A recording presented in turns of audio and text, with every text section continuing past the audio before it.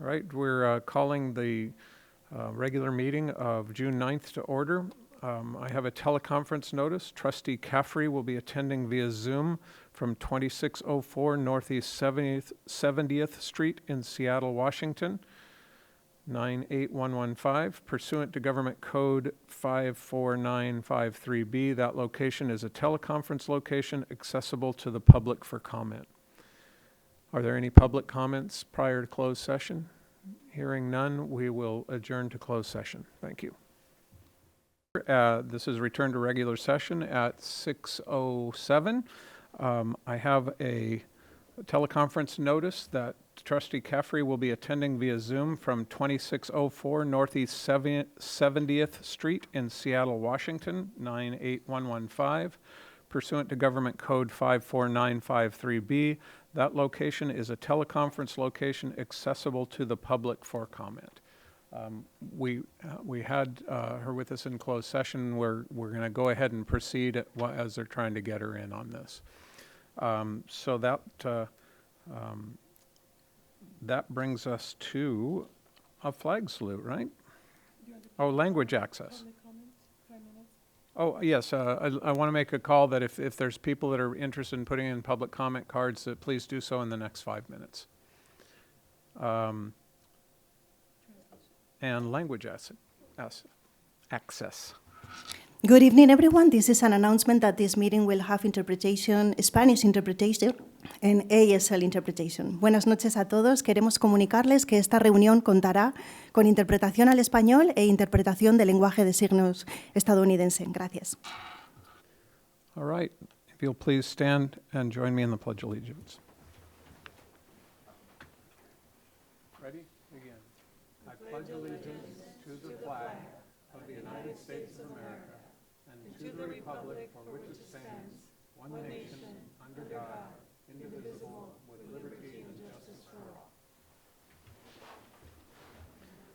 Oh, I have report.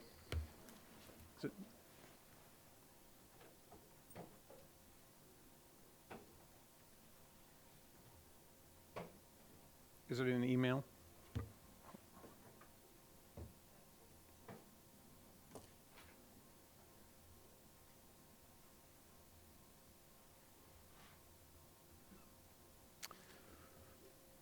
All right, tonight in closed session, the board voted 5-0 to approve a 5-day unpaid suspension for a classified employee. With that announcement, then we will move into the student board member report. Student trustee Taft Vasquez, the floor is yours.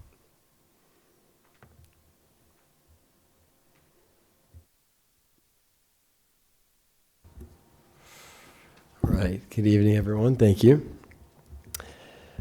The 2026 school year is coming to an end. The last day of school for most students is tomorrow, which has contributed to a very low-stress environment around campuses.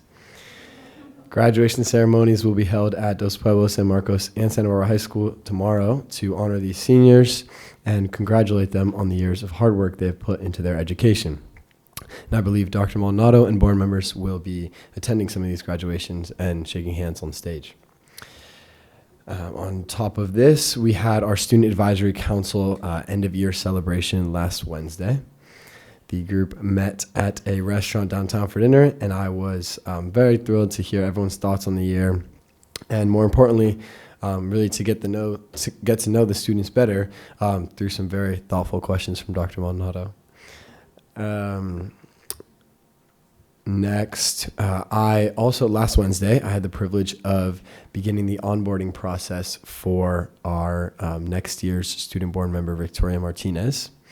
She introduced herself at the last meeting, so you may have heard that she has some experience as a part of the Student Advisory Council, and she is familiar with this role a good amount, but we still went through a lot about board meetings, Student Advisory Council meetings, all the structure, site visits, the finance committee, the conference earlier in the year, and then different tips I had for her. I was really excited for just to kind of have this conversation with her because that's not an opportunity I had, and I felt that I could, really hoped I could prepare her. And then lastly, as many of you may know, this is my final board meeting representing students as the student trustee for our district. Therefore, I would also like to take this time to give a quick thank you. When an email entered my inbox with a flyer for this position, I didn't think much of it. I had spent all of my high school experience knee-deep in advocacy clubs, community service committees, sports teams, school pathways, and tough courses that I didn't really know much about what was happening at this level.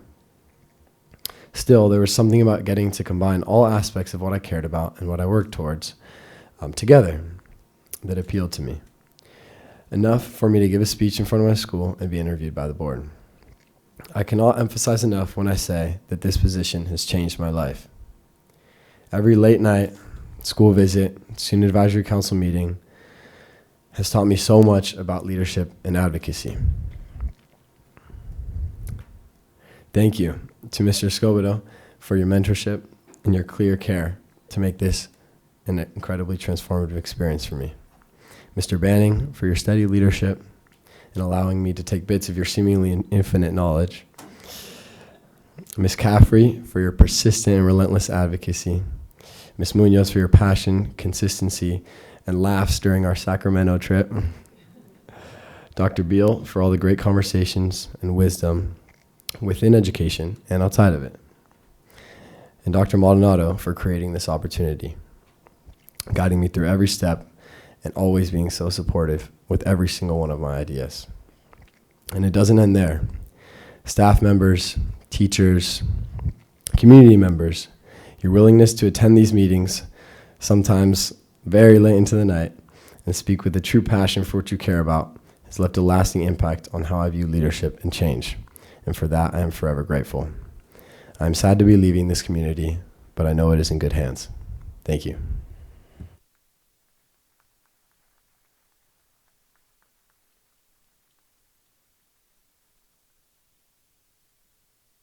All right, thank you. That will bring us to the superintendent's report. Dr. Maldonado? So appropriate. Thank you so much, Carlos, because I want to start by congratulating you on your final meeting and for your last year of service as our student board member. Carlos has been an impressive and inspirational student board member, often being the adult in the room and bringing the clarity at times that we may all be missing. But most of all, he kept his role's mission at heart, centering the student voice in everything he does. You have taught me so much, and you've been one of my best teachers. Please join me, because we do have something for him. I'd like to have everybody please join me in wishing Carlos congratulations as he prepares to graduate from San Marcos tomorrow and going off to Yale University.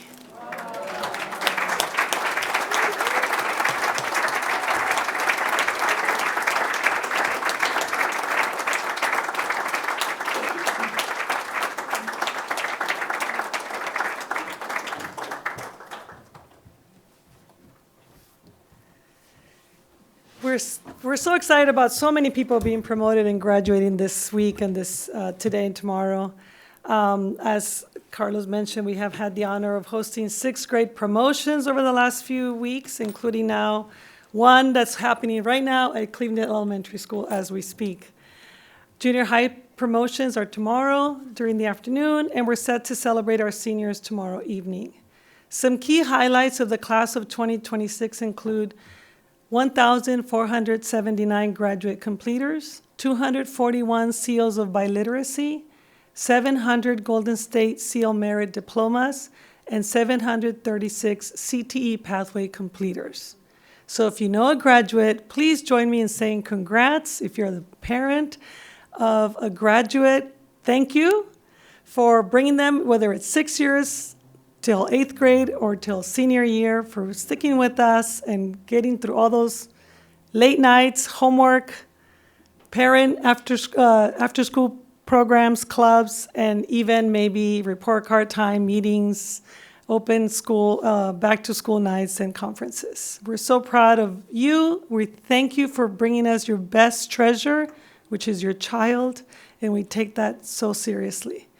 And every one of them has made us proud. Thank you for that. Next, I'd like to bring up Mr. Vance and Ms. Alvarado to please join me at the podium. Board members and parents and staff who are here, as you may have read, we have made some key changes to our technology policies, specifically around YouTube and summer iPad usage in the junior high school space. I'm inviting Mr. Vance to come up and give a quick update, followed by Ms. Alvarado, which I'll tell you more about her in a minute. Mr. Vance. Thank you, and congratulations, Carlos. As part of our work with the Balanced Learning and Technology Task Force, we are addressing several of the key actions during the final days of school that have emerged from our ongoing discussions and planning efforts.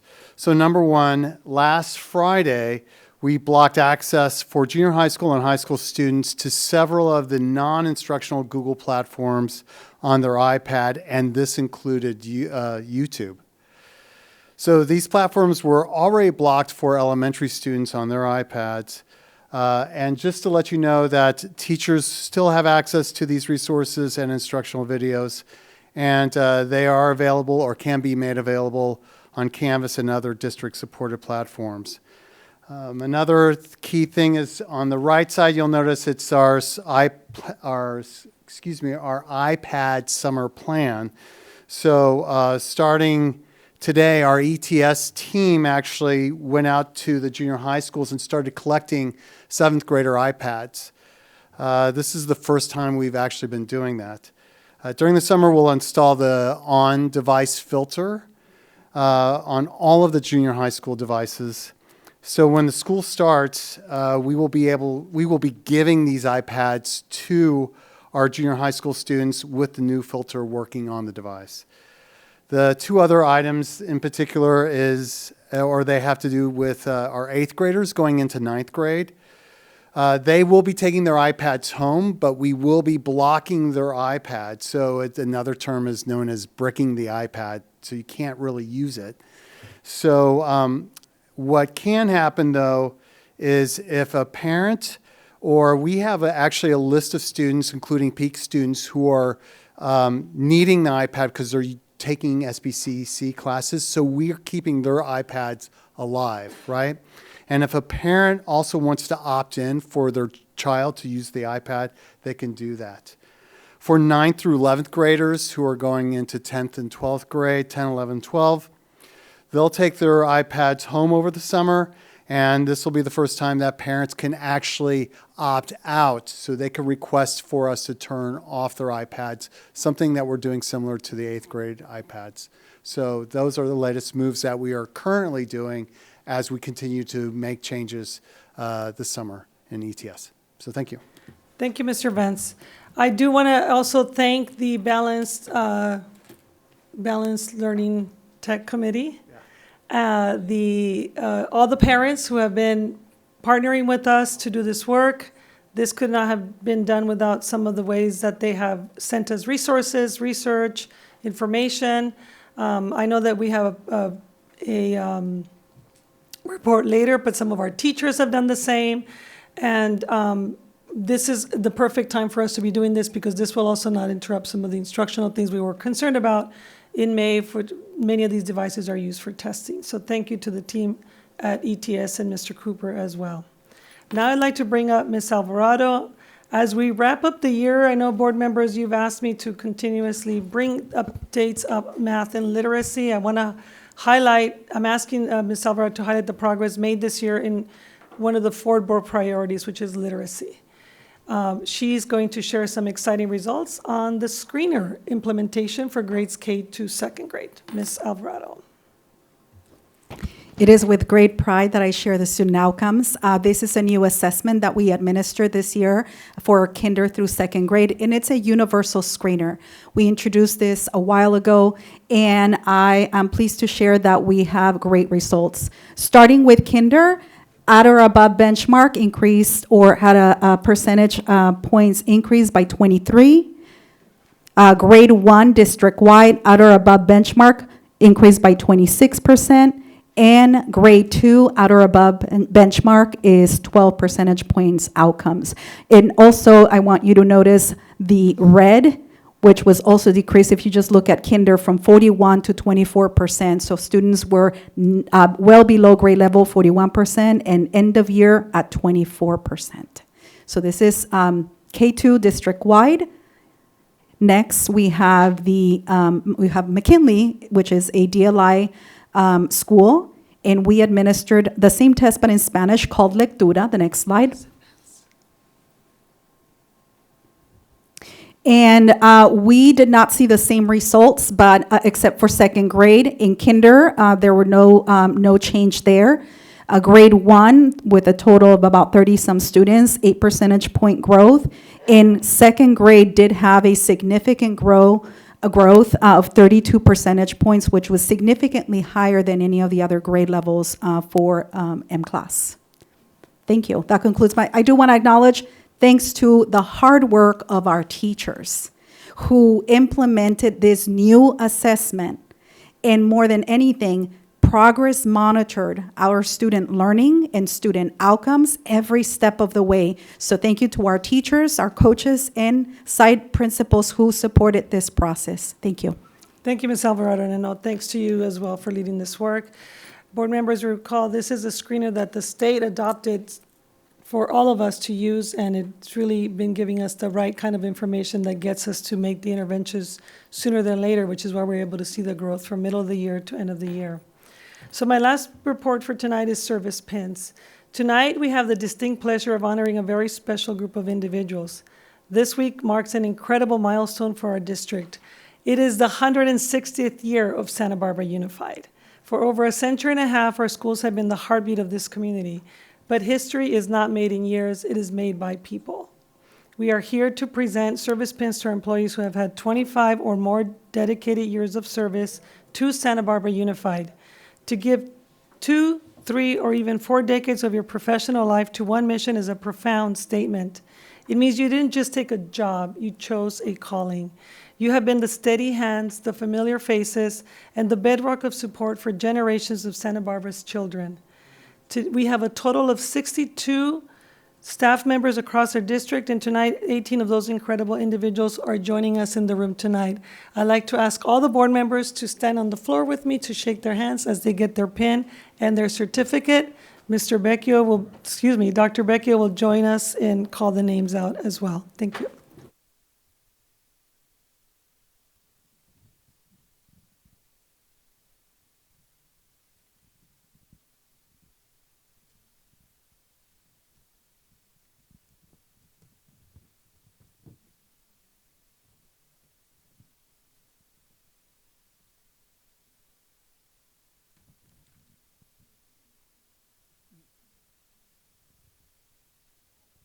Good evening, everyone, and thanks for being with us. We're going to go ahead and start, and I'm going to start with our person who has the most years of service. This is 45 years, so there's a 45-year pin, and I actually went in to look and see if we had any in stock, and we didn't, so we had to special order this one for her, which is no problem because she deserves it. I want to invite up Rosa Cavaletto, 45 years, Washington Elementary.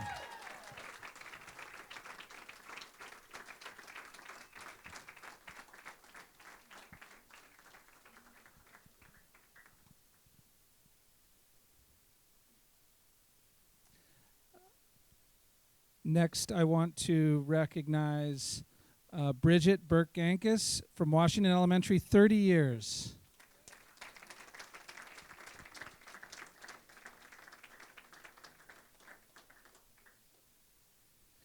And with Health Services, 30 years, Liz Christian.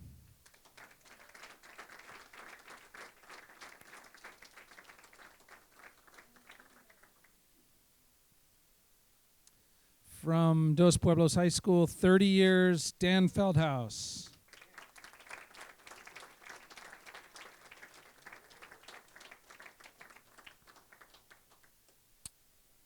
San Marcos High School, 30 years, Joe Garcia.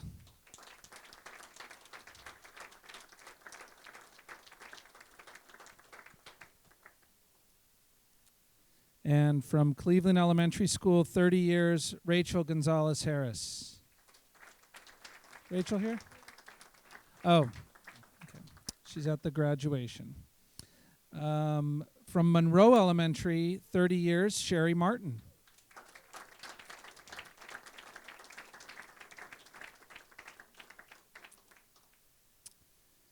And also from Monroe Elementary, 30 years, Nancy Morris.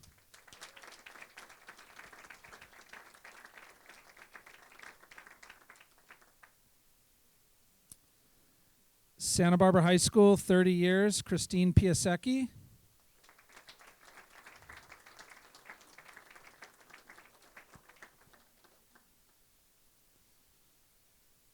And from Fiscal Services, Purchasing, Maria Carmen Rodriguez, 30 years.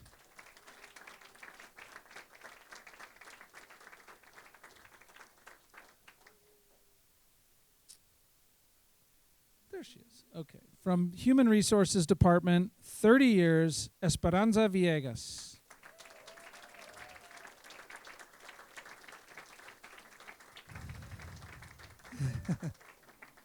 Everyone recognizes Esperanza.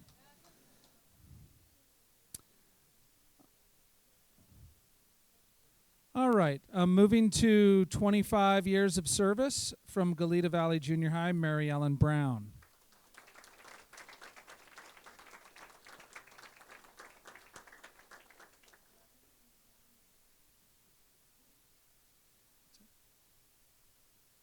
Oh my goodness. How did I do that, Heather? I'm sorry. Yeah, I'm going to jump back. I'm going to jump back to 30 years. All right. Jumping back to 30 years, Washington Elementary, Heather Voles. Sorry about that.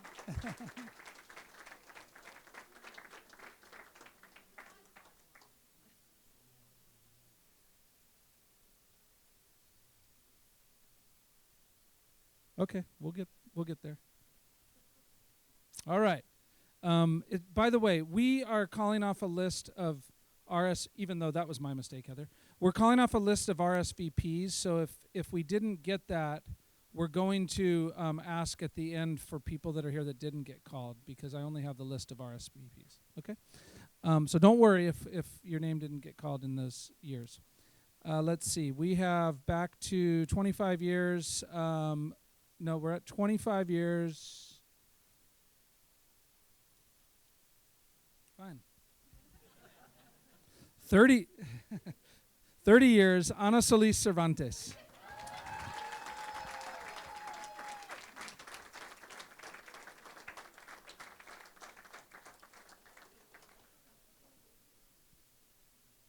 All right, that was my mistake. That's the second one. Third one, I'm off. I'm probably going to get kicked out of here. Okay. Next, back down to 25 years, we have 25 years from La Cumbre Junior High, Shannon Curtis.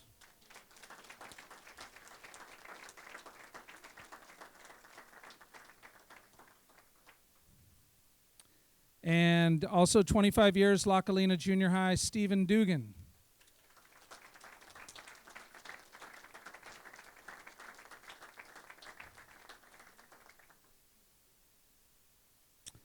And La Cumbre Junior High, 25 years, Patty Flores.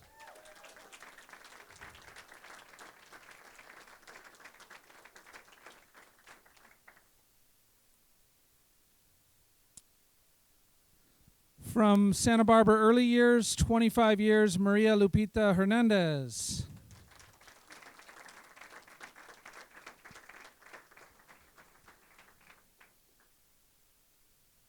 And from La Colina Junior High, 25 years, Rebecca Lowy. Rebecca? Okay. And from Adams, an AOK program, 25 years, Christina Perez Versola.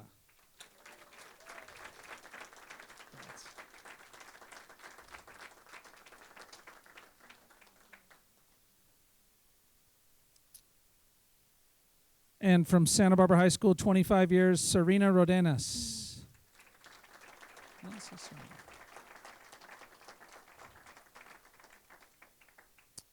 Okay. is there anybody here that did not get their name called that believes they should have a certificate from us? Because we have a bunch more up here for you.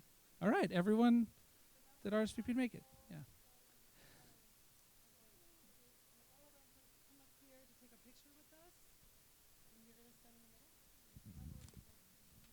Congratulations, everybody, and thank you for your service to Santa Barbara Unified.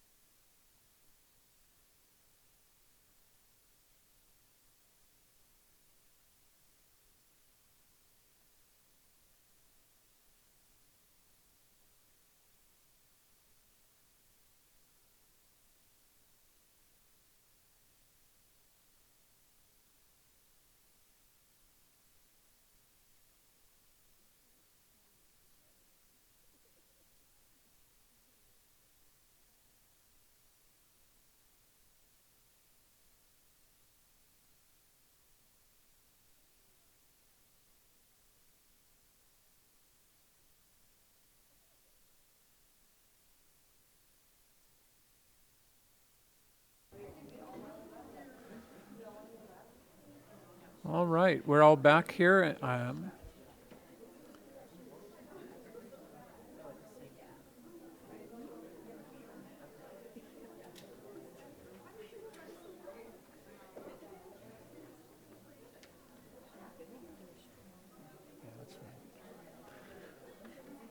We're now at the public comment of non-agenda items. I just have a statement that we read each time before that. Before we begin the public comment portion of tonight's meeting, the board would like to thank everyone who has joined us to share their perspectives.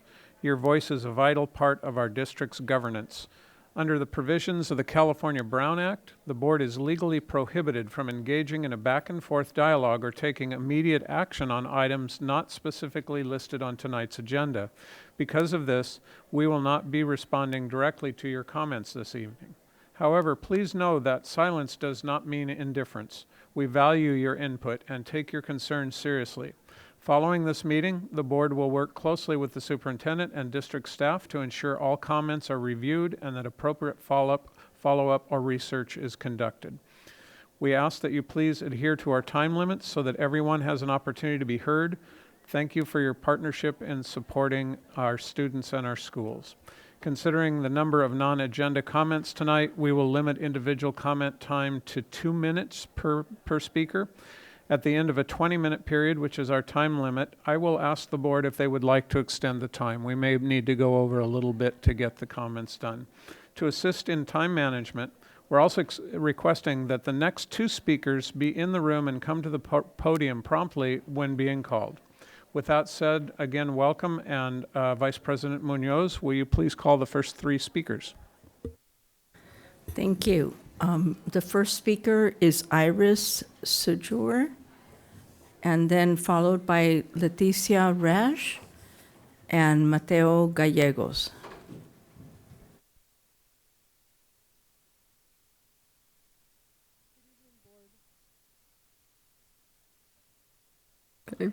Good evening, board. My name is Iris Sejor, and I'm a student at Dos Pueblos.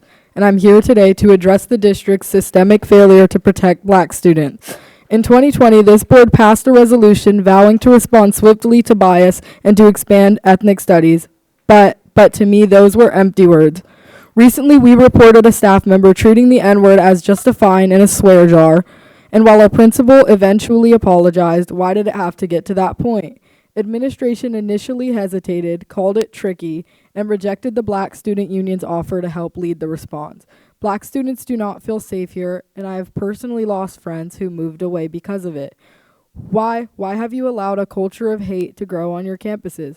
Furthermore, San Marcos High offers black studies, yet Dos Pueblos does not, directly breaking your 2020 promise. While Healing Justice was recently instated, pausing our only support system right after we spoke up shows a clear pattern of trying to silence us, and every student deserves safety.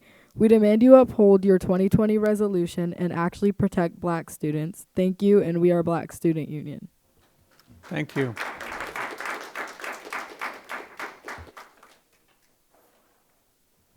Hello, Board. Leticia Reshwas, HASB. Looking forward to our 4th year of partnership with SBUSD. Filled with pride in our efforts of supporting and mentoring black students, through our initiative, students have had an invaluable experience in visiting colleges, connecting with peers, and obtaining leadership skills, whether it be in Historically Black College Fair and Expo, Black Student Alliance Conference, UCSB and SBC college tours, or outside events.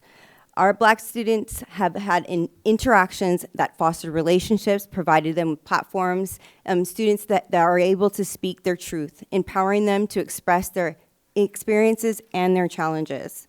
We created the BSA Direct Response because of the anti-black physical and cyberbullying in 2021. Our initiatives aim to combat racial injustices and provide a safe and supportive environment for our black students.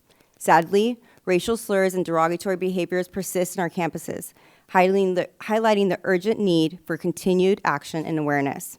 Students have reported the N-word being used casually by non-black students, despite the strict no-tolerance policy. The normalization of racial slurs underscores the lack of empathy and understanding for the impact these words have on black students. Recently, there has been an increase of reports of racial harassment involving the N-word.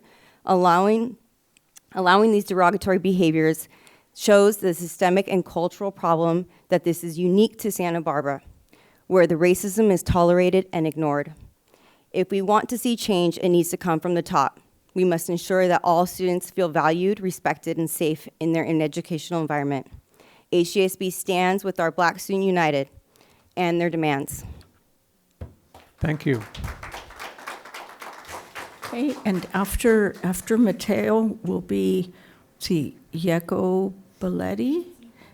Okay, sorry, Adela Ritchie and Senyo Wajobi. Okay, sorry.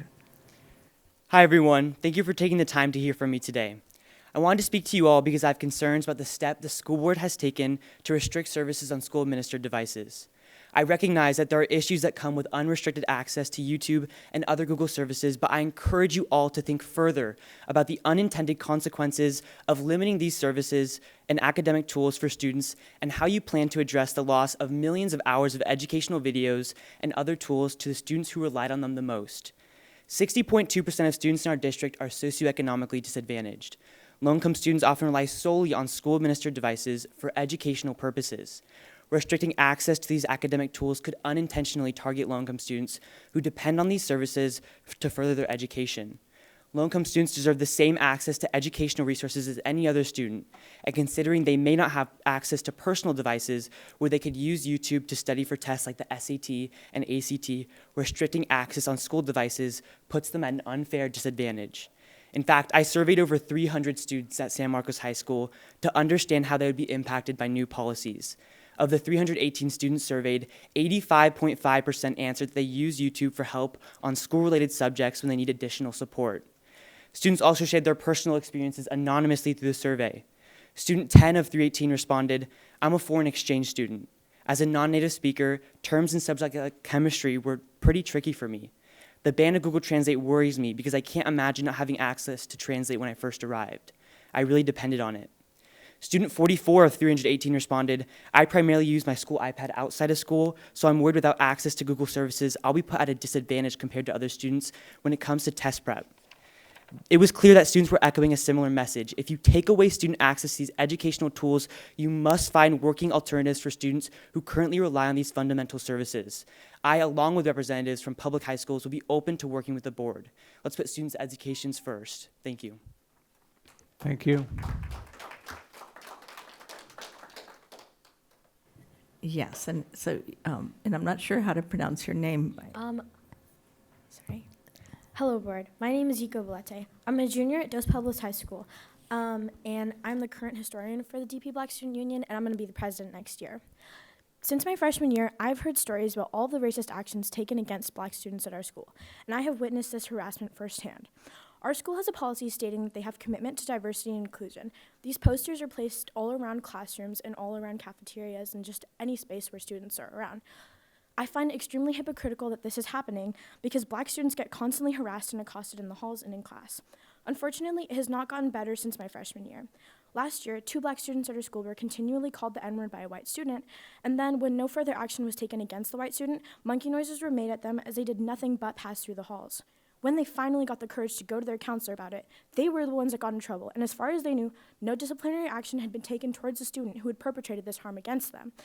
Students at DP and all over the district have gotten used to being constantly harassed in an environment where the only thing they should be worried about is their homework or a test that's coming up. Instead of being worried about missing assignments, black students have to be worried about being harassed for the simple act of their existence. And through experience, we have learned to be afraid of speaking up against the people who have harmed us. Dos Pueblos is a school that preaches inclusivity for all and constantly promotes the no tolerance they have for hate speech. But when students do speak up about issues on campus, they will try and respond in a way that will make the school look good, not in a way that will positively impact the harmed students. That is why we demand that there should be a zero tolerance policy against non-black students' usage of the N-word. And we demand that this hatred be combated by education and proof that the student understands what they did was wrong, because the color of our skin should not be a target placed on our back. Thank you. Thank you. Okay, so after Adela will be Senyo and Amina Ahmed and Rich Lashwa. Good evening. My name is Ashayla Ritchie, and I'm speaking to you all as a graduating senior and former president of the Black Student Union at Santa Barbara High School. We demand that these changes be made for the well-being of students and the community as a whole. Starting with 1, there must be a zero-tolerance policy for the usage of N-words on campus from all non-black students, regardless of the context, whether it is being used for slang purposes or as a slur. There must also be appropriate action for these crimes against black people, immediate response and parent notification of both students involved. Parents and guardians of both students must be informed immediately after the incident is reported and documented. The students responsible must complete a reflection assignment or essay explaining why the usage of the N-word and racist behavior is deeply harmful to the black community and the broader school community. Continued or repeated racist behavior should result in stronger disciplinary action, including and up to detention, suspension, removal from extracurricular activities, and further administrative consequences. A percentage of community service hours could be removed. The student would need to complete service hours that directly benefit communities that are impacted by discrimination and promotes cultural understanding and inclusion. Depending on the severity of the incident, a note should also be left on this student's permanent record. Number 3, a contextual history behind the N-word and its impact on society, as well as the Black community, must be implemented into all English courses in 7th grade and then continued in English 9. This ensures that all students understand the gravity as they begin their time in high school. 4, all curricula must be intertwined with Black representation throughout the school year, not just during Black History Month. We are Black Students United. Thank you. Thank you.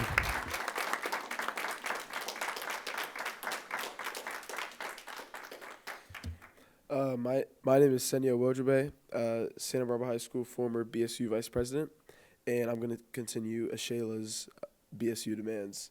Number 5, to follow Black History Month, Black History Month must be advertised just as other cultural awareness months.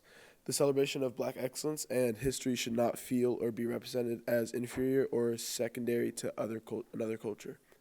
6, reports of anti-Blackness must be fully preceded and addressed. 7, teacher training on how to handle hate crimes and other race-related issues that are not skippable. The current training is not sufficient. The majority of teachers are either not empathetic or completely ignore these issues due to the lack of understanding how to mediate these instances. And lastly, we'd like to hire Black teachers and counselors to support and represent students. We are Black Students United. Thank you. Thank you. So the next speaker is Amina Ahmed. Is she here today? Oh, I'm sorry. I'm sorry. I'm doing good. Is it the green button? Pardon? Yes, Oh, and I'm going okay. to call the next, it be Rich Lashwa, York Shingle. Sorry. Oh, that's okay. Rich Lashwa, York Shingle, and then a virtual comment by Simone Reskamp.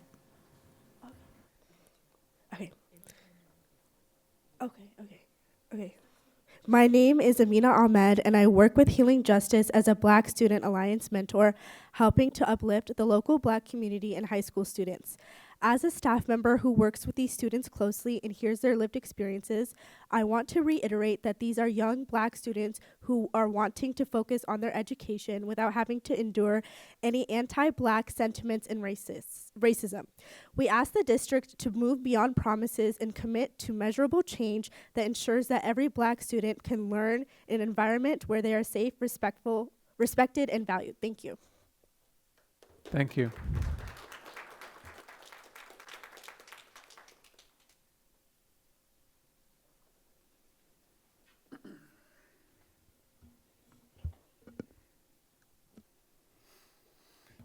Excuse me.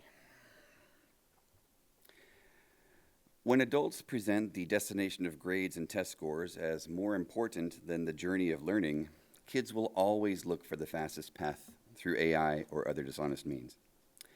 Even the most disengaged student tells us much about what we value in the classroom.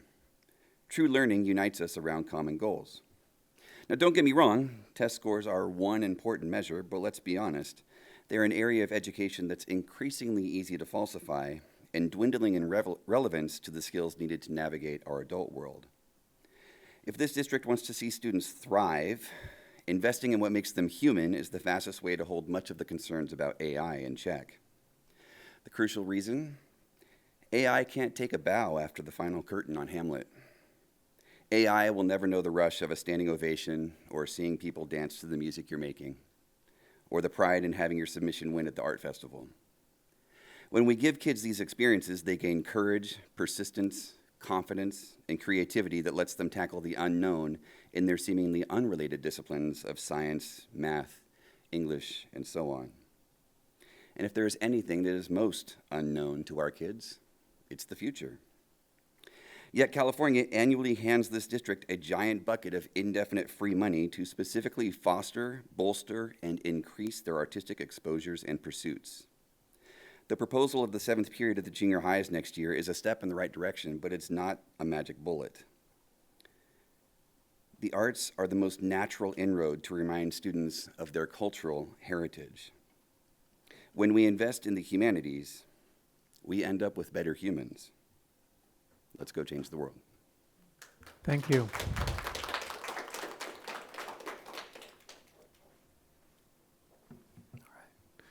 Good evening. I'm York Shingle, president of Santa Barbara Teachers Association.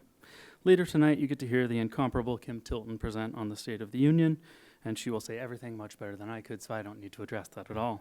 Tonight, I'm here to support what you've heard from our black students. We need to do better as a district and as a system. We need to stop being reactive to the racism we know exists in the system and start being proactive. We can't wait until the next CABA board update to make changes. Tonight, you reheard the suggestion of a common response and education if and when a student uses a racial slur or other hate-based action. We started that work a few years ago with equity leads at each site, but then that work fizzled out. I want to remind you that it was just 2 years ago when a group of us had to work around a district administrator to embed lessons in the curriculum to address the harm of the N-word. When we asked the year after about training any new teachers to that curriculum, we were told we couldn't do trainings anymore. The work has been trying to happen at the teacher level. We need it to be systematic and widespread so that our students aren't suffering anymore. Let's start doing it. Thank you. Thank you. Okay, so after the virtual comment, we will have Tamara Montag and Roberta Ortega and Charles Clow.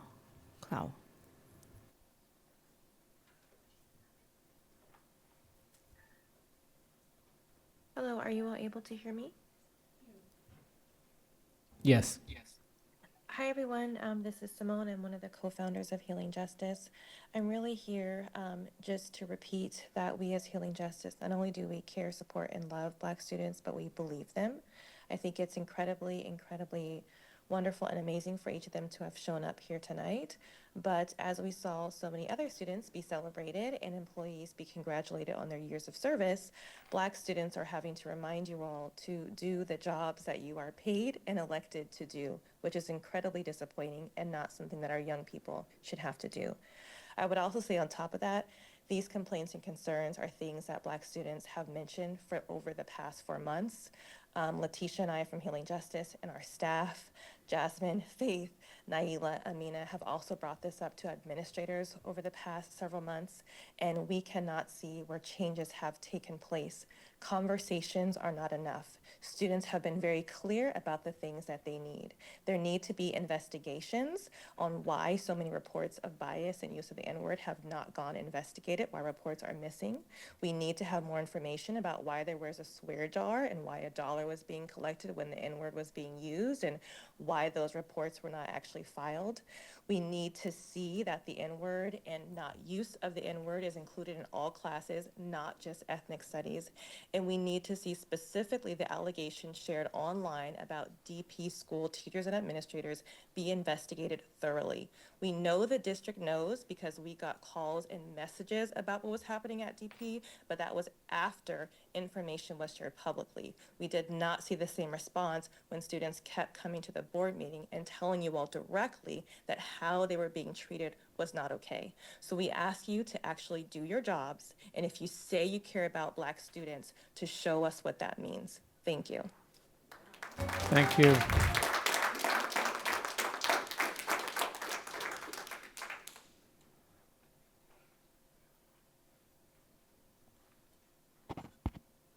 Good evening, board members. I'm standing here tonight not only as a teacher, but as someone who's deeply frustrated, disappointed, and frankly, angry about how our school community continues to be treated. My school community is the Santa Barbara Community Academy. What is happening at our school feels like we're being set up to fail. You may say our school is not closing, but when you continue to strip resources from our campus, what exactly are we supposed to believe? Because from where we stand, it feels like decisions are being made that are slowly dismantled what little stability our students have. And once again, we're at the end of the school year and we are losing access to our STEAM and art teachers. For years, our children have endured constant turnover in special teachers. There has been no continuity of program and no continuity of relationships with the adults who support them. And now, instead of fixing the instability, you are taking away even more. You take from our school to fulfill the needs of others. Let's talk honestly about the optics of that. We serve a population with high needs, socially disadvantaged, and vulnerable students. Students who benefit deeply from trusted adults, consistency, and opportunities for creativity and engagement. Yet the people who build these relationships with these students are the very people who are being removed. What message are you sending to children when the adults they trust disappear year after year? Because the children are noticing. They ask us, why do we always have a new STEM and art teacher every year? And now we get to answer an even harder question. Why don't we get an art or STEAM like other schools? I would generally like some of you to come into our campus and answer those questions for them. Look at those students in the eyes and explain why their school gets less. Explain why their opportunities are negotiable. Because what students are hearing through these decisions is this: you do not matter. Your school comes last. And while these decisions are difficult enough, the lack of communication and transparency surround them has been unacceptable. Thank you. Thank you.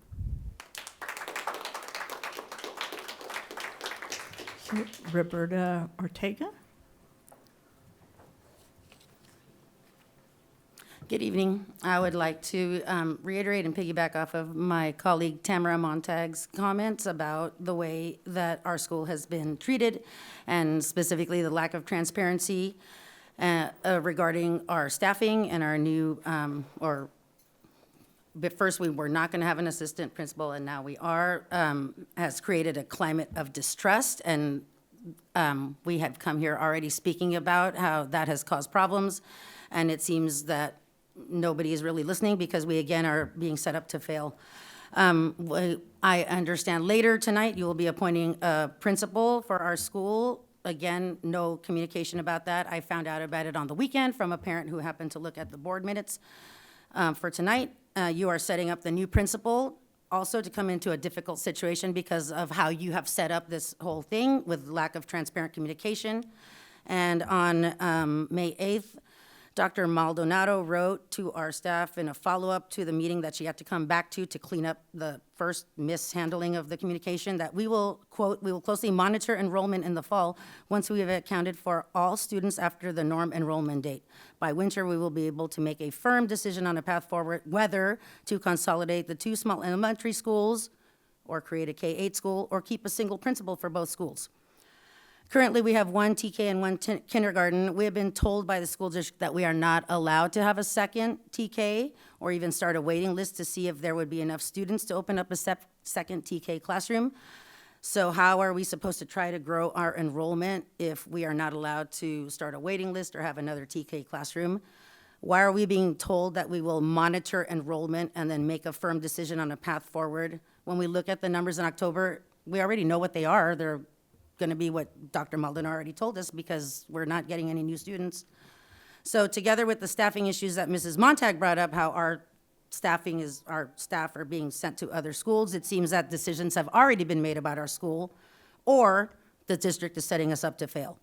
So if we are really closely monitoring the enrollment, then our school should be given the chance to grow our enrollment, or Please wrap up your comments. I'm wrapping it up right now. If decision has already been made by the district, then please don't give our school community false hopes and about future decisions. Be honest and transparent about your plans, and don't make our parents and staff waste their time and energy if you have already made decisions about our school. Thank you. Thank you. Okay, the next speaker is Charles. Yeah, I'm sorry? hold on just a moment. Dr. Maldonado. I just want to clarify, there is no board agenda item today to assign a principal to SPCA. I think that the item that may have been misleading was that we had a assignment of a Santa Barbara Junior High School principal. That's on our agenda. Thank you for the clarification.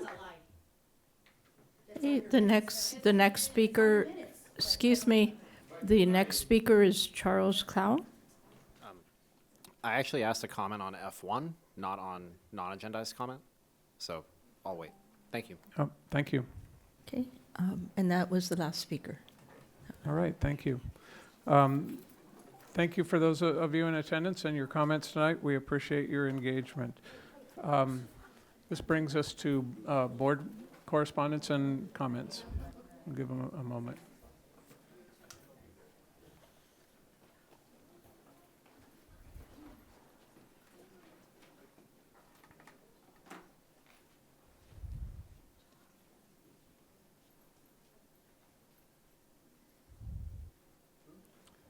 All right.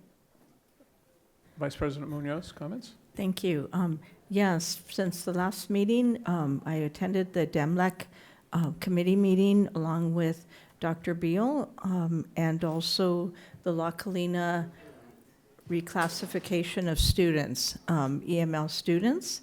The retirement celebration, which was amazing, just to see how many years were accrued by our employees and celebrating them. I also attended the AI task force and participated in one of the groups. And I did want to also take this moment to announce the, remind folks about the Juneteenth celebration, which is coming right up at Plaza del Mar in Santa Barbara. The information is at their website, juneteenthsb.org. Thank you. Thank you. Trustee Escobedo. Thank you. First, I just want to say congratulations to Carlos. It has been very rewarding to watch you this year. It's almost like you've been doing it for multiple years, and you did something that I have not seen a student school board member do, and that's go to every school site and engage with elementary students, junior high students, other high school students, and really bringing their perspective into this boardroom. On tough issues, you have weighed in, and I think you've swayed the discussion of the school board, which is what your position is intended to do. And I think you've really approached your role on the school board in a way that I think will affect school board members moving forward. Even the idea of having an onboarding is a terrific idea. And so I have no doubt that you're going to bring that same tenacity and care and thoughtfulness to your time at Yale. And I hope that one day I get to vote for you someday. I hope you run for office and you're running for Senate or governor or something. So I appreciate you. Congratulations.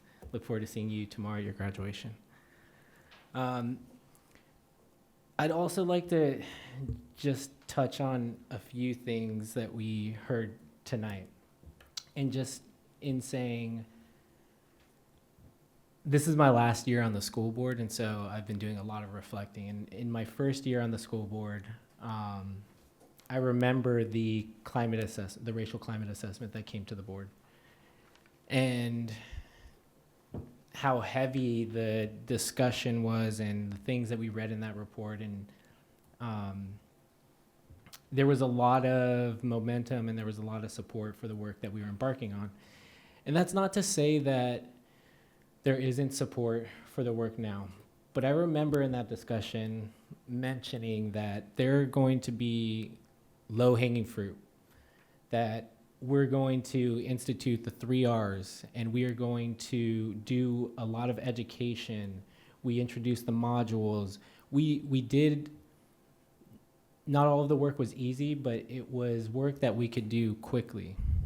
And I remember mentioning 3.5 years ago or 3 years ago that at some point, like, we have to keep that momentum going, and we have to remember that this is something that we are taking on, and we're taking it on seriously. And it's going to mean that at some point we're going to have to tackle the more systemic portions of anti-Blackness on our school campuses.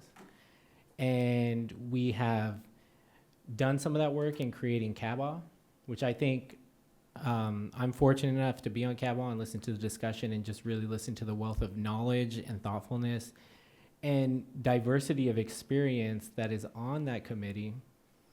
And they have solutions and suggestions, some of which we heard tonight, or at least got to the spirit of what tonight's recommendations or requests were from our Black Student Union at DP. So I look forward to those coming to the board for us to discuss and really take them seriously. Really, this board, as it changes, as it moves forward, as it evolves, even this board now, we have to recommit, and this district needs to recommit to the promise that we made 3.5 years ago. And even before that, when we first decided to even do the racial climate assessment, before I was even on the board. To do that, it was the right decision, and I commend that board, and I commend Dr. Maldonado, and I commend our staff.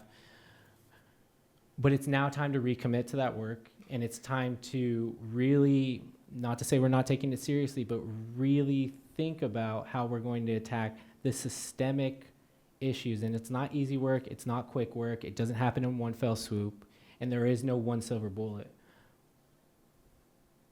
But the same way that we came up with our 4 board priorities, and the same way that we have been clear about early literacy being really important, and we saw some great results tonight, we also need that same steadfast dedication to this topic as well.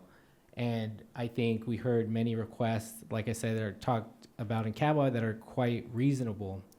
I would like for us to engage with our Black student alliances and our Black student unions to keep them in the fold. Yes, we have students on CABA, but we should be engaging these folks at our high schools and our junior highs as they expand to keep them in the process as we're developing these new tools. We do want, we talk about, God, what's the word? Sorry. Having curriculum that is similar, what's the? Aligned curriculum across our schools. We also need aligned approaches to responding to situations of anti-Blackness. And we'll have this discussion a little bit later. We have new principals, we have new teachers. This is an ongoing education thing that we need to do. And I do agree that the modules are not enough. That's great for common language, that's great for introducing concepts, but it's not the best at growing someone's capacity to deal with these situations in real time. So I would like for us to continue this conversation. I look forward to having CABA bring their recommendations, but I would also like us to engage our Black students in their Black student unions and their Black student alliances to bring them into the know of what work we are doing and what work we are committing to. So that's my challenge to the board. Yeah, I'll just leave it there. Thank you, Trustee Escobedo. I'd just like to say, I suspect there's strong agreement across the dais at this point, and I would welcome an opportunity, perhaps at the end of this meeting with the future agenda items, so that we can have this discussion when it has been agendized and move forward to discuss more tangibly the things that you just expressed so well. Thank you. Thank you. Others? Dr. Beal, do you have comments tonight? I know Trustee Caffrey is online. Do you have comments? Yes. Hello. Hi. Welcome. Thank you. Thank you very much. And I think Trustee Banning, you said it perfectly, and Trustee Escobedo, that I would love to talk about exactly what you said during future agenda items. So thank you. And I'll just continue my thank yous. I have a number of thank yous today. I want to start by really thanking you, Carlos, for your thoughtful contributions to the board, for serving on the Finance Committee with us.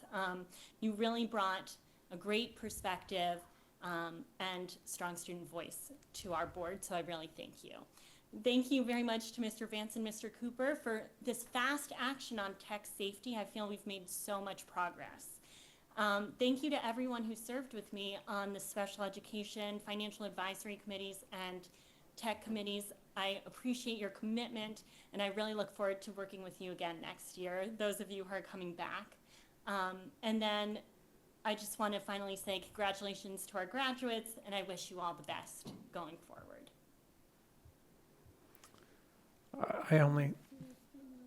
Excuse me? Yeah, sure. You want to wait? Okay.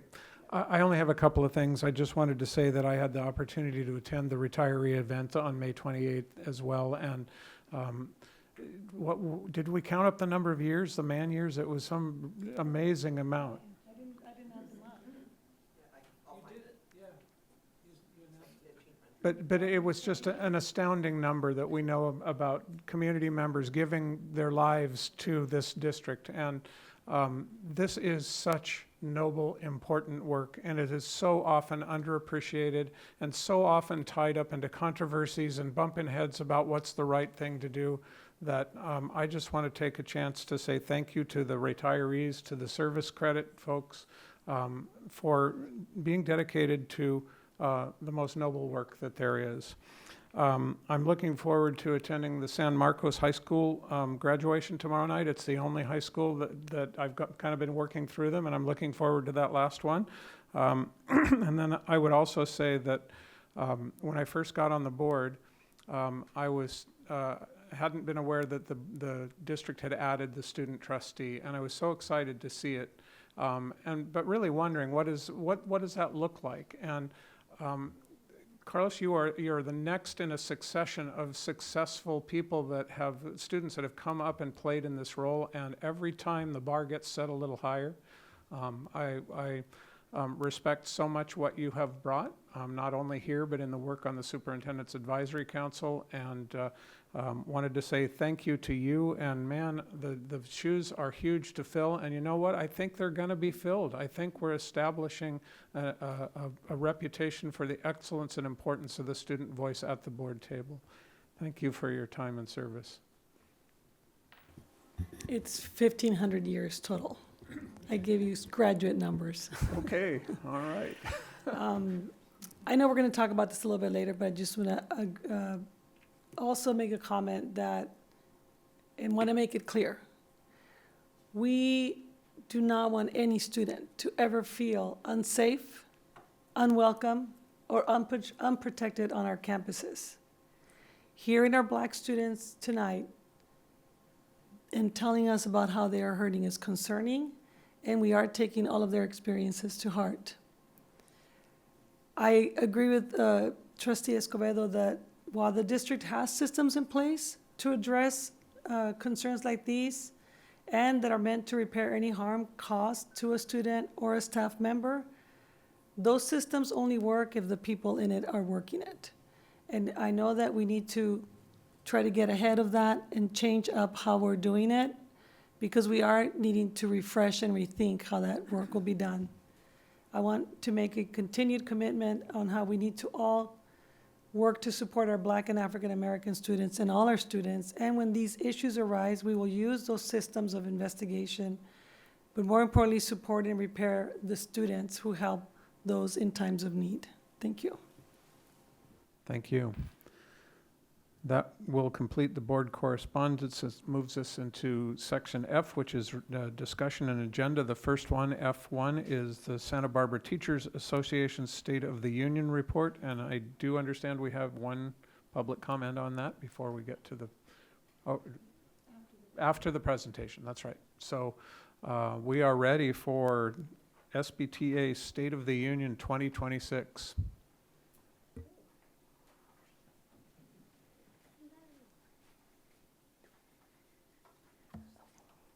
All right, good evening. I'll wait for a moment. There we go.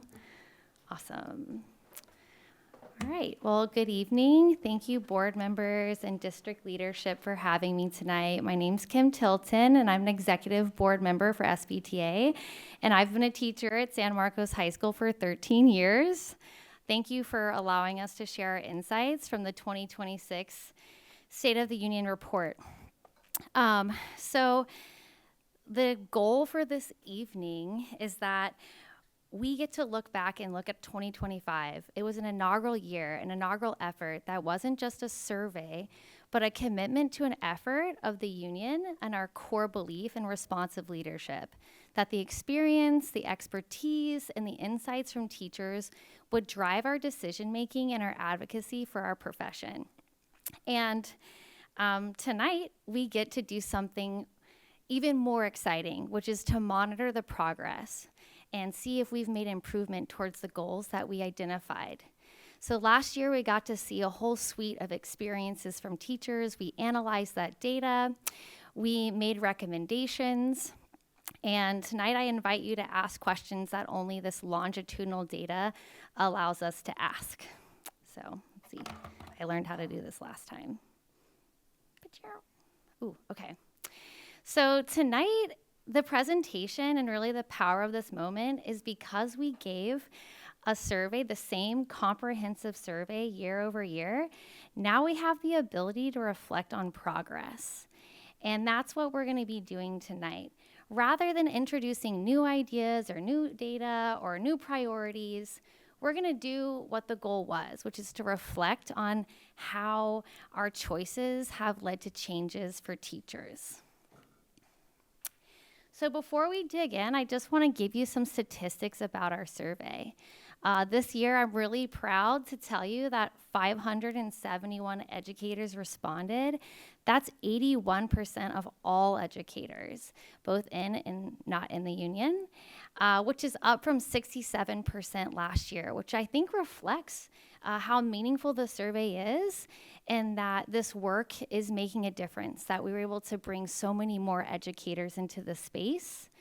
13 out of our 18 sites had 75% of their staff participate and complete the survey. The reason these numbers matter is they tell us it's not just a small group of vocal teachers. The data you're seeing tonight really reflects us as a whole group, and I think that's really important. And the last piece I want us to focus on is last year we saw a similar trend, which is that we have a large percentage of our staff that have 5 years or less of experience. And I want us to hold space for that lens because the years of experience teachers have impact every aspect of their job. Workload, job satisfaction, and also their ability to deliver instruction and provide spaces for students. And so just want to keep that in the back of our mind as we move through our presentation tonight. So this slide may look familiar because it's the exact same slide that was the last slide of our presentation last year. So at the end of the presentation, we kind of distilled our feedback into 3 areas of growth. We looked at negotiations, which was salary and benefits. We looked at teacher support and professional development. So again, rather than introducing new ideas, I want to just go back to the goals that we set tonight and monitor our progress in these spaces.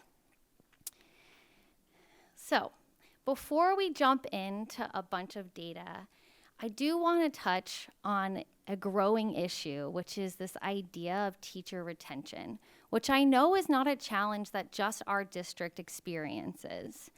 But we really need to understand how the demographics of our staff are changing. I would imagine they would actually have a lot of impacts on other folks' works too outside of the classroom. So I know these graphs might be a little difficult, but basically the highlighted areas, luckily we have 3 years worth of data on this. We have 23-24, which is that gold color. We have the teal line, which is 24-25, and then we have the blue bars, which are this year. And what we can see is that we have a growing number of what we call early career educators. And we have this bifurcation, this hollowing out of the center of the career. And that's concerning for a number of reasons. One of those is that early educators face a lot of challenges that we need to consider, but also folks like mid-career, that would be me, are often our leaders in spaces. And as we think about how we're going to set up systems, we need to think about the future and what this means for professional development in other spaces.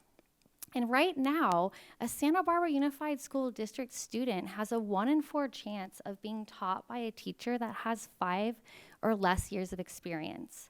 And what data tells us is an extreme amount of growth happens in our profession in that time period. And so we really need to be thinking about how that's impacting our student outcomes as well, and how it's really important that we create conditions that don't just attract really quality educators, but develop them and retain them so that they can build long-term careers in our district. Because if we're going to put all this effort in, we want to hold on to these folks. And if this trend continues, this suggests we'll experience a continued increase, and that in about 5 years, we'll see our average years of experience decrease from 13.8 to 11.9 years. So focusing back on last year, I want to talk about negotiations, salary, and benefits. So this isn't represented on this particular graph, but we saw huge gains. Negotiations were a big deal, and the district made big moves, and there was a huge change in satisfaction. Before negotiations in 2023, people were expressing really kind of abysmal feelings about job satisfaction, and we made huge gains. And so you can see on the how are you feeling about your current salary, that those gains are softening, but we're still kind of riding the high of that progress. And so my recommendation, or our recommendation, is that as we move into negotiations next year, that we protect and we're proactive about keeping that momentum and making sure that our salaries stay in a pace where people are continuing to feel satisfied. The more interesting space for me is you can see that our feelings about benefits have actually transitioned quite a bit. And folks, we had an 11% decrease in people's feelings of satisfaction about benefits. When you contextualize that with just economic factors in the world, plus the fact that we weren't able to make any movement on that this year, that data set makes a lot of sense for me. And I'm hoping that district leaders can think ahead and go, okay, we know that benefits is going to be a space where we're going to have to make some movement for folks, or otherwise we might see this getting more concerning. So ultimately, our feedback and our ability to look at change here is to say, hey, we know that negotiations are coming. Salary and benefits are obviously foundational for retention, and we just ask that as we look at budgets going into next year that we prioritize them and just keep riding the success that we've made and not dip back into the dark days. And so I really wanted to spend most of tonight's presentation on teacher support. I love that because a lot of teacher support doesn't actually have to cost more money. A lot of the things that affect how we feel supported are anchored in good decision making and strong leadership. And so last year we looked at workload, and unfortunately, folks are feeling that their work is more unmanageable. But there was an aha moment for me when I thought about the lens of our demographics. If you look at the graph on the right, what you're looking at is how the years of experience impact how you perceive your workload in terms of manageability. Well, if we're increasing the amount of early career educators, and we know they're more likely to say that their workload is less manageable, it just makes sense that as we have more new teachers, we see a shift in that manageability. And I'm sure Dr. Maldonado for sure remembers those first early years. I mean, I stayed up until 3 a.m., like making a PowerPoint slide. It's overwhelming the amount of growth that new teachers have to experience. And so their workload truly is harder for them. You know, if you've been kicking it for 25 years, you've got some skills, you know, and you can handle that workload. And so thinking about this data and thinking about the shift in our workforce, how can leadership make decisions about workload that help teachers? Because regardless of whether you're new or not, on average, people are spending a lot of time outside of work. So I wanted to show you a little bit of data about exactly how much time teachers are spending. So to dig into workload, one lens we can look through workload is reported unpaid hours. So we asking like, hey, outside of the contracted day, how many hours of work a week do you do? And it's kind of overwhelming. 71% of folks spend 5 hours or more outside of their contracted hours. And that's supported by the amount of people saying that their work is unmanageable. It's unmanageable because you can't finish it during the workday, and so you take it home with you. And most of staff cited lesson planning. You could pick more than one. You can see those numbers, you know, obviously add up more than 571. So they were able to select multiple options. But far and away, lesson planning took up the most time. And that makes sense to me because it's really time-intensive work. And so what can leaders do to support this? Some ideas I had about that is thinking about protecting spaces where teachers have work time. That means prep time. That means paid collaboration time. That means that if you're going to introduce a new curriculum, a new initiative, new expectations for instruction, you have to ask the district leaders that are doing that, like, hey, where's the time for the teachers to digest this, to learn this, to practice this? Every new piece that we add to a teacher's puzzle requires a tremendous amount of front-end work. And the challenge I have for board members and district leaders is when we have that new thing, think about the whole picture of time that it would truly take for a teacher to implement that work. Because lesson planning is going to be a big part of a lot of that. So yeah, good news though, I thought the bottom graph from last year, we don't have as many like crazy people out there. The 10 to 15 hours went down a little bit. So I thought that was good. So there was some improvement, just a little bit, but there was improvement in work outside of contracted hours. So I wanted to acknowledge that. So thinking again about teacher support and thinking about working outside of your contracted hours and thinking about lesson planning, we asked teachers, and this was in our report last year and it's in our report this year, what are your highest areas of need? You know, what do you need to be successful? The reality is that our students' needs are getting more diverse every day, and we are being asked to address an ever-growing set of those needs. And the number one support, both years in a row, has been support staff. These are people who work directly with students.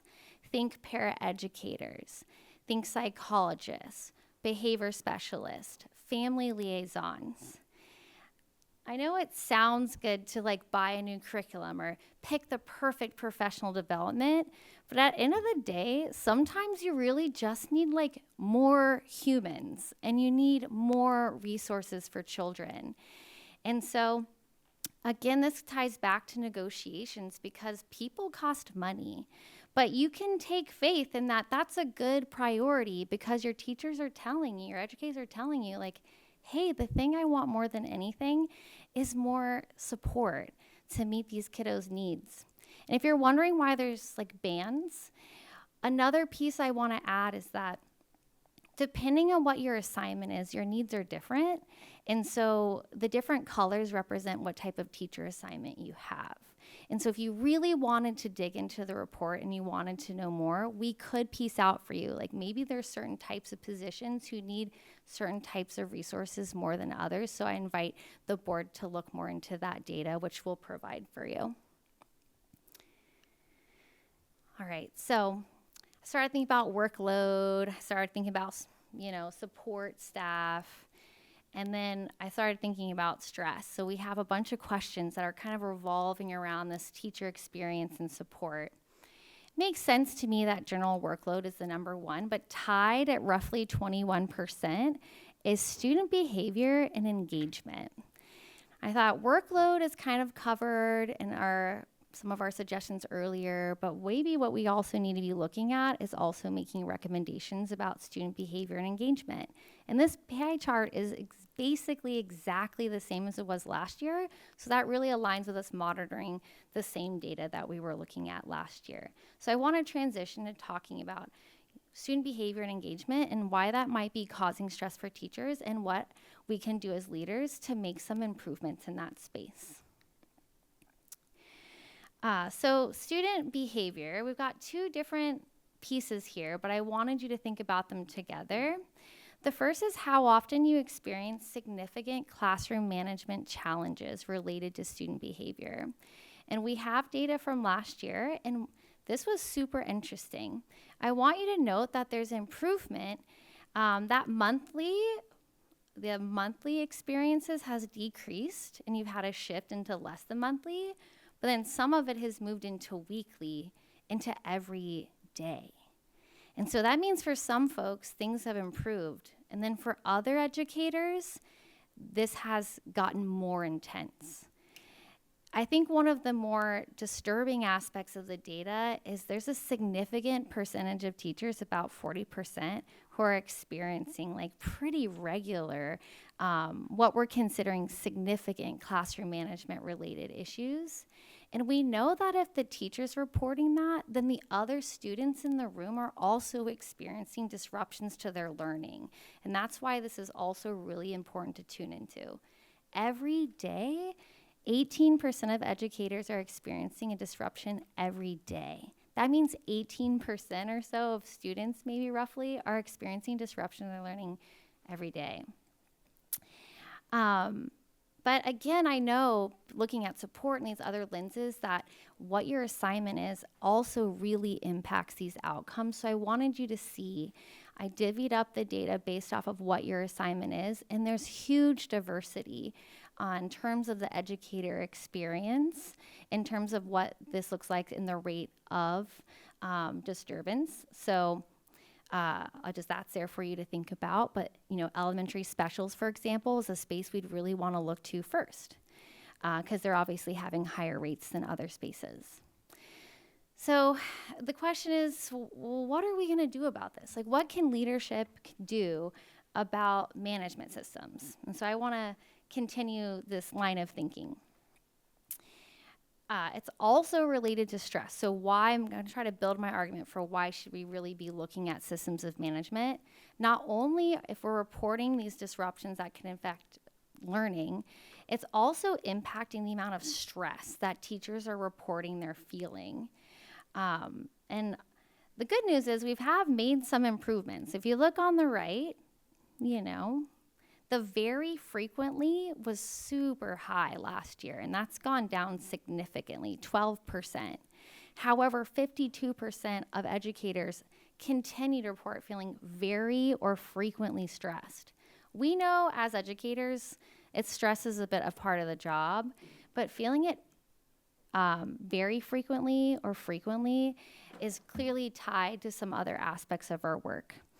And again, depending on what site, this was same data we looked at last year, and it hasn't shifted very much, so I didn't add last year's. That would just have been a crazy graph. There'd been stripes everywhere. Where you worked super impacted your stress as well, which that also is related to your assignment. Are you an elementary? Are you a secondary? But I will say, I mean, obviously these were anonymized, but it's also diverse within the same space. So elementary, from one site to another, stress was reported very differently. And if we have educators that are having such a diversity of experience, then we know that we have students that are having a diversity of experience. And I think that's why this work is really important. Beyond just helping our educators, we know that it's going to help our students as well. So looking at behavior management, because I feel like this reporting of incidences, reporting of stress is linked to behavior management at the site level. Ultimately, it's our site leadership that are responsible for creating systems of management, being consistent, setting clear expectations, and having a plan for basically how the school and classroom should be run. And unfortunately, only 6% of educators feel that their site is very effectively managed. And this is actually down from last year. And this was the data that we shared. So this was an area of growth that we asked for, and we're kind of moving the boat a little bit in the wrong direction there. But the good direction is the very ineffective is down. So we've shifted some sites, some folks out of the very ineffective to ineffective, but our very effective also decreased. So maybe it's just zero growth in that, but overall it's still a really, really concerning space. And then again below, we have it based off of site, and you can see that those behavior management systems are very, very different. And ultimately, what I think the community, what a parent wants to know, what a student wants to know is, regardless of where I go to school, what are the expectations for me? What's going to happen if I don't meet those expectations? What are the supports for me if I don't meet them? What are the supports for my teachers? The goal is that we can guarantee that the student's going to have the same support and the same experience regardless of what school they go to. And unfortunately, the data doesn't currently support that. And I love that we can use educator data to help us see that. But also explains why on one day you'll meet a teacher who's just thrilled and they love where they work and everything is great. And then the next day you'll run into someone and it feels like the world is on fire. Because that's probably true for both of them at the same time. So, behavior management at the district level. So last year we had this graph, and I thought, this is a celebratory moment. There's a 15% increase in folks' sentiment towards the district and its impact on behavior management. And yeah, it's still a little tough to look at, 55% of people still holding on to negative views about that. But what it does show is that, and the challenge here for our district leadership is to ask, why this change? What did we do? Did we make some decisions? Did we implement a new system that would have created this sentiment change? And if so, let's dig into that. And we can parse this data out in different ways and kind of see where these spaces improve the most. But the piece I want to talk about here is that site level administrators, they need the support of their leaders to help implement these management systems. Like, they need their own professional growth. Turnover in teachers is problematic, but turnovers in site admin is also really problematic. So maybe the goal of the district is to ask, how can we help support our site admin so that they can create really comprehensive, equitable systems of support so that the teachers at their sites can also experience that, and then the students can too. So I would invite, my ask, I guess, would be like thinking about what are we doing for our site admin to help them in that space, and also to ask like, where did that 15% come from? Let's kind of lean into that and see if we can keep pushing this in the right direction. And I think it's hopeful. You can have like a positive impact. Sometimes it feels like at the district office that you can't impact teachers, but you can and you do, which I think is honestly a little exciting. And that leads me to kind of a case study. So our survey included a lot of questions just about the culture of schools, which I first think demonstrates that educators, teachers really care about students and these spaces in our school, that we're even collecting the data, which is great. And the purpose of including this slide, so this is looking at hate-based language over the past 2 years. So we asked teachers, when you report racist, biased, sexist, hate-based language or actions, is there follow-up? And so to provide some context, a year ago, we got training called Speak Up at School, which was brought from a nonprofit organization. And we got it pretty consistently. I remember at my site from my admin for a whole year. We had pamphlets. It was a constant conversation. And I think the growth that we experience here in this graph is from that commitment that lasted for that year. And so the first piece I want to note is that when we commit to professional development, it can change outcomes for teachers and students. But I also want to acknowledge that although there was some growth in this space, what we heard tonight and what we know is true is that there's a tremendous amount of work that needs to be done.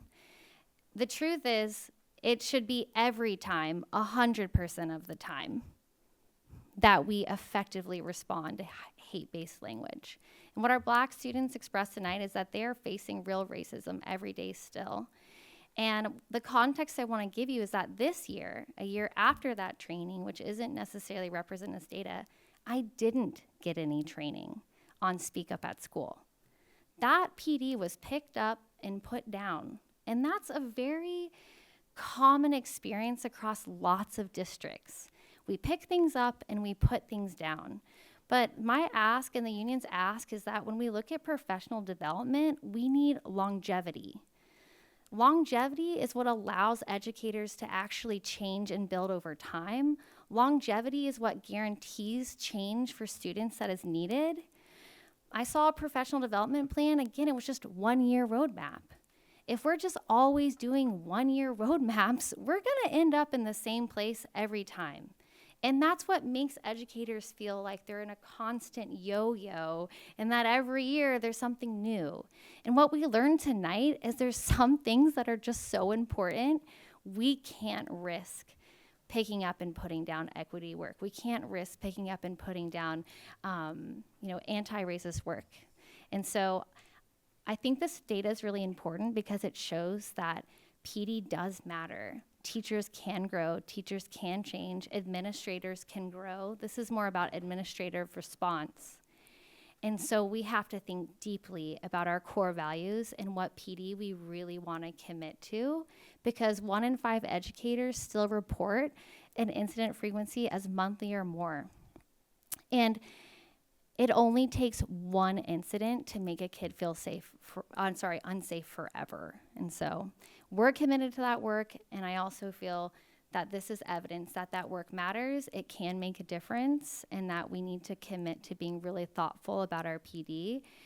And the last piece I want to add is if we use the lens of having more new teachers, you can't have a training and then not have it the next year because some of your staff didn't get it. So thinking about all of the trainings we're doing, if we're rotating through staff, then that means we can't make that growth. And so it's all just kind of interconnected. So there's a connection, as we saw there, to professional development and teacher support and student outcomes and experiences. So the last piece we brought forward last year was around professional development. And what we can see from this graph is that essentially we had negative movement on professional development. 55% of educators reported being unsatisfied or very unsatisfied compared to 52% last year. We still have cohorts where none of the educators who received that PD felt very satisfied with it. There are some brighter spaces, again, the elementary general ed, which makes a lot of sense to me based off of the report we saw earlier. There's been a lot of commitment to the gen ed space. And sure enough, there's positive outcomes for it. What we do most, we do best. The things that we're focused on most, we're going to make improvement. But what's concerning here to me is that I feel that there were a number of folks in this office that put more effort and thought into professional development. But that did not translate to positive impact. And we have to ask the question, why? How could a bunch of really smart folks, that I've now worked with multiple times, put more effort in and then have the impact be negative? We have to figure out the answer to that question. And so the union and myself are going to propose maybe a reason why. The first is that teachers, like our students, are extremely diverse. We work with different student populations. They're different ages. We have different years of experience. And so all of a sudden, you have this really complex set of teacher learners, right? In professional development, we're learning. And so the challenge is that the district does the same thing that they ask us to do, which is recognize the diversity of our needs. And how are we going to go about doing that? Right now, what we have experienced is maybe an uptick in what we're all calling feedback. That means after the PD happens or after the decision's made, we're asking our educators for feedback. Now that's an improvement. There was a time where we weren't even being asked for feedback. But a feedback is a process that happens at the end. And our argument is that we're not going to make improvements if we don't put teacher insights in the beginning, in the decision-making process, before it starts and during the work. Because there's no way that someone who hasn't worked in a classroom in years, and if you did, you were a secondary teacher for science. And now I have to make decisions 15 years later that are going to impact a special education teacher at an elementary school. I fundamentally don't know a lot about that person's job or the challenges that they face. And so I have to actively pursue and partner with that person and spend time with them to understand their experience, to make an informed decision that will support them. And that's going to be tough work because we're like a diverse set of cookies over here. That's what all these different colors are. The different types of needs that we have based on what our position is. And even within our position, there's different folks needing different things. And we saw this slide last year, and I wanted to revisit it again because feedback has been such a big piece of the puzzle, and it is a space where there has been improvement. Specifically, when we look at the district, we're seeing an increase in educators saying that they feel that district administrators are incorporating feedback. Now, again, obviously the very rarely are high. There's a lot of improvement that we need to make, but clearly there's been some shift. And I do feel that's because we've received more like feedback surveys than before, for sure. And there's been some reference to that feedback when being given rationale for certain decisions. Unfortunately, the folks who work most closely with us, and the ones that are 6 times more as likely to incorporate feedback are kind of showing the opposite direction. So site administrators, they work on our campuses, they know us the best. The district honestly has to rely on site administrators to give them really good feedback, and they're seeing a little bit of a dip in the ability of site administrators to incorporate feedback. So we would like to have there be a focus and a reminder to site administrators that they are really the connection of the pipeline from the classroom to the site admin to the district office. We need to fortify the communication and the collaboration across those 3 spaces. So the feedback, there has been improvement, but as you can see, there's still a lot of room for growth. I mean, ultimately, we're looking at over 60% of folks feel that even just feedback, end of process feedback, isn't being incorporated. So I'm not going to read all of these specific action items. We decided to go in a different direction this year. Last year, we kind of provided themes of action for the district, and this year we decided to write more explicit action items in hopes that maybe that would be more helpful or more useful to our leaders. And so looking at those 3 lenses, we did have some specific feedback that we feel like can help. And of course, everyone received a little bit of a longer report that has more information, and we're always available to provide whatever information you'd like. So I'm not gonna read that. You guys can go for it. I wanna end the presentation. Now, Kat Ross, who's an amazing partner in crime, and I have spent a tremendous amount of time looking at this data over the last 2 years. And I've been in this place where I've been thinking about all the issues, what is the root cause? What's like the thing that's driving the friction in the system? And the core action item, if we were to summarize all of the pieces that we're looking for, ultimately they lead back to the same place, which is that we need to increase educator input in the decision making. It's not just about feedback. That's never gonna solve our problems. Ultimately, we have to shift away from very top-down decision making and towards teacher-led informed leadership. Feedback is oftentimes performative. It can be foundational, but if we're doing it in a performative way where it doesn't actually impact our policies and our priorities, then that's how we're gonna end up with folks year after year with the same sentiment. So being really transparent and clearly connecting the dots between the feedback and the input received and then how that's incorporated is really important for our leaders. And ultimately, educators are the ones at the end of the day, our door is the one that opens at 8:30 in the morning. I'm not hanging out at the coffee shop. I'm opening the door, and I have 35 independent human beings that are gonna walk into my life And for the next hour and a half, I am responsible for keeping them safe, educating them about science, supporting their growth as a human, their values, their character, monitoring their interactions with each other.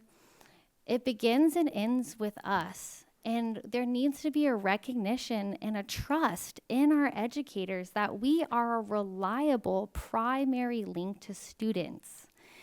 To not incorporate us at the heart of the processes means that we're not incorporating students in the heart of those processes. And so use us as your window into their lives. We know a lot about them and we love them. And it feels like that if our input isn't at the center and our feedback isn't taken, that there's no trust in our expertise and our understanding of students. And if we can't have that, then I don't think we'll ever have a successful collaborative environment across our leadership and our educators. So just finally to appreciate and understand and respond to the diversity of the needs of educators and their experience, whether it's their years of experience or their assignment. No two teachers need the same thing. So getting creative and pushing ourselves to do the same work we ask teachers to do is really important. And so my final ask, you're almost done with me, is this. The dream of the State of the Union is that it would become a cycle that would live on past myself and York and Kat and our current SBTA leadership. It would go beyond our current board, our current superintendent, to become this space where there can be transparent communication with the community about how teachers are doing. And you're part of that work. It will be part of Maldonado's legacy and my legacy and Kat's legacy. And so the ask is that the board consider creating and establishing basically an annual agendized space for the teacher's report every year in perpetuity. That way it's not based on an ask. You know, what if in 5 years from now, the board member doesn't like SBTA? That's not a space we want to be in, because if we can keep this survey going and we can resist the temptation to change it and to change our priorities, which is tempting always for everyone, what it will become is not just a snapshot, which was 2025, not just the beginning of a story that allows monitoring, which is 2026, but it will become a record of where we've come from, where we are, and hopefully will help us build the tools of continuous improvement that will allow collaboration that just constantly is improving our profession, it's improving student outcomes, and improving the relationship between the board and district leadership, holding us, the union, accountable for doing the work, and also our community and our leaders. So think about it, don't have to make any decisions tonight. And I don't know, maybe it's a contract thing. I didn't ask York about this, but it's just a personal ask. So it's a dream. So anyway, that's it. I'm done. Yeah.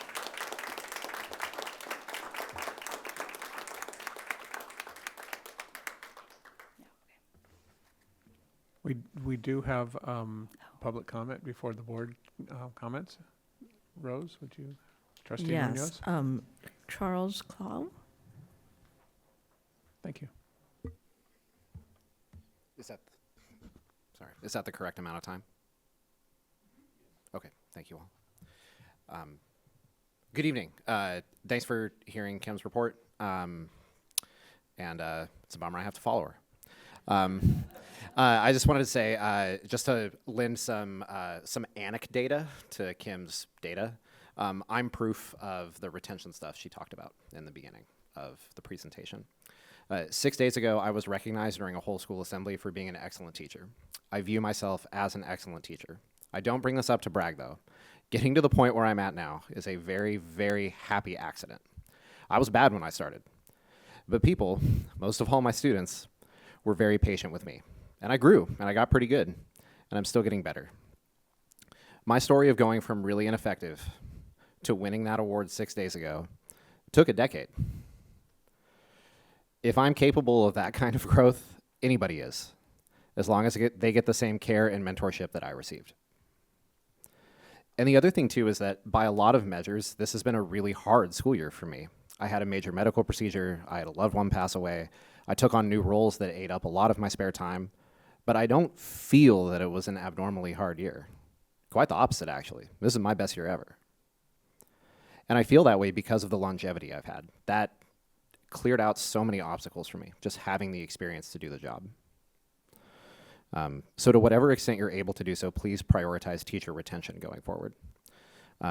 The other thing that I haven't thought out as clearly, but I do feel like I ought to ask you all, is that you can hear the beginning part of her presentation about how like long lesson planning takes. And I know if you like, maybe a standard answer to that from someone who's solutions oriented is to think to yourself, oh, but can't AI create the lesson plans?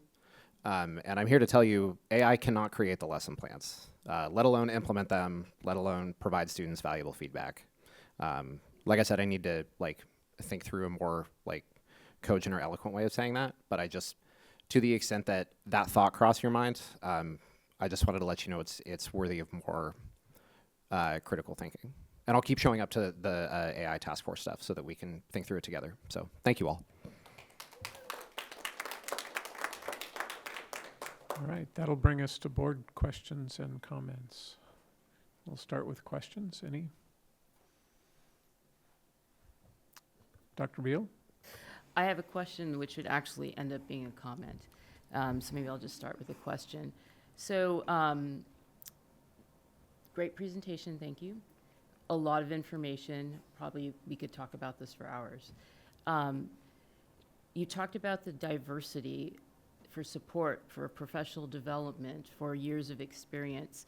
And so it seems so simple that this is what people need, but then all of a sudden when you say, when I need to deliver this, it gets more complex. And this is where it kind of goes into comments, so I'll keep that separate. But have you thought about how we try to address this diversity that not only goes from years of experience to different schools to different environments?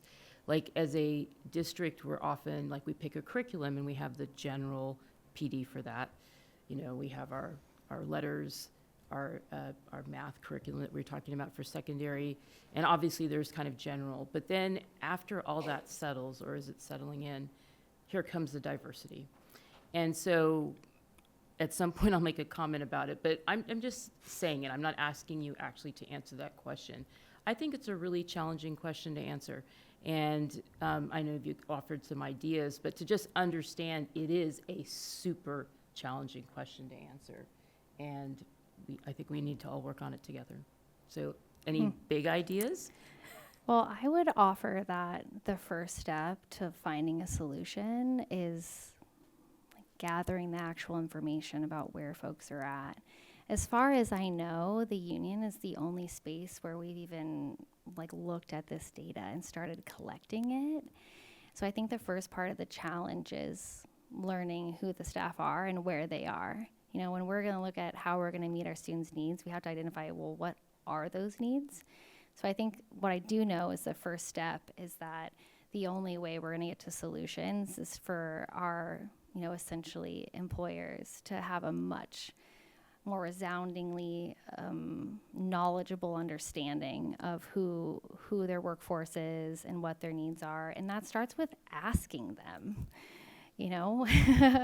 ultimately, and not just asking them because they were told to ask them, but starting the journey of going, what would it look like to collect the information to truly understand the diversity of our staff and what their needs are?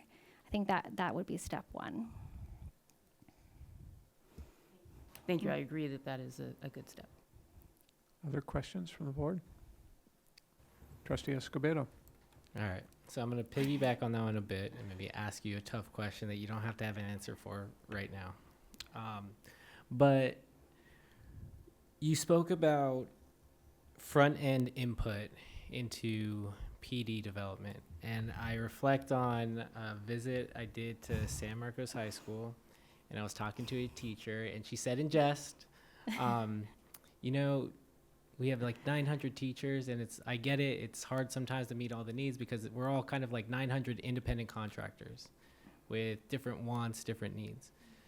And we chuckled, but there is some truth to that all of our teachers have different needs, and Dr. Beal kind of highlighted points from your presentation about years of service or what they're teaching, whether they're in the elementary space or in a high school space. What does it look like? Have you done any discussion internally with SBTA about what that looks like when we collect the input on the front end? And then what does it look like to use that to design our PD? Because we know that we're not going to be able to meet everybody's wants, and we're probably not going to be able to meet everyone's needs either. So has there been any discussion about what that could possibly look like? Does it look like I don't want to say survey, but like a feedback form on the front end to say kind of what are you looking for? Yeah, two thoughts come to mind based off of your comment and your question. The first is, yeah, you have 900 like complete individual humans, but I don't like need to know what you're eating for breakfast. If I know that the thing that I care about is that as a district, you've picked a core value. For example, let's say you pick something like anti-Blackness work. This is like a value that we want to do for the next year. Then that really narrows a bit about what do I need to know about this person in terms of a learner. It just needs to be within the scope of what would impact them in doing that work, where they are with that work, if that makes sense. So I think it starts, if I were a district person, the first thing I would do was I would work to decide what are the core values that we need to focus on over the next 5 years, 10 years. That's a long way out, but it also forces them to stay to see if it worked. And then once you've narrowed that scope, then you go, okay, what are the important pieces of information I need to know about my staff that's related to that work that I'm going to do? And all of a sudden, the information that you need narrows to, I think, a more manageable space. And then from there, you would create the survey or create the group. If you know that there's certain larger groups of folks, then you can be high leverage and say, we're going to have 3 representatives from secondary science. We're going to have 2 representatives from specials elementary. You don't have to ask every single person. You can have representatives of that group. And you can utilize the union. We have folks that are more involved and would be more aware of what was going on across sites too. And so I would first go, what are my core values? What is the professional development, the realm of professional development we are feeling that we need? And then what are the questions? What's the information that we need about our teachers to understand where they are on the learning scale for that type of learning? And then for efficiency, maybe you could just survey people, but if you felt like it was overwhelming, you could find ways to get smaller, more representative focus groups for that. That was the first thought I had is you don't need to know everything. That's a good one. The work on the front end helps you limit that a little bit. And the second thought I had was, I was in a meeting the other day with a person that does professional development, and they mentioned they met like in a group, and I asked, well, who was in that group? And they gave examples like site principals, and they gave like TOSAs. But those people are not teachers. Can we just throw one teacher in there? So honestly, there's a lot of low-hanging fruit. So, we can dream of meeting this great diversity, but honestly, there's simple steps that will bring us a lot further than we are right now. And so rather than being overwhelmed, I would look at, spaces where there's kind of easier shifts that we know are going to help us better understand and get teacher input. Because I agree, that's a super overwhelming thing to achieve. Yeah. So I would go with some low-hanging fruit, I think. Mr. Shingle. Oh, yeah, you know. I just want to add, we have models of this in small group instruction in the elementary space of Power Hour, right? So if everybody's working on English instruction, I think of that as, all right, everybody is working on core instruction. But within that, different folks need different things. We have to know what those things are to be able to address them. And we generally group them together so we can fit into a few categories. Doesn't meet exactly everybody's individual need, but we get a larger group of folks when we diversify our instruction that way. Thank you. And I want to make sure that I liked what I heard from I like everything, but like the first part, the example that you gave was quite appealing to me. And the reason being, and I want to make sure that I'm going to restate it so that you can tell me, nope, you got that wrong. And the way I perceive it is we have 4 board priorities for the district. So like, let's take the example that you used about strategies to address anti-Blackness. I would put that under belonging. And so we, as like, let's say a district or a group that had a diverse selection of people, we select belonging. And we say that for this year, it's going to be combating anti-Blackness, and that goes to one of the board priorities. And then we are soliciting feedback, whether it's a few people from different job classifications, or if it is a survey to all teachers to say, on this one subject area, where do you need support? Taking that feedback and then designing the PD to meet the themes that we're seeing in that feedback based on someone's position. Is that right? Does that fit? I would say that fits. And when the feedback comes in or the somebody comes back in, you have some teacher representatives in the space that's going to make the decision about the PD. Because even just the logistics of when you're going to give it, there's calendars. I mean, having teacher input is really, really big. And my understanding is in most spaces, it's maybe a site administrator or folks that aren't teachers. So that would be the yes and like throw some teachers in there in the decision-making process. Do you want me to wait to ask another question? Well, let's see where else we have. Also, I'm just like speaking for me too, you know, I don't represent 571. Did you have a question? I don't think. Celeste, are you on? Do you have a question? Yes, I do have a question. Thank you very much for this report. I thought it was incredibly helpful, and I particularly liked seeing longitudinal data from year to year. I thought that was very effective and useful. So I'm going to shift a little bit to behavior, your slides about behavior management. And basically my question is, I read and I heard that we need to have more systematic, like proactive system for behavior management across our schools. And I'm curious about what approach you think might be effective. So this is just from my personal experience being a parent in Goleta, but during my time as a parent there, they rolled out PBIS across all elementary schools. And I'm curious, do teachers in SBTA know, has behavior improved across schools since PBIS was rolled out? And is that something, one possible solution for Santa Barbara Unified? I know Monroe is one example of PBIS in SBUSD, but so my question is, what kind of systematic approaches do you see working here? Or a small test of change, what might we try here? Okay, so first I just want to let everyone, I'm talking off the cuff here, so don't hold me to being like the representative of all of our amazing educators, and York might have some better ideas. I don't personally have a strong understanding. I don't know what PBIS is a system of management, and we don't have data as a union on like student behavior and reports of changes over time. I would imagine if you wanted information about that, your only hope would be to go to ARIES and look at reports there. That's the only place where I would think that data is conserved over periods of time. I don't know how tremendously accurate that would be because, as we've seen, like the reporting of incidences varies and is very subjective.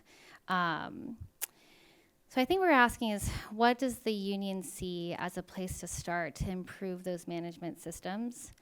If I were going to go about addressing that challenge, and I'll let York speak to this, I would look for spaces. The test cases are you have sites that are doing better than others. That's what the data suggests. And so I would look to spaces and where you have data that supports that the systems may be stronger, and identify those and look at the makeup of the administrators, look at the systems they've put in place, and learn from those spaces some lessons, and then think about how could we maybe employ some of that on a larger scale. But it looks like York's gonna save me. I was just going to say that same thing. In the report that you have, it is all anonymized, but we have gotten the information to Dr. Maldonado of sites that are doing a more comprehensive job. We didn't want to make that information public because we don't want to compare our schools in that way when it comes to a public view, but internally I think it is helpful to look for those exemplars.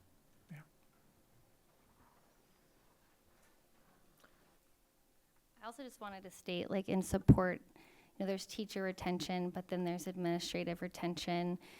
Just like we, in those early years of teaching, we just are, running around with our hair on fire. Site administrators, it's a new position. I had 2 administrators this year that were brand new to their jobs. And we can only expect so much from folks that are learning on the fly. And so that's where we also want to look at how are we going to support, retain, and professionally develop our site administrators, because my experience tells me as a teacher that the reason I love San Marcos so much, a big part of that has been my site admin team. Knowing Derek closely, having that same person there year after year, knowing I can go to them and they're going to help me, it means a lot. And so having a site administrative team that's effective and supportive, it makes the difference between, for a lot of people, quitting the profession. I mean, you hear horror stories for folks. And so that would be my second recommendation on top of what York said, looking for spaces of success, but also thinking about how we're going to support our site admin, because they really make the difference for us. I don't have a specific question. I have thousands of them. So the issue that we're going to look at here is that you've created and presented us with very rich data, and I thank you very much for it. It's every slide had me scratching my head and thinking about it, and that's where we want to be, and we want to be in a place where we can have the dialogue about what that looks like. I'm going to shift to comments at this point. I'm just going to make my sole comment, and then we'll work out how much more time we need to spend here today. One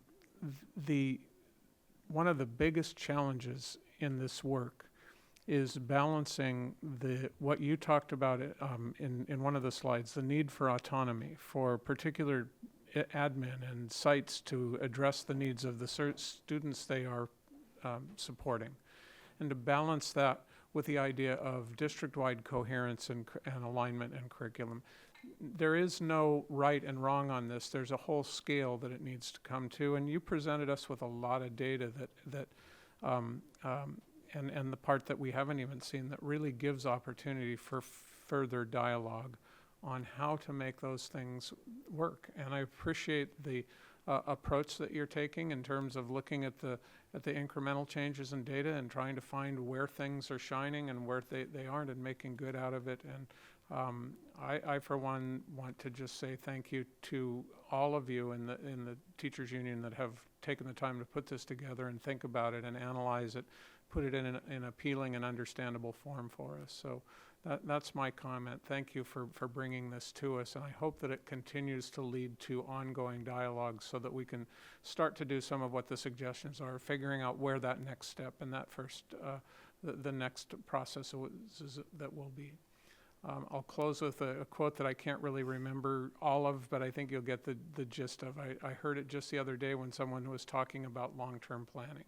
And they said, too often we think about 5-year plans when sometimes we should be thinking about planting the seed that grows to be the tree that we don't ever get to sit under the shade of.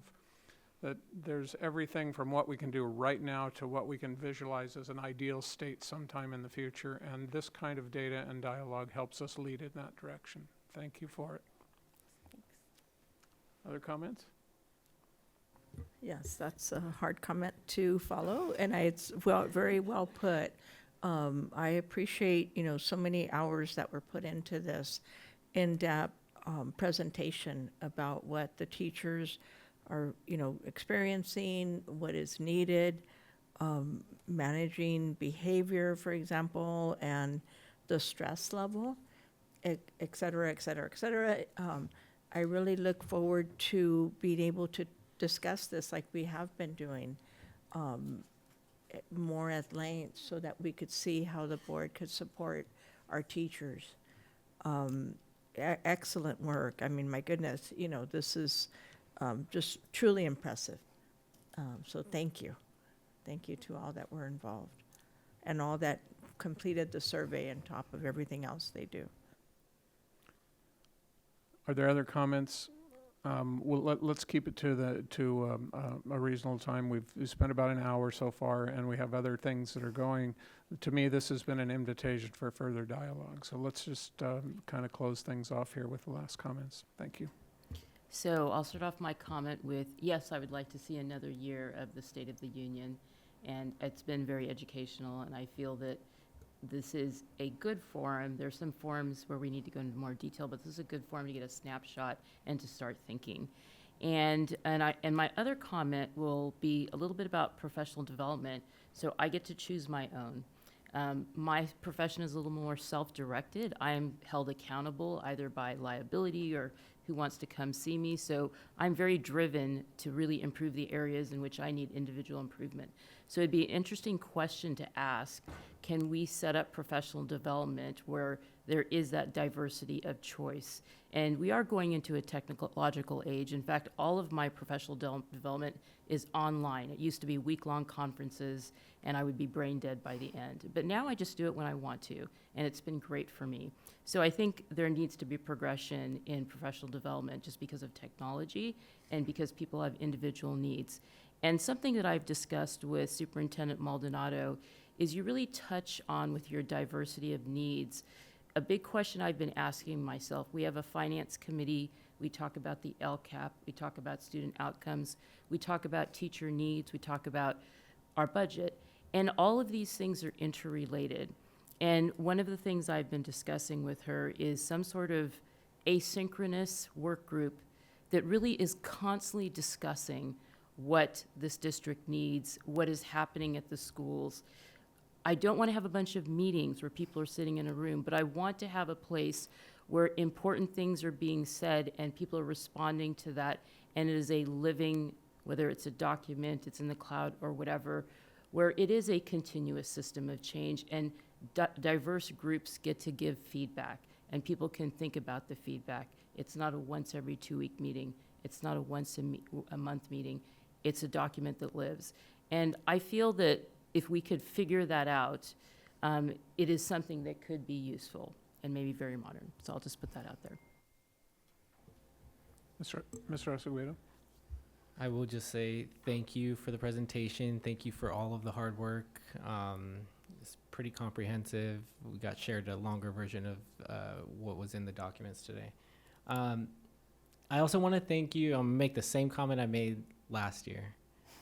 This is an easy opportunity to just dunk on the district and just try and paint a picture of all the things that we're doing wrong. What I really appreciate about the first presentation and then this one is that there are actionable items that you all are bringing to the table and with data that's really hardy. So I am supportive of this being an item that comes back to the board every year with the hope that it maintains this type of approach where it is focused on actionable things that we can collaborate on, that we can do. I'm particularly fond of the idea around PD.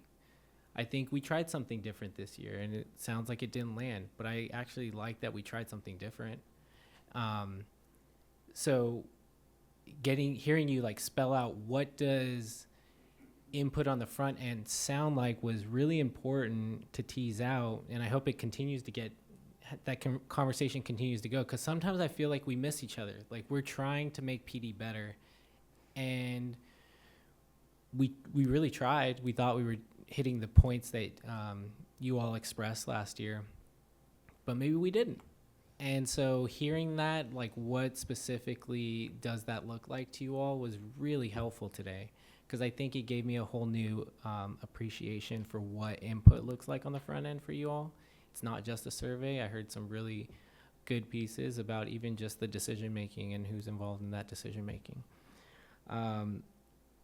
I think we're hearing a common theme about alignment when it comes to student behavior and consistency and supporting our site leaders.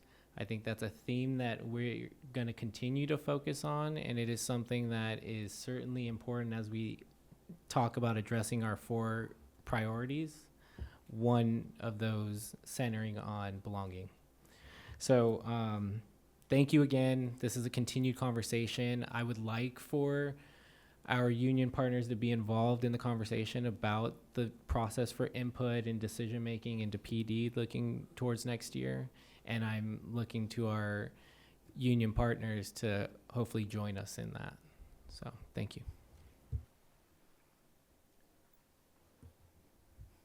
Trustee Taft Vasquez. Thank you, Ms. Silton, for the presentation. Really appreciate it. All right, I just want to make a comment on a couple of things that you mentioned earlier in your presentation, a couple of aspects specifically, having those a lot of earlier career teachers. Personally, I've had a lot of experience with, and I know many students have with earlier career teachers, having a class, you take it and then has its ups and downs. You come back a few years later, someone else is telling you about a completely different structure, right? And way that things work. And of course, that's natural feedback on lessons, time to establish a process. Also with, teachers who are stressed and overworked, and, therefore aren't able to offer things like, just when I, off the top of my head, like support for AP tests outside of school, stuff like that, which is so critical and beneficial to students. And so what that kind of makes me think of this idea of like of extra effort, and like how teachers obviously want to make the extra effort to benefit the students, but then maybe aren't able to, right?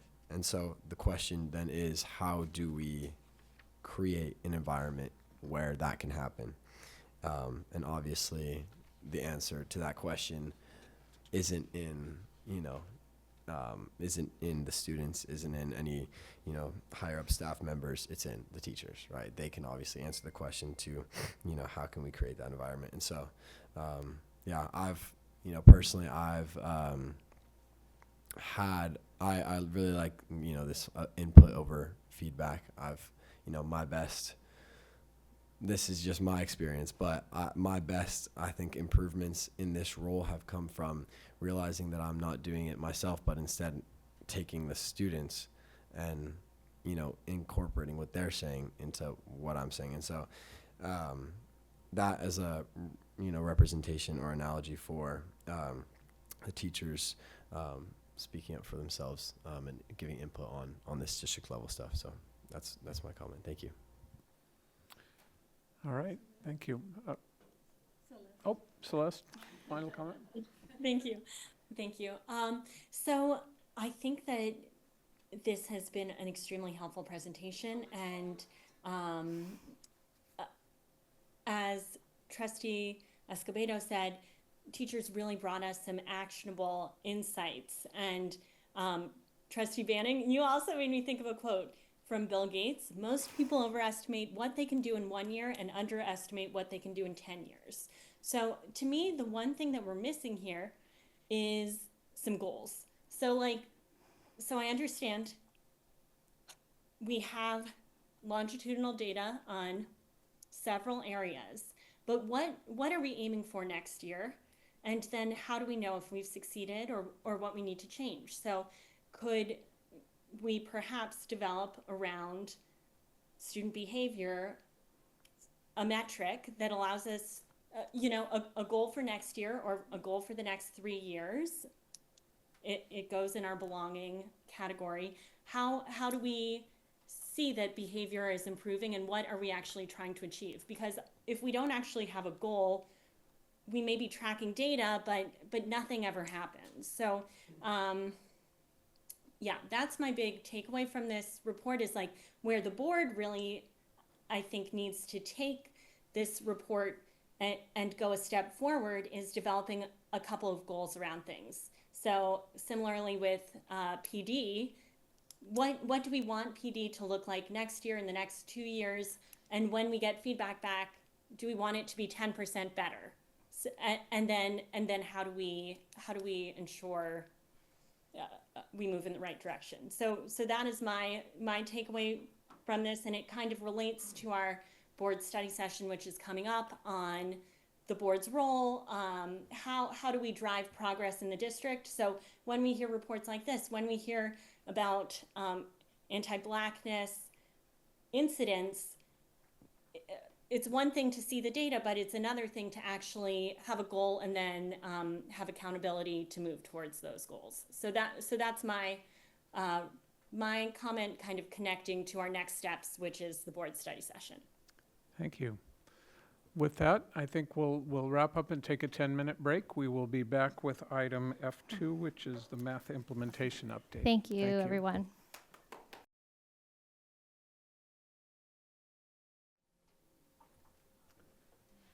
All right, we're back. We are on to our next report, which is the math implementation update. Dr. Maldonado, you want to introduce? Yes, Dr. Hugh will be giving this report, and as you know, board members, this is, this is a holdover from our last meeting, and we'll touch on the topic of implementation of the new math curriculum and our partnership with West Ed. Dr. Hugh.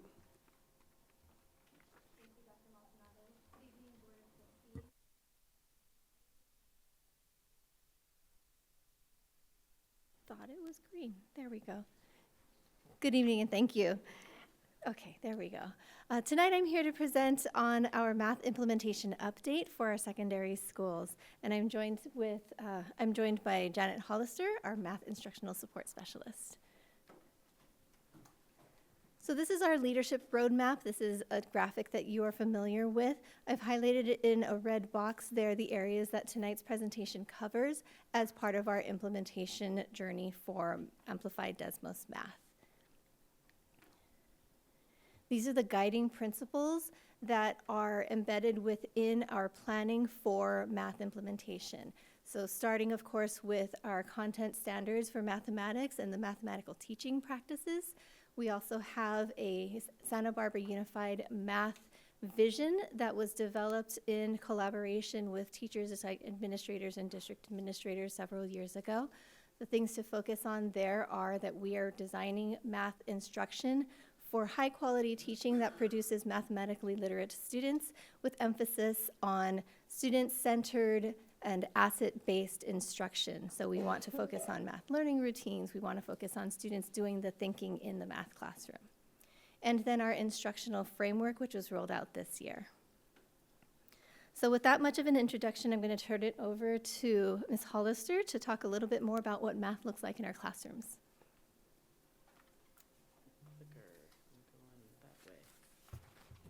All right, I just wanted to share a little bit with you about what a lesson in math class looks like these days, and really thinking about the intentional use of technology, because we know we've heard a lot about that in other board meetings.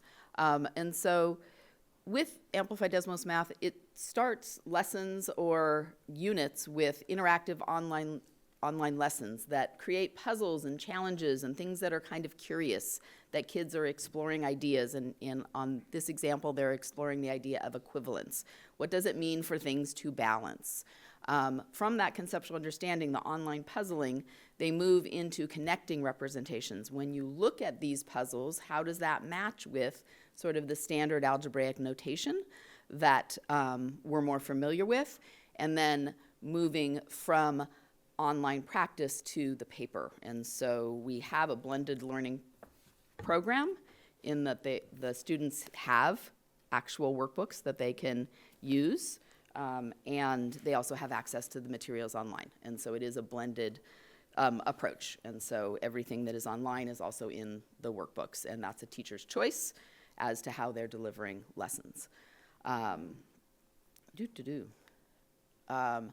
The Amplified Desmos math is a problem-based learning approach, and so as I was describing, it starts with students exploring ideas and looking at interesting and curious questions, maybe like a science class might start with something that piques kids' interest, and then they do some problem solving on their own, and the lecture and the pulling it all together comes towards the end of the lesson with the synthesis and making sure that the notes are all formalized at the end, and then ending with that practice. So it looks a little bit different than the traditional approach of here's the problem, solve it, now do the problem the way that I've been doing it. We have been taking a slow and steady approach. Our junior high school team is in their third year of implementation. They're getting sort of into this routine. We're providing them continued training and coaching. The Math 1 team completed their first year this year, and so first years, it's more awareness and mechanical and how does this Teacher's Edition work. And our Math 2 and our Math 3 teams will be launching next year.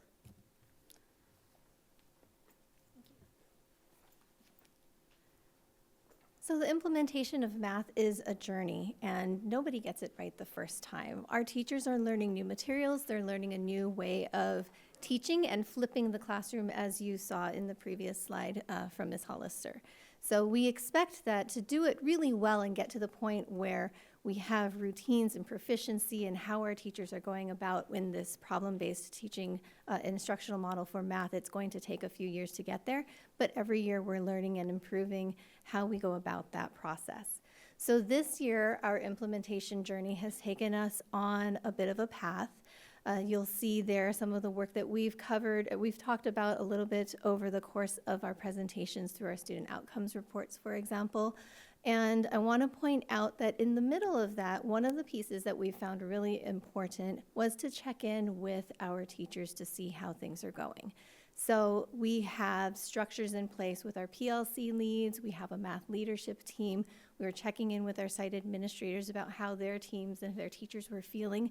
We also went out and did a listening tour for Math 1, which was the new implementation this year, because we were hearing from our Math 1 teachers that there were a lot of frustrations and anxiety and stress in how they were implementing the curriculum, because in a block schedule, they are moving very quickly, and so they felt like they were really struggling to keep up. So that was an important moment for us to go out and listen to our Math 1 teachers to hear what they were struggling with, and that actually did lead to a lot of changes in how we went about spring semester. So we did a little bit of a turn there at around the January timeframe as we went into spring and did some different types of learning and support with our teams that was really focused on what the needs of individual site PLC teams were looking for. And then in the spring, we really ramped up our West Ed work, which I'll talk about in a little bit. And that is where we also got to see into the classroom what the experience of our implementation was like for both our students and for our teachers. Some of the realities that came out as we were going through the school year is that we know, because our junior highs were further along in the implementation process, the implementation journey, they were moving faster and they were stronger as PLCs as they were going into year 2. And so we saw them start to do more consistent PLC meetings. We saw them doing more data analysis. We saw them trying different things with small group instruction because they felt comfortable enough with the curriculum. Moving a little bit slower because it was year 1 was our Math 1 team, and so we did some work to really make sure that we were hearing from them what they were struggling with and to try and put some additional supports in place that met their needs.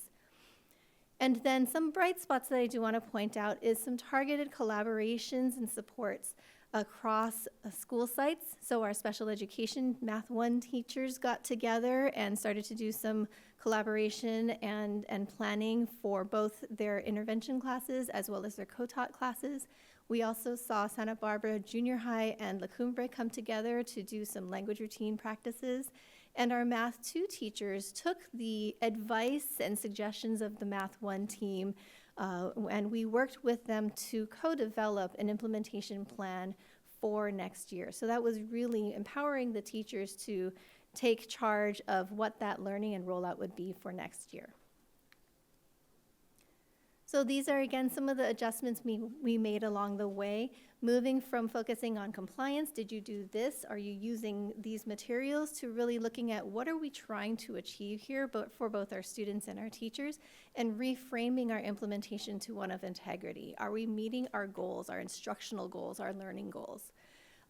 From large group professional learning, which we found was not working for a variety of reasons, we went to site coaching days where our site PLC teams had an opportunity to tell us what they needed, what they were struggling with, and wanted to see from our ADM trainers and our ISS, who then provided support in a day that looked kind of like a Japanese learning study or lesson study day. So they had an opportunity to see some modeling, try some things out, and then work together and plan a future lesson. And then we know, again, that our progress is moving differently as we are moving forward with Math 1 into the high school space. And so really slowing down and listening to the concerns and questions that our teams were raising allowed us through those listening meetings to understand the context and make some changes to how we were going about our implementation for this spring. One of the other pieces that has really been helpful this spring has been our WestEd partnership. So as part of that work, which is at no cost to the district, we are creating a measurement system for improvement. This is a slide that you have seen before, and we want to point out here that there are two types of measurement that we're looking at. The measurement for improvement, which is what today's presentation is focused on, which really looks at the implementation process. And then the measurement for accountability, which is more what you would see in a student outcomes report, looking at summative data. So as part of our measurements for improvement, we're really looking at what is working, what's hitting on the ground that's impacting students in the classroom, those learning experiences, and for our teachers. So this is another way of seeing that slide. What I want to point out here is that you will see that there is learning at every level. Our students are learning, our teachers are learning, our site leaders and district leaders are learning as well. And as we are doing that, we're collecting feedback and we're measuring, we're using data to collect, to measure that impact of that learning on the different pieces of our implementation plan. This is a few pieces of the data that we have in our student experience slice is what they call it, because again, we're just taking a little snapshot of the implementation journey. What does this look like for students? What does this look like for teachers? I know this is a little bit hard to read. One of the things I want to point out, if you can't see the actual words and you just look at the colors, the orange is on top and that's our junior high, and then on the left for our students, and then the blue is our high school students. We would expect our junior high students to report slightly more favorable results because our junior high program is further along in the implementation journey, and so that is what we see there. But one of the other things I do want to point out is our high schools are not far behind, and that our students are reporting that they recognize that our teachers, their teachers, are expecting them to do the thinking in the math classes, and they're expecting them to understand the why, not just solve the problem or repeat the formula. So that's great. It really works toward our vision for mathematically literate students, that they are understanding the why they're doing the thinking in the classroom. For our teachers, we can see in the data that they are understanding, or they have confidence in their ability to teach students at grade level. One of the areas that we are looking at, and that is an area for us to focus on as we move into next year, is that our teachers are reporting less confidence in meeting the needs and teaching students who are not at grade level or from our target student populations, so our students with disabilities or our emergent multilingual learners. So that is certainly work that we are continuing to do and to think about as we move into our implementation plan for next year, particularly as it comes to professional learning. So this is just a summary of the 4 themes that came out of that experience data, both for our students and for our teachers. Again, these are pieces where we are focused on learning at all levels. So not only our students are learning, but as part of this implementation journey, we're really thinking about how do we make sure that our teachers are doing the learning that they need in order to internalize the materials, internalize the content, have time to process all of that and think about what it's going to look like in their classrooms and then implement it. And then what do our site leaders need in order to support that work for their teachers and really help them grow and give feedback as well. This is a summary of our implementation timeline. So you can see there with year 1, we started with our junior highs, and we're now moving into an area of ongoing support and monitoring for our junior high teams. And then year 2 was this year with our junior high compaction, which is junior high, so Math 8 and Math 1, as well as our high school Math 1 team. So as they move into year 2 of implementation, we know that there's still going to be needs for ongoing professional learning and support. And then we are moving forward with Math 3, with our year 3 launch, which will be our Math 2s and 3s. So Math 2, as I shared earlier, really took charge of their own implementation plan. So they talked through some of the possibilities, listened to the feedback from junior high and Math 1, and designed a timeline for implementation. Math 3 is a little behind that process, but we have started some conversations with them, and we expect that they will go on a similar journey of coming together and designing their implementation plan as we move into year 3 launch for them.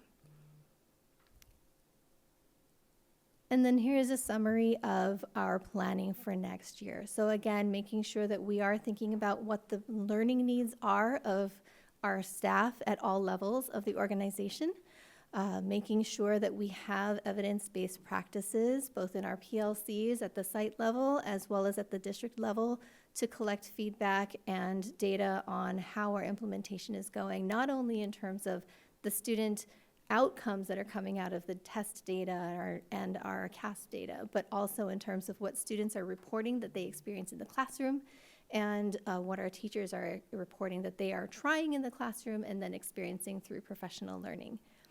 And then again, monitoring that student progress. One of the pieces that we're really looking forward to next year is that it will be our first year of a full cycle of measurement system with WestEd that we will be implementing from the very beginning of the school year all the way throughout. So we are excited to see that collaboration with WestEd continue to grow, and having a full cycle of implementation means that we will have a combination of formative and summative data, qualitative and quantitative data. So we are excited to see what that will bring us as we move into next year. And so with that, I will end and ask questions. Right, I don't believe we have public comment on this, none? No? So we'll move right to board questions.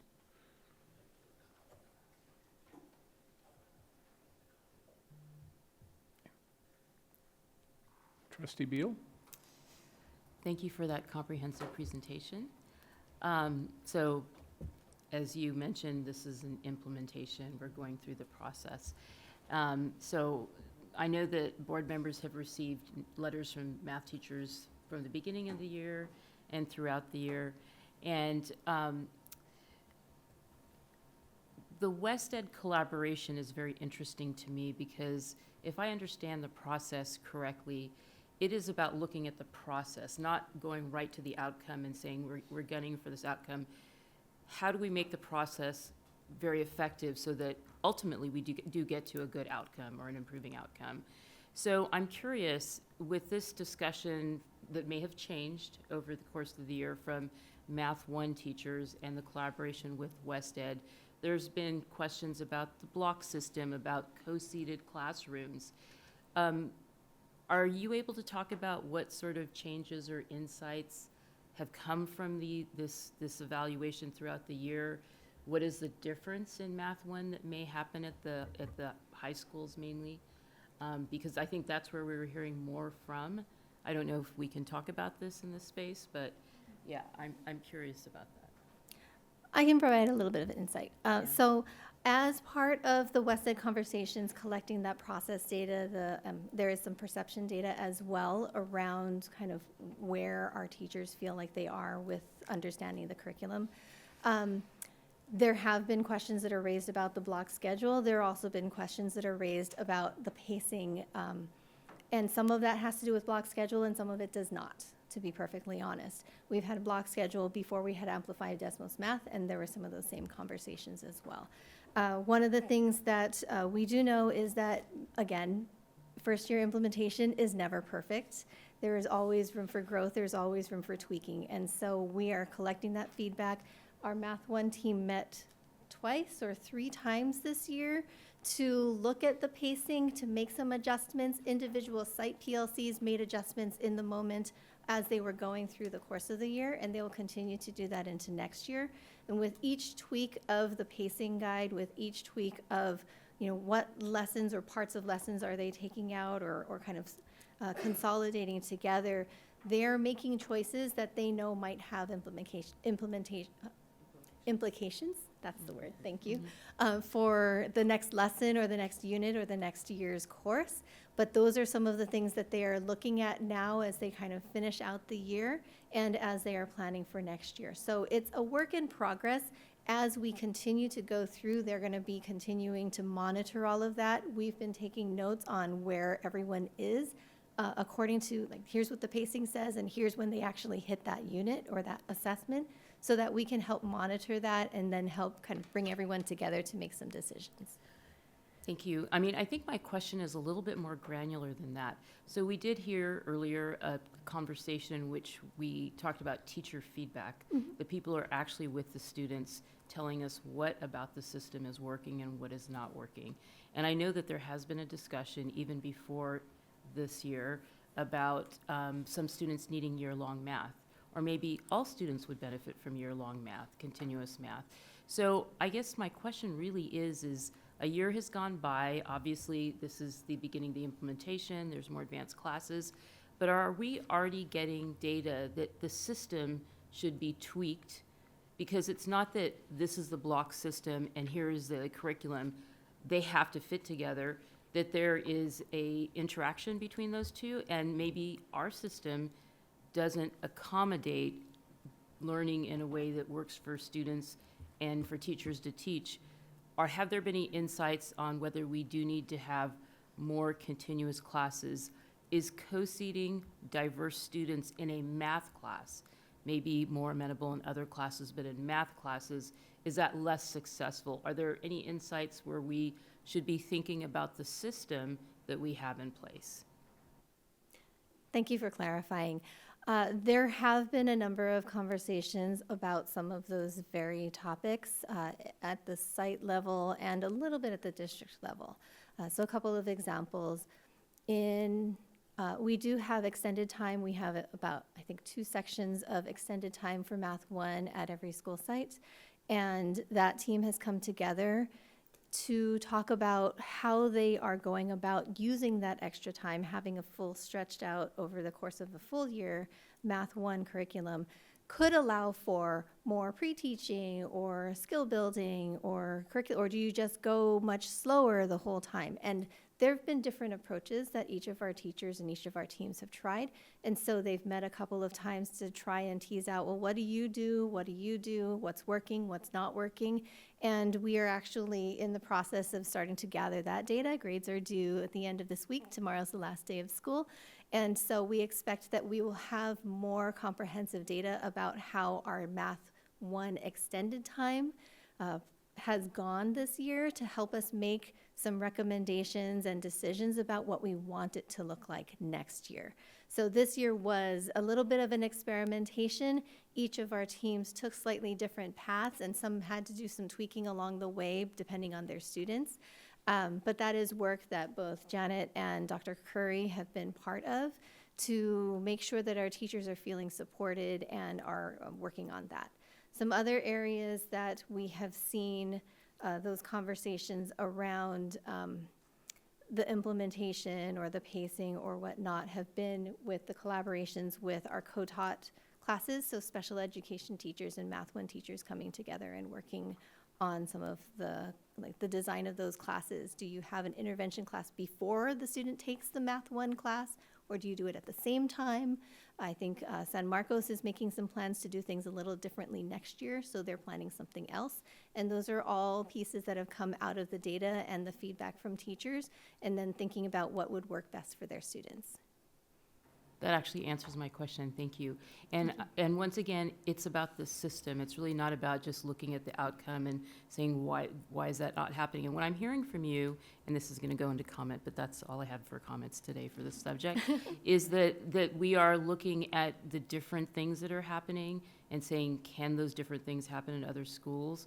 Or is there an inherent difference in the school and we keep that? I would say one of the comments I did hear was that at least in one school, the more senior teachers get to teach the more senior classes, which sounds backwards to me because the Math 1 classes I think are more challenging. And so I would maybe as a principal say, you know what, a couple senior teachers need to teach the more challenging classes with diverse students. And so I would love for the system to really speak to what the challenges are. And so the West Ed collaboration, the constant conversation, however it happens, it's about the system. And so thank you for answering that. Thank you. Other questions? No? Trustee Caffrey? Thank you. I have two quick questions. One to just add to Trustee Beal's question. Well, first of all, I just want to say thank you for a wonderful presentation. I heard so many fantastic and exciting things. I really appreciated that. The level of collaboration with both teachers and West Ed. It sounds like a great process. So I have two quick questions. One, adding to Trustee Beal's question on scheduling. I'm curious whether, I know we went through the Secondary Scheduling Academy, but whether there is any intel or information we got through that specifically on math and support classes for math, in addition to feedback from teachers and principals.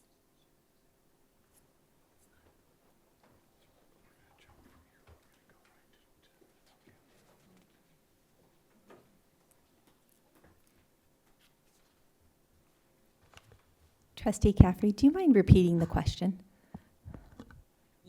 Yes, sorry. So this is to add to Trustee Beal's question on math scheduling, because the board has heard a lot about it. And I'm curious, in addition to feedback from teachers and principals, whether we also have intel from the Secondary Scheduling Academy that we went through on math support and math scheduling, when districts have block schedules like ours. How does that work? Yeah, so part of last year's professional learning for our teams, and we had junior high team and we had a high school team participate in that scheduling academy. Part of the work of what they learned was really around, I think you're speaking of the intervention space, was around knowing that there is no one schedule that actually works better, but making sure that there is time, a consistent time that's carved out for intervention. So there wasn't specific guidance to say block schedule works better, 7-period day works better, 6-period day. It was really understanding the value and the commitment to needing an intervention that is consistent. And so that was one reason why we really doubled down on the Math 1 extended time, because we knew that that had been a commitment and we wanted to keep that consistent over the year.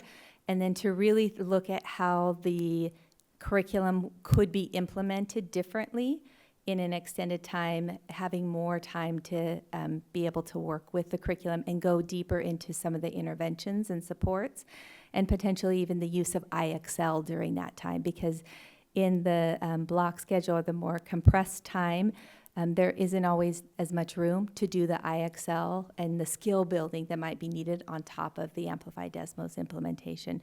So there wasn't a specific learning in the Master Schedule Academy regarding intervention, other than we need a consistent time to be doing that. I see. Thank you. Thank you. And that's very helpful. And then my one other question was basically, I took a note on this. Okay, so I think it's wonderful that WestEd is helping us with the full cycle, with the measurement system of our implementation. I'm curious if we are also thinking about how we apply that to intervention classes, support classes, other subjects in our LCAP. So that's my question. Absolutely. So the WestEd implementation, the WestEd partnership is specific to math, but many of the pieces that we are putting into place can include other content areas other than math. So of course, when it comes to the surveys that we're creating, those are very specific to a math classroom, but they could very easily, take out the word math and insert science or insert English, and we would be able to move in those directions as well. One of the other things that's key to our measurement system that we are building with WestEd, however, is that it is specific to our goals and our vision for our math program and what high quality math instruction and learning looks like. And so there would need to be, if we wanted to move in the direction of having a similar measurement system for our literacy and ELA work and for our science and social studies work, we would need to think about what is that vision, what are our goals for each of those content areas, and then build that out, and then put that back together a little bit into something that's comprehensive so that it would go across content areas. But some of those pieces that would still continue to be in place and consistent would be looking at student data, looking at teacher data, both qualitative and quantitative. A lot of the work with the measurement system is focused on what's happening in a PLC, and so that would be work that certainly translates across content areas as well, and along with the teacher learning and the site administrator and district leader learning. I do want to add one more piece to that, as Dr. Hughes shared, consistent with our goals. One thing we will have with this full measurement system is we'll have baseline data. So we will create goals based on that current data and then track it over the measurement system throughout the year. So much like the LCAP starts with baseline data and we track that, our measurement system will do that. And we could potentially feed some of that data into the LCAP eventually when it's redone in a year. So we can use that as a measurement for that. Thank you very much. I just want to add from a teacher level, the reports that we're getting from WestEd, you saw district data. There's also site data, but it also goes down to teacher data or courses within a school. And so when Ms. Caffrey asked about the intervention program, you can look at Math 1 extended time and you can look and see what students are saying. And some of the questions are very interesting about whether your peers see you as being a competent mathematician, and so we can see it by site, we can see it by courses, teachers can see it by period. It's always interesting to compare period 1 and 3, even though it's the same course, you get very different outcomes. And also, we are getting information by our priority groups, which are EMLs, students with IEPs, and I believe socioeconomically disadvantaged students, and seeing how those students are answering what their experience is like in math class. And we can see some of the differences in the experiences that different subgroups are having as they report out their experience in math. And so the reports are very robust. We are very lucky to have the data team that we have with WestEd and for all levels of our system. I just wanted to make sure it goes all the way down to the teacher level. All right. Well, thank you for the presentation and the information. Are there any closing comments or questions from the board? Hearing none, we will move on to the next item, which is we're going to move some things around. The fiscal report, the fiscal update is scheduled next, but we're going to bump that a bit and move directly to the public hearing on the LCAP, followed by public hearing on the adopted budget.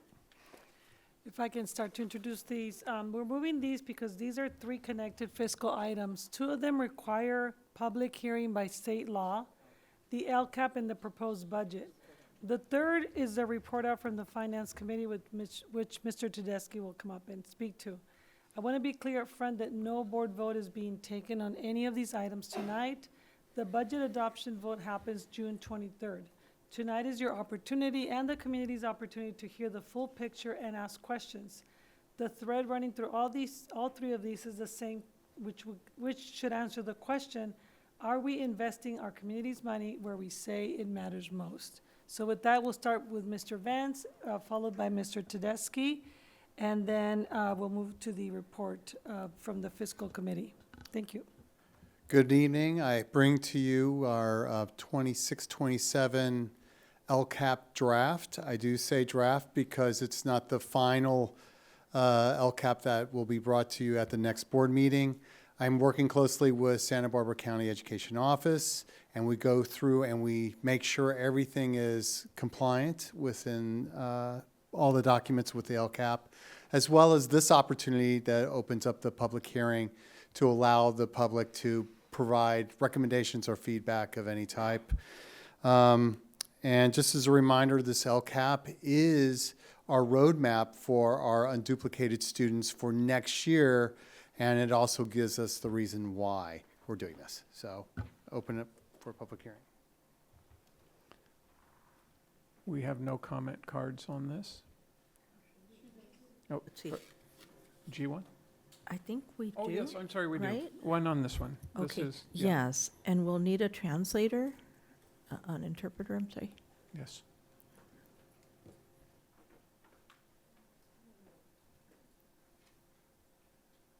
So it will be Edilia Morales. Pedí un intérprete.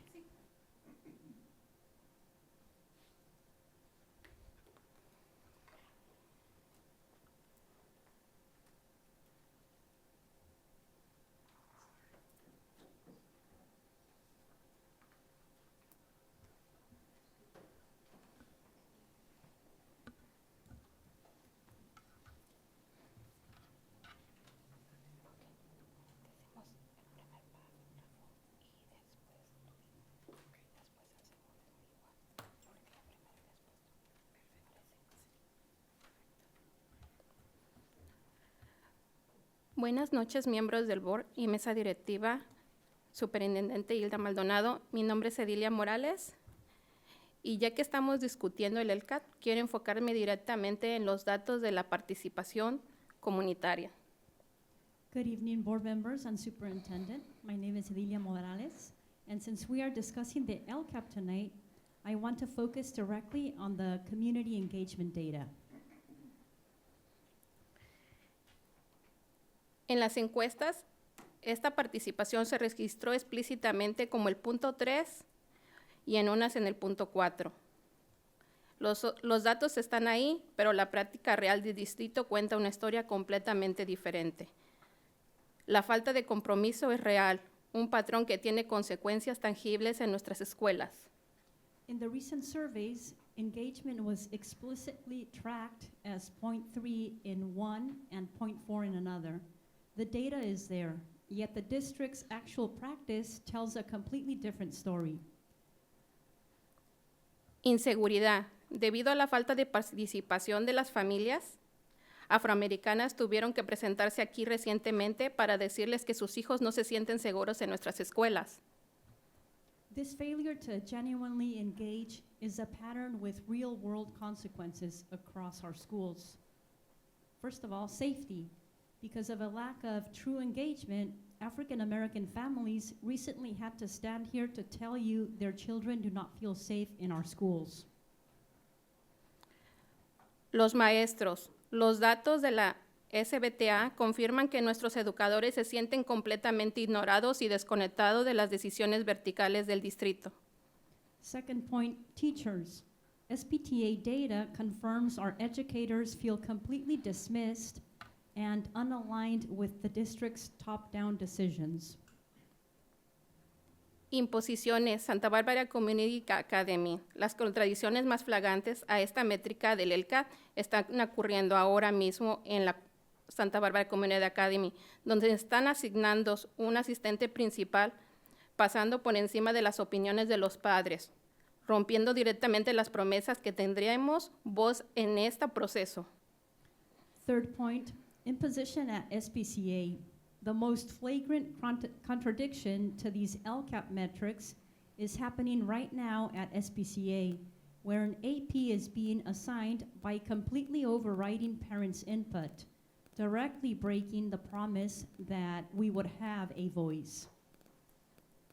Si el ELCA es un rendimiento de cuentas real y no solo una lista de requisitos por cumplir, no puedo ignorar esto. Cuando sus propias encuestas destacan la participación como el punto 3 y el punto 4, pero las decisiones administrativas se imponen sobre nuestra escuela contra las promesas hechas del sistema. Está fallando sus propias métricas. If the LCAP is a real accountability tool and not just a checklist, you cannot ignore this. When your own surveys highlight engagement as 0.3 and 0.4, but administrative decisions are forced upon SPCA against prior promises, the system is failing its own metrics. Exigimos que el distrito cumpla su compromiso del LCAP. Detenga las decisiones unilaterales en la Santa Barbara Community Academy y comience a escuchar auténticamente a la gente a la que sirven. We demand that the district honor its LCAP commitments, halt the unilateral decisions at SPCA, and start authentically listening to the people you serve. Muchas gracias. Thank you very much. Thank you. Gracias. And that concludes the public comment. All right. Any comments or discussion from the board? We'll close public hearing on this item and move to item G2, the public hearing on the 2026-27 adopted budget. Okay, good evening. I know we're at a non-teaching and learning part of the budget or part of the evening, but I think this is an important piece as it's all linked together and related. This evening, we're having a public hearing on the draft of our proposed budget for next year. And then what has been provided to the public so far is the prescribed SACS schedules for every fund that kind of gives an idea of the budget, where we're going to end this year, and what the budget for next year looks like. I just wanted to highlight a few things. We are, in our draft budget, proposing to cut the deficit in half from over 20 million for this year down to less than 10, about 9.7. And I do want to mention this budget does include the negotiated settlements with CSEA and SBTA. We didn't have management and confidential done yet, but and so that will be added back in. Let's see, it includes some of the provisions from the May revise of the budget, the low-risk items that we're pretty sure will be in there. And I do want to highlight that the reserve level with the Special Revenue Fund 17 is projected to be about 6.12 at year end, and the budget next year also includes the 1.7 million for the 7-period day the following year is assigned in the general fund.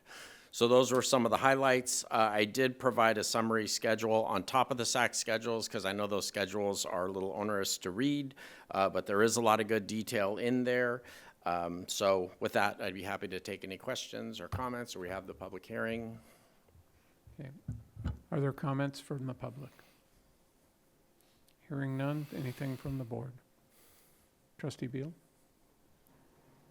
I appreciate the explanation of the May revise and the different sort of aspects in the budget that we are managing, right? LCAP and all that other stuff. I think when I was reading, I know that this is a hearing, and I know that the final budget will be presented to us with changes, I think, at the end of this month. Right, and with much more detail and Right, narrative and, right. and analysis. And I'm looking forward to that. I think when I was reading that document, there was a talk about how the state is increasing funds, but if I understand things correctly, it's take me years, that some of those increases actually don't apply to us because we are community funded. So I think some clarity, because if you read that document, you're like, oh, we're getting more money for this and more money for that. Right. But we actually aren't as a district. You know, other schools that are ADA-based are getting more of that money. Right. So I think maybe a little bit when you do that explanation, because when I read, I'm like, oh, we're getting a whole bunch more money. No, we're not. So. No, we are getting some. We are. I think in And- the state budget, there's an Yeah, increased there's investment in some- yeah, special education, yeah, which is, yeah. which is historic, from what they've done in the past. Yeah. But, so there are bits, and I will identify those. Yeah, because it's a hot topic, and I Mhm. want there to be as much clarity and transparency, Right. because that is really. Yeah, what we state talk about. COLA doesn't Yeah, exactly. come to us. Okay, thank you. Sure. Trustee Escobedo. Thank you for this. When you say the 1.7 for seventh period is earmarked in the general fund, that means that it does not show up in these reserve numbers. Is that correct? That is correct. Okay. It's assigned, so it's not assumed to be available unrestricted dollars. Great, thank you. Sure. Anything else? All right, we'll declare the public hearing closed, and, Oh, I actually, I apologize. oh, I'm sorry. Forgot Trustee about Caffrey, slides. Thank you. I'm not looking in your direction. I know, and Apologize. I'm slow on the video, so I apologize. Thank you.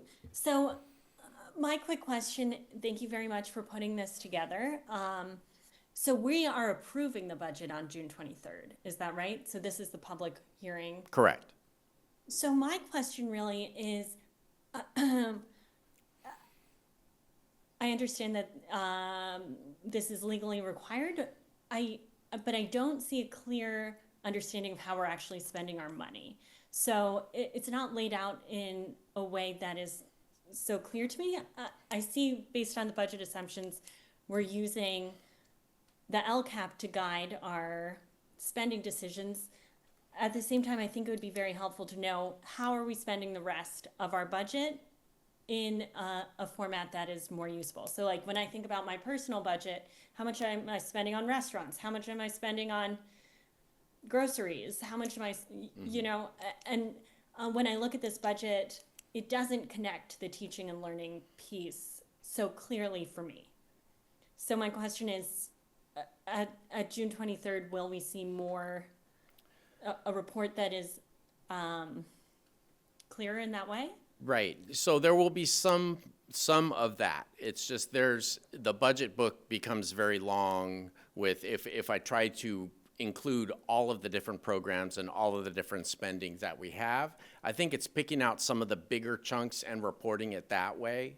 And so I think as we go into the cycle for next year, maybe there's more conversation prior to now into the decision-making process, which is kind of leading to our next agenda item with Finance Committee. That's kind of how that should go. And so those ideas and concepts and things we're funding, things we're not funding, those conversations happen over the last 3 months, as opposed to just having SAC schedules in an evening before the board meeting. And it wasn't too long ago where I don't even think we had this public hearing wasn't part of the required budget adoption process. It was bring the budget at a meeting and approve it. And so part of that will be to build a process that allows for more detailed information.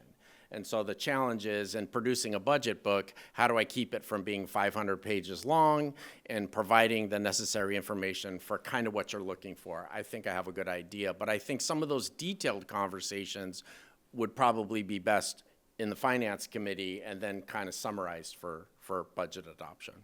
Okay, so that definitely makes sense to me. I guess a question I have, because basically this budget doesn't tell us what has changed from last year. Like, how are we spending differently than last year? So could you tell?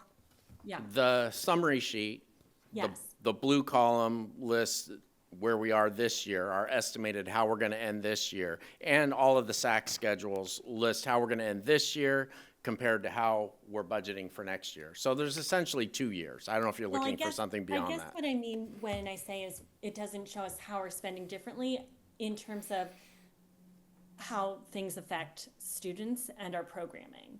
You see what I mean? So, like, are we making different investments? Are we making the same investments? I think an overall picture would be helpful. Right. And perhaps that's not possible off the Right. top of.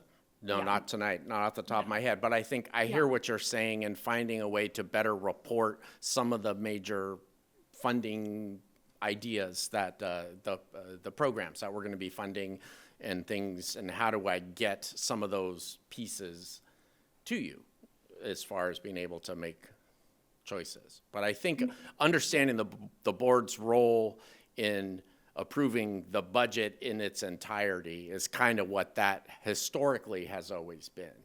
And then conversations throughout the year become procedural about, okay, as we talk about, like, for instance, letters training, that was a conversation at a different board meeting that wasn't about budget, but the board was clear about providing letters training, and so we included in the budget. So there's a lot of other conversations that lead to the development of the budget, but I think what you're saying is somehow with the budget document, show all those things. Yes, I hear yes, you. and I understand that's a longer conversation with the finance committee. I just feel like it's worth discussing also a little bit with the whole board. And then the last question I have is here's one more example, dismissal periods. I'd like to understand how we are budgeting around dismissal periods. Are we offering students a full course load right now? Because my understanding is that students are being asked to opt out of dismissal periods already, like in September, but that to me seems too late in terms of budgeting for the classes that students need to take next year. Right, yeah, so we budget according to staffing levels provided by HR through conversations with leadership and cabinet. So those aren't necessarily budget decisions, as they are kind of programmatic decisions that we work with HR. Here's the staffing for next year. Here's how many positions we need, assuming that what you're talking about is incorporated into determining how many staff we need. So it's not really the budget decision as much as it is a staffing decision or a policy decision that then we would reflect in the budget. Does that make sense? I guess my question is that basically we must, my understanding is that with dismissal periods, we basically have to get students to opt out. To opt out of dismissal periods, is that right? As much as I would love to help you with that, that is not so much a Conrad Yes. question as it is maybe Dr. Becchio. He's coming Okay, up to the because- podium here. okay, Maybe he thank can you. help with that. Thank you. The board, not this board, a different board many years ago, anyways, has established graduation requirements for high school students. We allocate more opportunities for credits than we do grad requirements. We know the habits of high school students and what they are going to take above, either at grad requirements or above that. And we make a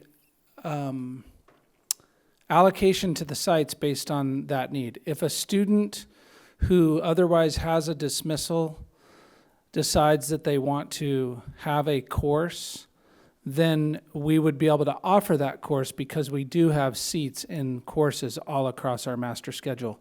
But students will not come to take additional classes in the numbers that you're thinking.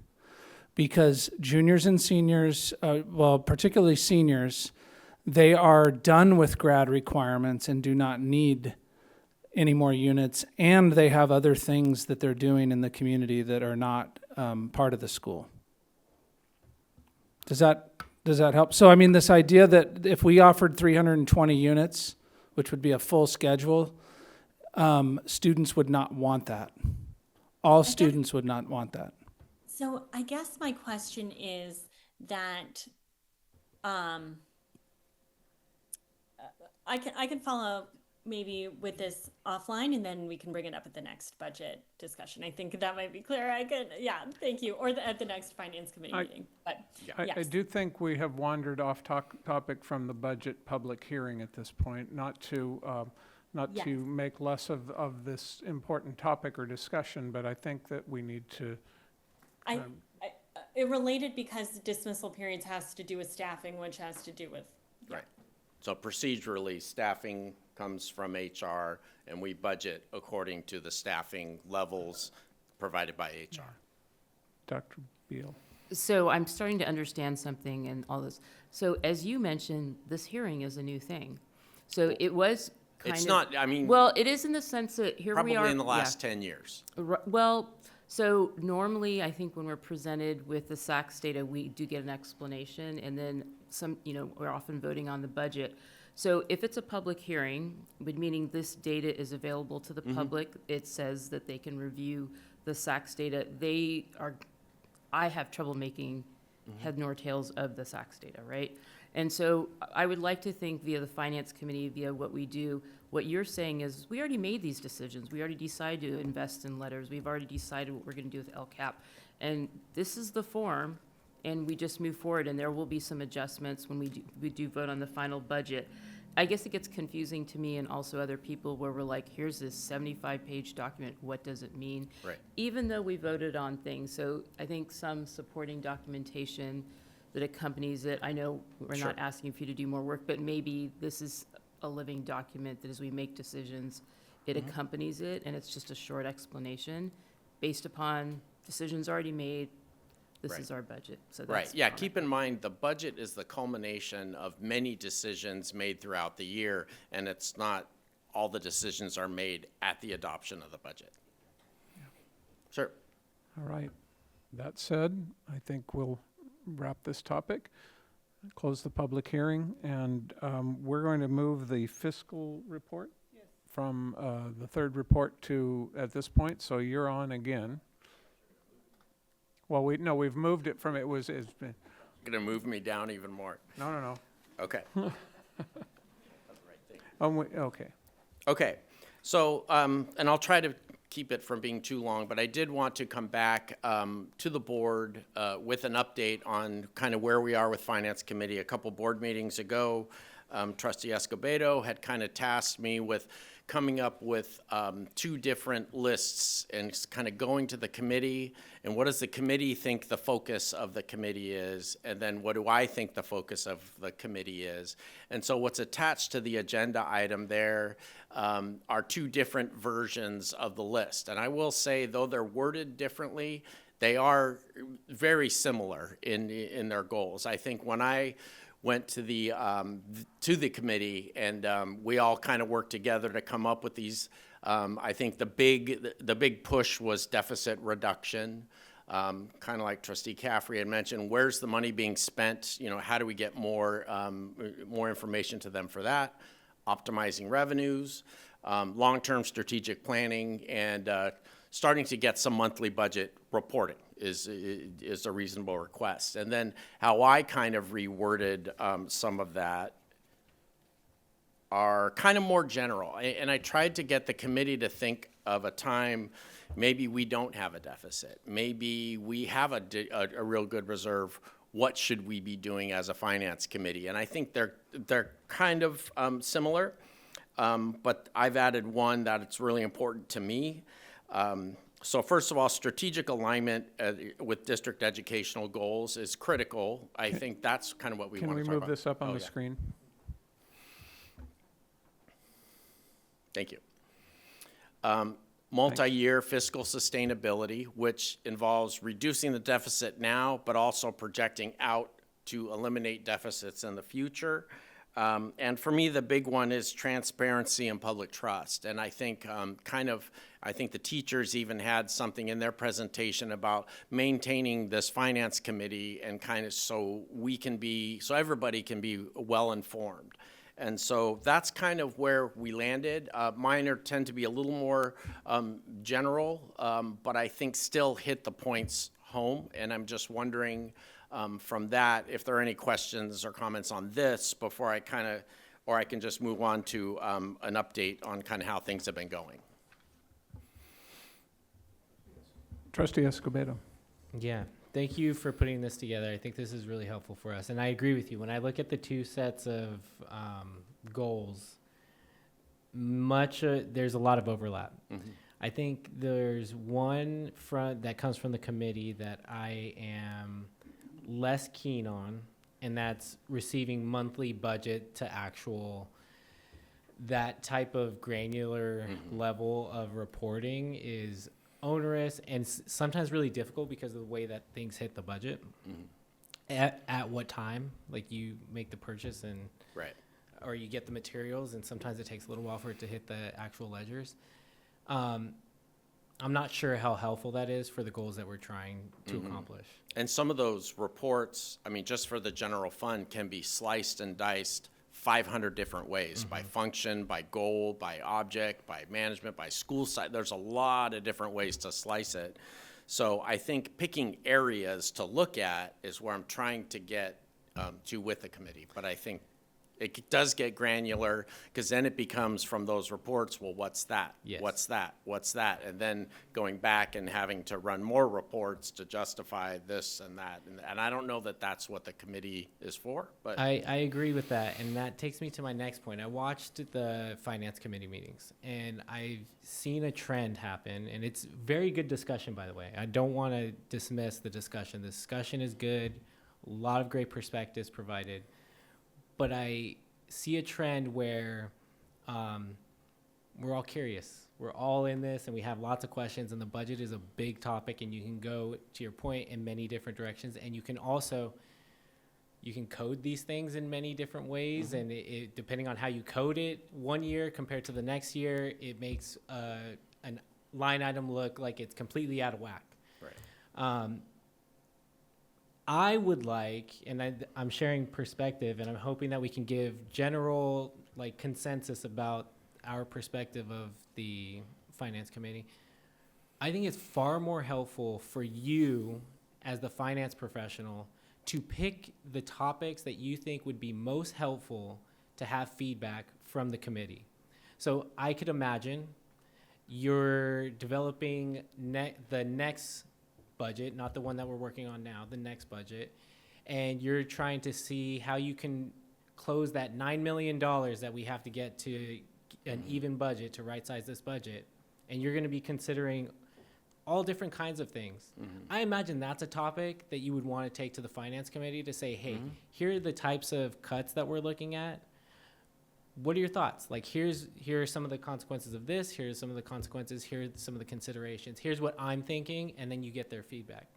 That is far more productive than the trend that I'm seeing of we get curious and we say, we want to know what's over there in that line item, and then you do a bunch of work, and the committee might not even spend that much time discussing it. Or not find it helpful how it was prepared. Yeah. No, So when I think about your time and your team's time, for me, looking forward about how can we get the biggest bang for our buck and have the most effective finance committee, I think it has to be steered by you, finding the opportunities where you need feedback from the finance committee. And to me, you have proven that you are definitely open to feedback and you want the feedback. So that is something that is, I think, for me, encouraging, and I have that trust in you.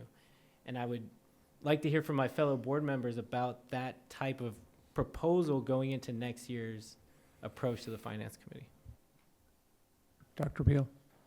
So I also have been watching the finance committee meetings, and yes, sometimes it's almost like our meetings. We're all talking about things on the side, and I agree with Board Member Escobedo that it would be probably very productive to be tasked with, yes, we have to cut. What are our options?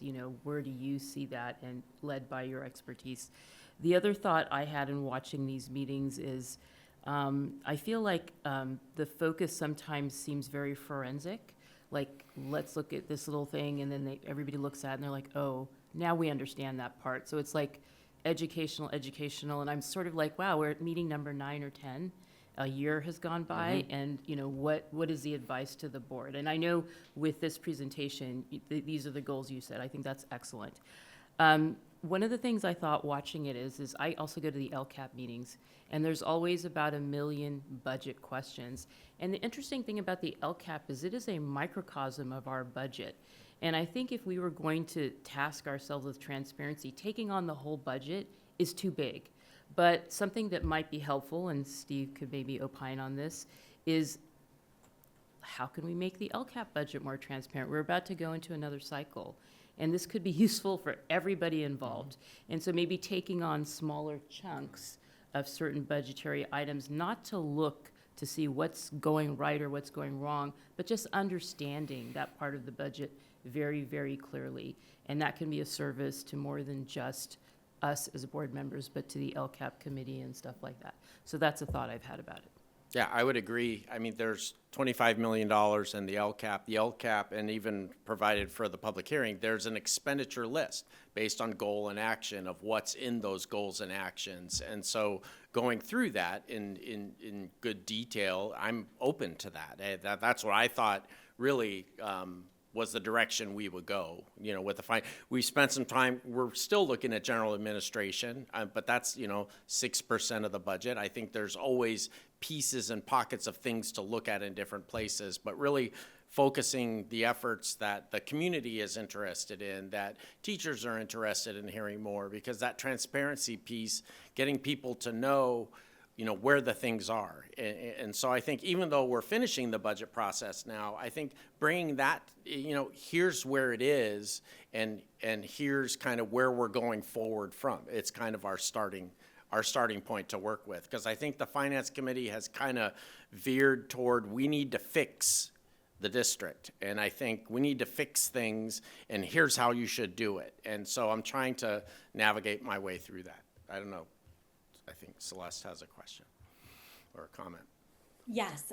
So one thing I would say serving on the Finance Committee is that I think the Finance Committee has said we would like to have subgroups where we can actually work on topics in depth. That 1.5 hours is not sufficient. And for example, the AI Committee, they have subgroups where they work on specific topics. And I would actually disagree on both reporting and understanding the entire budget. Like school board partners, we've talked in the past, about potentially working with them. They have a model policy on financial reporting, and basically they say financial reports should be presented, should present the district's actual financial performance versus budget, and it should be reported to the board on a routine basis. A budget variance report should be reported to the Finance Committee on a monthly basis and to the full board on a quarterly basis, etc. So basically there are standards of financial reporting that are very typical, that are out there, and I think it does not actually require that much work on the part of the finance staff once it is set up. And one thing about the members of the Finance Committee is that I think we have specialists who have read many financial reports and might have guidance on what our financial reporting could look like. So I think one major issue on the Finance Committee, and the reason we've been pulled in so many directions, is that we have not been able to really spend good time on these different subjects to make progress, and that 1.5 hours is just not sufficient. And to me, as someone who is tasked with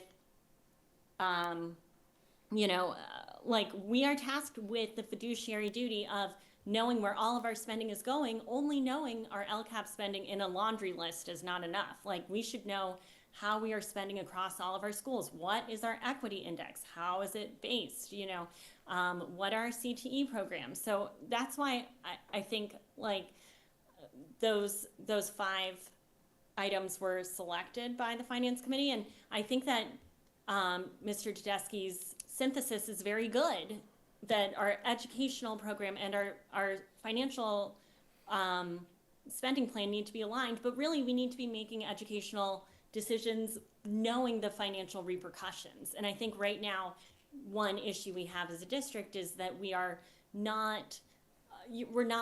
making educational decisions without understanding their cost effectiveness or, the entire budget picture, so that Mr. Tedeschi is really integral to how our entire district is run, but we can't just make educational decisions without knowing their financial implications. So what I would say about the Finance Committee is it has taken time to hit our groove, and I think that the committee members, what I've heard from them is that they would like to spend more time really being able to delve and make some progress. For example, on G&A expenses, like there's been analysis that our G&A expenses have increased substantially, but I think we haven't seen like a large a plan to remedy that, and so that has been one frustration on the finance committee. And yes, it is a small portion of the budget, but the issue is like tone at the top. How do we show that we are spending all of our money as effectively as possible, and that we look at G&A first, which is farthest from classrooms? I'm going to bring us back in. We have begun board conversation before taking public comments. There are 2 public comments on this, and I'd like to get back to that. So I'll step aside. Mr. Rivas and Elaine Rice. Let me just pause for a point of order. Just point of order. You gave us the recommendations, but you paused us and asked for questions. But did you have something else as part of your presentation that you were going to bring to the board in this item? Because you had said there was other report outs from the committee. So I think we sort of just kind of lost our way a little bit. Yeah, thank you. I mean, I do have, as far as the fiscal update or more conversation on budget Your committee? whole item was called the fiscal update. Yes. So can you just finish that part? Oh, yeah. And then, if that okay with Mr. Yes, Board yes, that's fine. President? I just wanted to present to the board the budget development assumptions document, and it's kind of the first move, the first attempt to kind of get to what Trustee Caffrey is kind of looking for. It's like, well, what's going into the budget? Like, what are the dollars associated with it? So I put together this budget development assumptions document that I'm not going to go through right now, but I do want to point out the key sections, and this will be a growing living document, and I'll add more to it, because maybe this is where what Trustee Caffrey is looking for, as opposed to it being in the budget book itself. And so I did want to highlight, here's where, I talk about the general assumptions, the governor's budget, and how that's going to impact our budget. Enrollment is a key factor, where our reserves are, whether we have a surplus, results of operations surplus, what's in our expenditures. Like, how am I projecting property taxes? We're using 4.5% in growth. I did put the schedule of LCAP in there without having the final numbers because it wasn't done yet. But I think this document is really where some of that detail should live. I've also given it to the Finance Committee, but we didn't get to it in that meeting, hopefully. But I think it was attached. I don't know how many of them looked at it. I hope they all did, but it's a lot there. But so this is kind of how I'm going to separate the document that you will get later this month for approval by providing the details, and this will grow with each budget. I'll add the after-school program, I'll add special education, I'll add more and more to it so that this becomes the budget development tool as we are in April and May and starting to make those decisions of what's gone in the budget, that this can be made public and provided to the board, gone over in Finance Committee. So I don't know if there's any questions or comments about that. Thank you. Oh, sorry. Okay. That's the end of my report. All right, so then let's do our public comment. Maybe I need governance training. No, I for sure do. So we do have public comment from Ken Rivas and Elaine Rice. Good evening, school board trustees, Dr. Hilda Maldonado, the cabinet to my right. Good evening. I'm a member of the finance committees. But let me say this. I know that some of you have said that board members have said that you viewed the video of the meeting. So I'm sure you're looking at it through your lens, and this is a perspective through my lens. Okay, so we can agree to disagree at some point.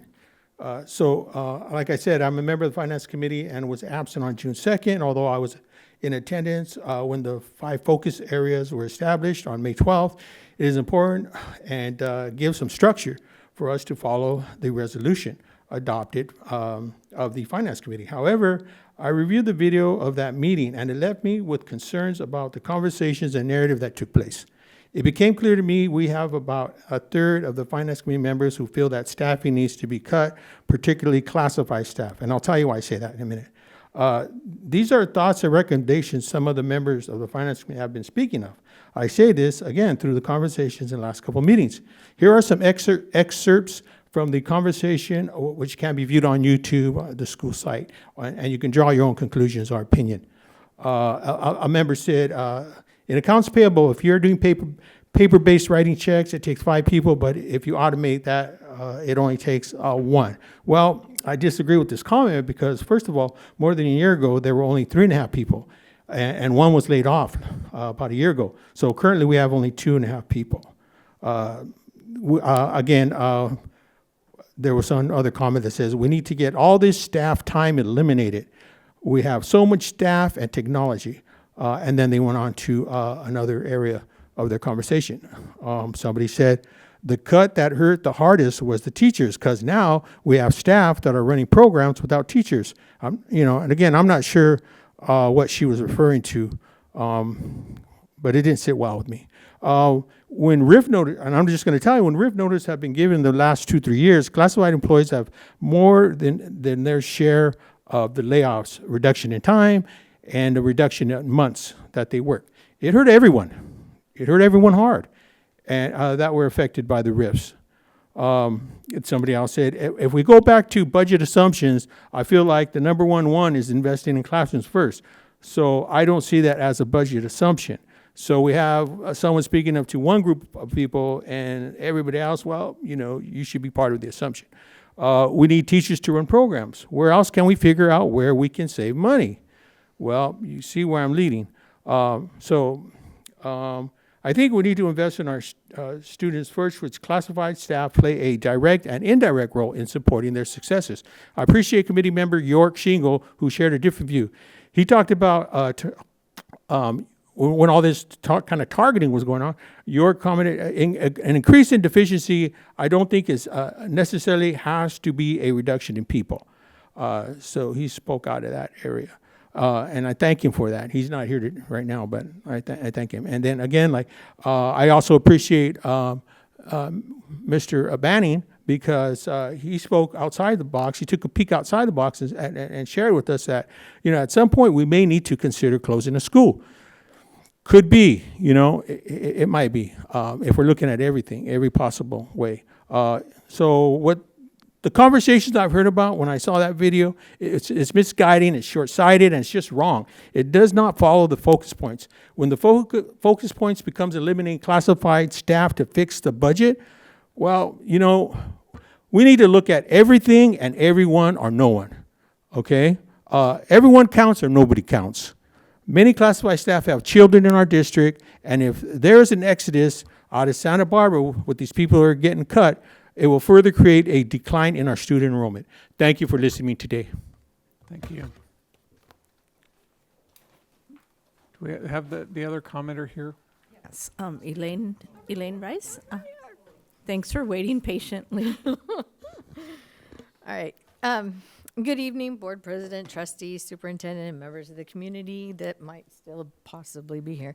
On behalf of CSEA and the classified professionals of Santa Barbara Unified School District, I want to address a comment that was made at the last board meeting. Trustee Celeste Caffrey publicly asked the director of ETS and COO how much of the district budget ETS takes up and estimated that it must be about $10 million, followed by the suggestion that maybe we should just cut that during a budget crisis. Comments like these are deeply concerning to classified staff.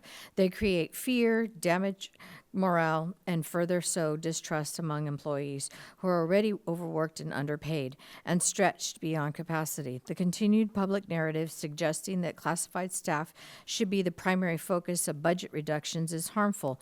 We understand that the district is facing significant financial challenges, and our members care deeply about the long-term stability of our schools.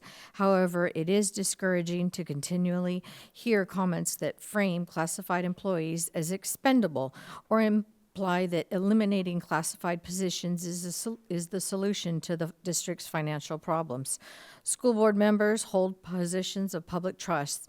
The role of a school board is to govern responsibly in accordance with state and federal law, oversee district finances thoughtfully, set policy, ensure accountability, and support the success of all students and employees. Public comments that casually suggest eliminating entire departments or groups of employees undermine that responsibility and negatively impact the people who keep this district functioning every day.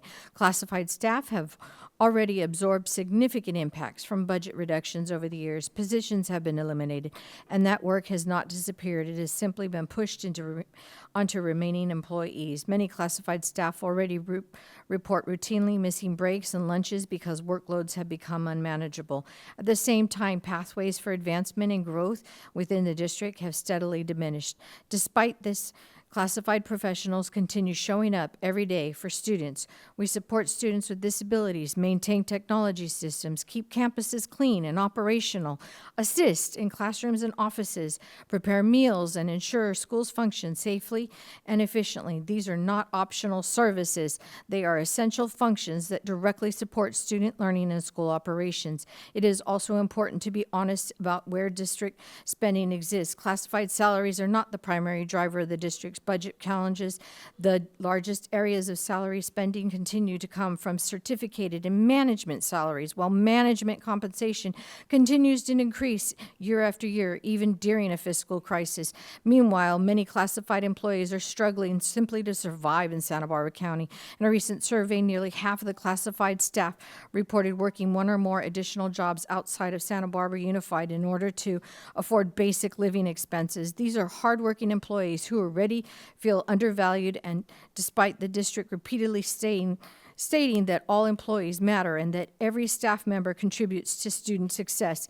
If the district truly believes those values, then budget conversations must reflect them. Discussions about financial challenges should be thoughtful, transparent, and solution-oriented, not centered on repeated public suggestions to cut classified staff who have already borne much of the burden. Classified employees deserve respect, honesty, and meaningful inclusion in these conversations, and we are not the cause of this budget crisis. We should not continue to be treated as though we are expendable. Thank you.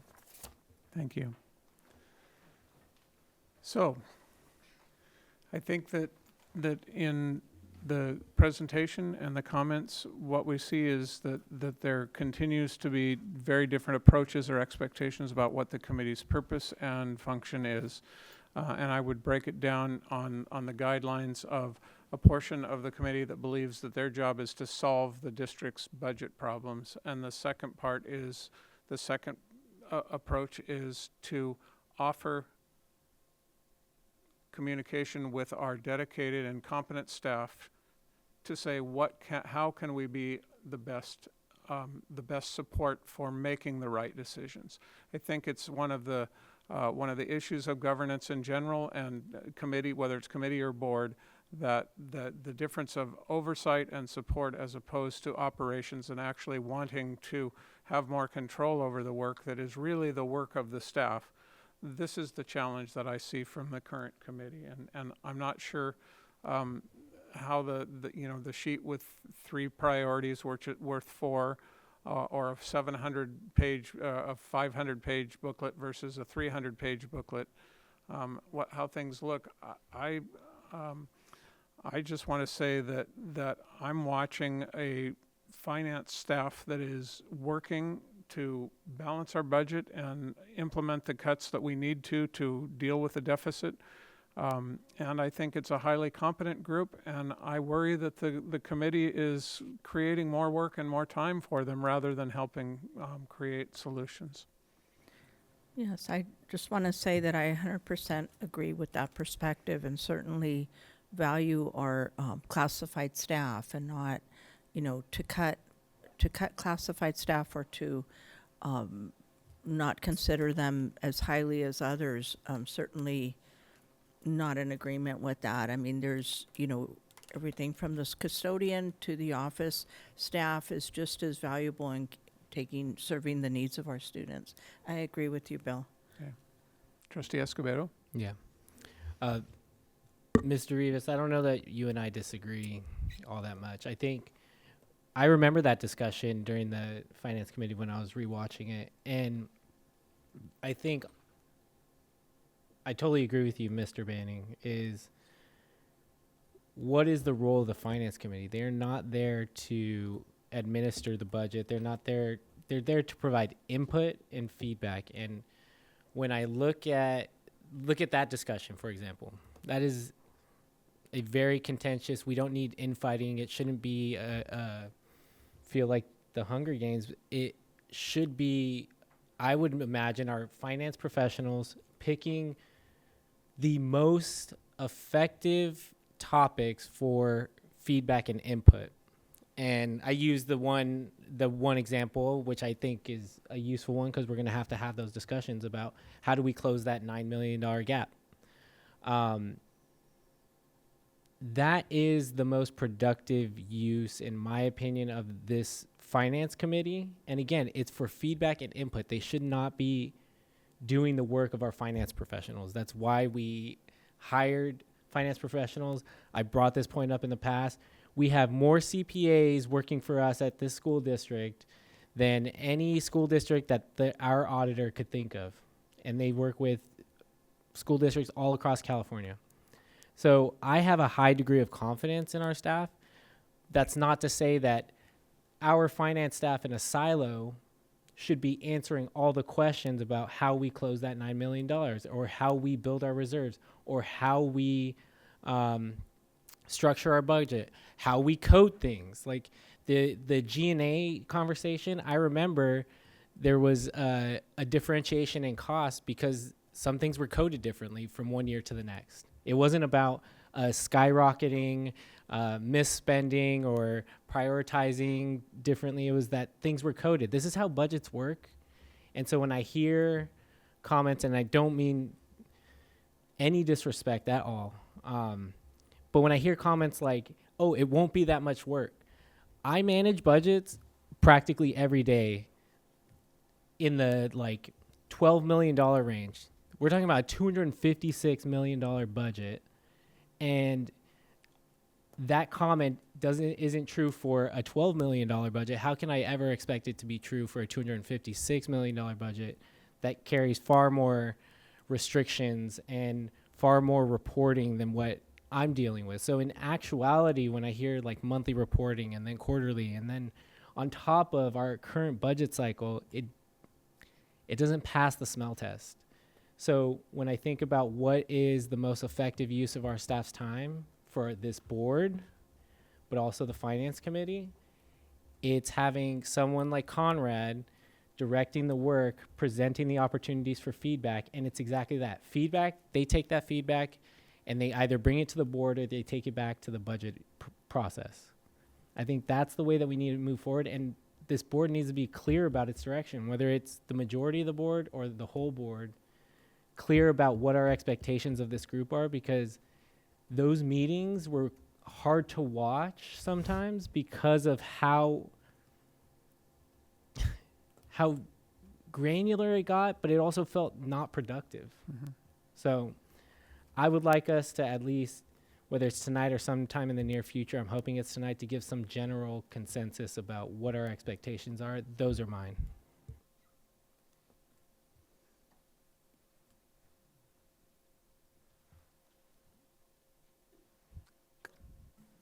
Comments, questions for?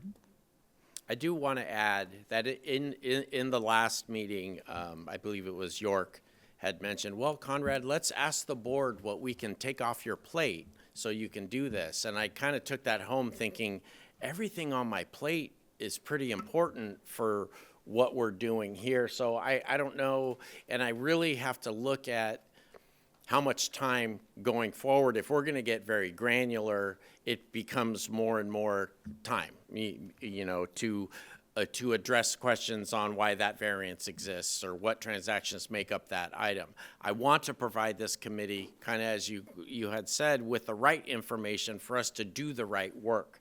When we first started, I tried with, let's look at transportation, or let's look at how we do staffing, and was kind of told that wasn't useful. or getting deep into the second interim, I spent too much time on second. So it's just like, I feel like some of the directions I've gone in, I'm not always going to be right on what I think is best, but I'm going to keep trying. I'm going to keep trying to get them what they need. Trustee Munoz. Basically, I mean, I tend to be, to the point, and stuff, and we chose you to be our finance director. I mean, there's not much else that I could say, really. I mean, I'm in agreement with, certainly with President Banning and with Trustee Escobedo. Other, Celeste, Trustee Caffrey? Yes, Do you- thank you. And I apologize if what I said made it seem like I do not value classified employees. I think on ETS specifically, what I was referring to was also that we have a one-on-one iPad program that is hugely expensive. And are we looking at every single possible option when we look at how our expenses have expanded over years? So I apologize if that came off in a negative way. So what I would say is that, yes, Conrad is our finance director. I think yet again, we have an opportunity in our July meeting on board governance to talk, we previously voted about working with school board partners. We're bringing it up again. I believe we voted at our last meeting, right? To bring up the contract. Like, it was a 3-2 vote, right? They have worked with many finance committees. Finance committees are not a new idea. How do you structure a finance committee in a way that it's productive? I think the idea of a finance committee having way more standardized reports makes total sense. Like, I came on this board 2 years ago and I still do not have a clear idea of how we're spending our money. And I think that the finance committee has asked to help on reporting for things like that, or on variance, for example. Very typical for organizations of our size to have the board and the finance committee to have variance reports on a monthly and quarterly basis. So basically, I just feel like our role as an oversight body is helped by the finance committee. We need to know. I understand that Mr. Tedeschi is very competent, but that doesn't mean that we are in the dark in terms of how we are spending $256 million on what programs, what schools. I just think that we are far away from a level of clarity that is required for both the board and the public. And so that is the ultimate goal of the finance committee. And what the finance committee would like is to be able to have a more ability to dive into these subjects, as opposed to rush through these 1.5 hour meetings and not be able to produce the results that we would like. So, that is my take. Trustee Beal. So I think the question of asking what do we want the finance committee to do, the conversation that's happening is that I think on one hand, there's like, we must take a deep dive into the finances. And I think what we are understanding, and even Board Member Caffrey is talking about subgroups. So we're all of a sudden talking about a lot of time, a lot of energy to dive into the budget. And I think that, yes, in a very basic sense, I would like to have the budget really be crystal clear from the top to the bottom. But the amount of work that it's going to take to get there doesn't serve the board right now. So my thought is we start the finance committee with some very simple tasks. As Board Member Escobedo said, as we need to make budget cuts, in what areas can we start looking at to reach those budget cuts? Can we do a deep dive? It could take forever. Maybe we can really do some simple, we did that with the next to last set of RIFs when we changed our bus routes, right? We saved some money, we were able to fund some things that we didn't think we could fund. So I think there are iterations of this committee, and as they gain more knowledge and expertise, they can get deeper. To some degree, the committee issuing reports starts to sound to me that they are doing what the finance department does. And I'm wondering a little bit about that crossover. So, and then I would comment, we are going to discuss governance. We have not adopted who that is and what that's going to be. So I think we're getting a little ahead of ourselves talking about how finance committee might look through governance before we make that decision. But I would like to task these are not simple things we're tasking the finance, but they're relatively simple. So I think starting there and getting that feedback from our finance committee is a good way to start. And then to go deeper into things is where we could end up later.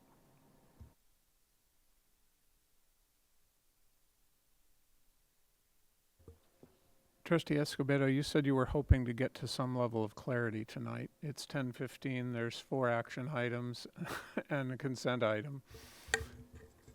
I'm hearing clarity, I think, from 4 of us. Yeah. So I think that, for me, my question would be, is that enough clarity for Dr. Maldonado and Mr. Tedeschi, that you have 4 members that essentially agree on how the finance committee should work moving forward? I'm going to try to restate what I've heard. What I'm hearing from the 4 board members is you're looking for the finance committee to work on issues that will assist Mr. Tedeschi in his decision-making as he works to develop the budget, which we've heard tonight is largely driven by programmatic decisions. So it goes hand in hand, including and up to maybe even looking at what we can cut because we still have a deficit to deal with. And those are 2 very simple asks that would be driven by Mr. Tedeschi, using the people in the committee as a sounding board of sorts with representation from a variety of stakeholders whom we serve. And I think that's very clear to me, and I can work with Mr. Tedeschi to look at seasonality of the budget development work over the year, because there's the fall, there's a bit of the early winter, midwinter work that gets us into actual making decisions about budgets leading up to March 15th, May 15th, and so on. So if that, I'm seeing some nods. If I have captured that correctly, and I know that I'm being recorded, we will take that, and Mr. Tedeschi and I will issue something to the Finance Committee at their next meeting to let them know that going forward, this will be the direction. I also want to acknowledge some of the comments about the fact that we want to make sure that we value every employee in our conversations and that we ensure that we take into account all people are valued, and that will be something that I will ask Mr. Tedeschi to uphold in these meetings, because I think it's important for us as representatives of the district, as officers of the district, to make sure we hold up that value.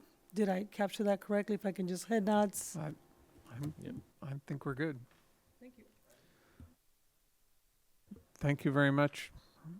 Appreciate the comments tonight. And that will bring us to our action agenda. Item H1 is the Santa Barbara Unified Instructional Continuity Plan.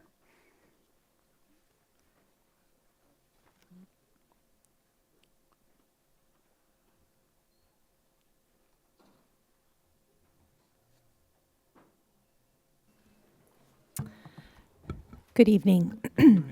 I'm sharing with you the newly developed Santa Barbara Unified Instructional Continuity Plan in compliance with Ed Code, and it provides us a roadmap to ensure that our students have access to instruction in the event of an emergency. So this plan was developed in collaboration with district site administrators, IT staff, teachers, through our instructional council, parents, and student advisory groups. And we bring this plan forward for your formal consideration and approval this evening to officially integrate in our district's comprehensive school safety plan.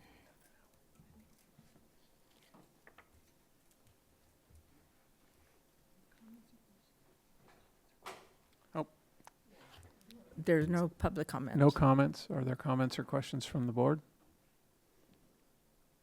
Okay. Do I have a motion?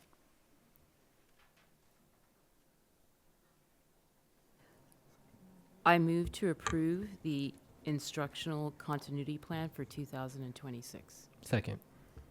Moved and seconded. Any other, student advisory vote?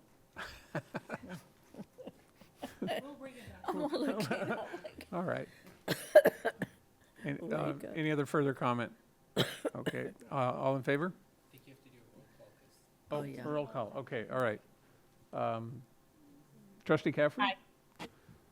Trustee Munoz? Trustee Beal? Trustee Aye. Escobedo? And aye for me. Motion passes unanimously. Next is the employment agreement for Assistant Superintendent of Student and Family Services. And this will be presented by, Thank you. Ready to go? Board President Banning, good evening. I'm bringing forward the contract for Marianne Hugh for approval by the board. Per Government Code 45953, this is a summary of the recommended compensation. Annual salary, $217,209.13 at range 28. Step 1 of certificated management salary schedule, plus master's and doctoral stipend, any certificated management COLA, and the standard fringe benefits provided to 12-month certificated management employees, including medical, dental, vision, and sick leave. And with that, I will turn it over to you, Board all President. right. I want to take a moment to point out that I believe that we have either for a long time been out of order with what the parliamentary procedure has been around voting. What I understand that we should be doing is seeking first a motion and then a second prior to questions or comments, and then coming back to a vote. Huh? No, doesn't have to be that way? Okay, then let's just keep doing it the way we're doing it. Do we have questions or comments? No? All right. Student advisory vote? Aye. Oh, hi. He said hi. He said hi. I'll move to approve the employee agreement, Assistant way Superintendent for too Student and late. Family Services. Okay, I'll second. moved and seconded. All right. Now, student advisory vote. Aye. Okay, and we'll do roll call. Trustee Escobedo? Aye. Trustee Beal? Trustee Munoz? Trustee Caffrey? Aye. And aye from me. Motion carries. The next item, H3, is a declaration of, oh, yes, yes. Bravo, I agree. All right, declaration of need for fully qualified educators, resolution for 25-26, resolution 38. You want to tell us a bit about that? This is an annual declaration of need. It is it's our way of anticipating some of the needs that may present themselves with respect to credentialing. This does require that the board approve on an action agenda. There's a resolution attached, but this allows us to then, if we hire someone from out of state that needs time to get the B-Clad, we can still hire them, have them in our classroom, and they get the B-Clad. There's some examples in the documentation I gave you, but this is an anticipated operational needs action. Right, and this is an annual document that we do. All right, any questions, comments? Do I have a motion? I move to approve as an action item the declaration of need for fully qualified educators for the 26-27 school year and approval of resolution 2025-26/38. Is there a second? I second. Moved and seconded. Student advisory vote? Aye. Trustee Escobedo? Aye. Trustee Beal? Trustee Munoz? Trustee Caffrey? Aye. And aye from me. That will bring us to H4. I want to make sure that let's see, we got 5 minutes, let's go. Purchase and sale agreement, San Simeon, it's a purchase and sale agreement for San Simeon Tatum Tract Affordable Workforce Housing. I think there's going to be questions on this. So I would like to point out that we have 5 minutes to 10:30. Is there a recommendation for extending the meeting? Briefly. Yes. And by a specific amount? No, just to be safe. Can only do it Let's once. do until 11. Okay, we'll say We're until gonna 11. finish before that, but Yep, with an expectation of finishing by 10, 20 till. Okay. All right. Okay, let's come back to the purchase and sale agreement. San Simeon Tatum Tract Affordable Workforce Housing. All right. Thank you. I'm kind of sad this is happening so late because it is very momentous. It is. Tonight, the board has a chance to do something the district has been working toward for years. You're going to be voting on whether to bring affordable workforce housing to our community for the people who teach and work in our schools. We all know the cost of living in our area is one of the hardest challenges facing public education. Our teachers, classified staff, and other employees deserve to live in the community they serve, and this is opening a door for that.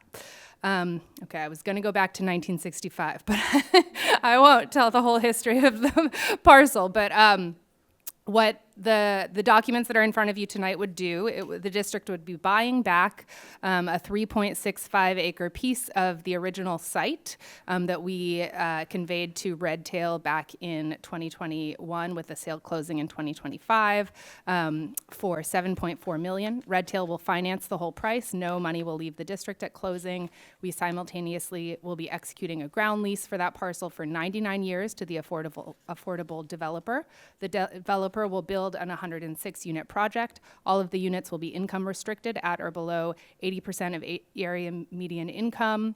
97 units will have a priority for district employees with secondary priorities for other area school district and authorized charter school employees and qualifying nonprofits. 8 units will be reserved for veterans and 1 will be a manager unit. The Housing Authority of the County of Santa Barbara will serve as the property manager, and the district will own the land throughout the 99-year term, and then 99 years from now, the buildings will revert to the district. And so the district in 99 years will have some buildings. And the deal is really one of a kind. Ordinarily, when a public agency develops workforce housing like this, it has to pass a bond, put up money, enter a JPA, do something, contribute the land and not actually get it back at the end of the term. We're doing none of those things. The developer is bringing roughly $60 million in financing to actually build the project, and none of that is coming from us. Our only role is owning the land and leasing it and getting the benefit of the priority workforce housing for our employees. Very little risk. So we think this is really exciting and important. Recommend that the board authorize Dr. Maldonado to execute the related documents, and I don't know if our friend from Hesbarco is, wow, okay. We have somebody from Hesbarco here. Hesbarco is the Housing Authority of Santa Barbara County that is, again, serving as the property manager, and thank you for sticking with us.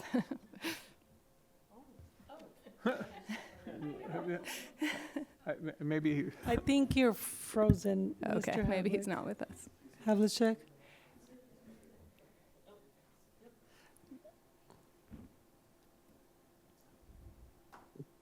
Can you hear me? Yes. Can you hear me? Yes. Yes, we can. Yes, we can. My internet connection is not the best. Okay, perfect. So we're here for Okay, I questions. think we had some, questions. Yes. Are there questions from Hay board members? preguntas. Celeste, Trustee Caffrey, you have a question? Celeste, ¿tiene preguntas? What's up? There she is. Sorry, I think someone else may be speaking. I think it was translation. Oh, that was translation. Oh, sorry. Okay, yes. My question, I've heard from staff, how will housing be allocated among Santa Barbara Unified staff members? How is the decision made? Sure. The short answer to the question is we will open up a waiting list, and each applicant will submit an application, and it will be date and time stamped. And so it will basically be a selection on a first come, first serve basis. The waiting list will be open to everyone, but the school district employees will have first priority. So even if members of the public who are not employed by the school district apply before school district employees do, they are a lower priority than school district employees. So that's basically the order we will follow. Thank you. Trustee Escobedo. Can you just speak a little bit about the necessity for us to lease back, to own the land, and then to do the ground lease portion to align with state law? Yes, exactly. So in order to be allowed to use this priority and have the school district workforce housing, it's a 2016 act. In order to take advantage of that, we have to own the land. And so that's why we're having it, we're leasing it, and then we're getting it back. I just want to comment that it's at a late hour. We've rushed through an explanation.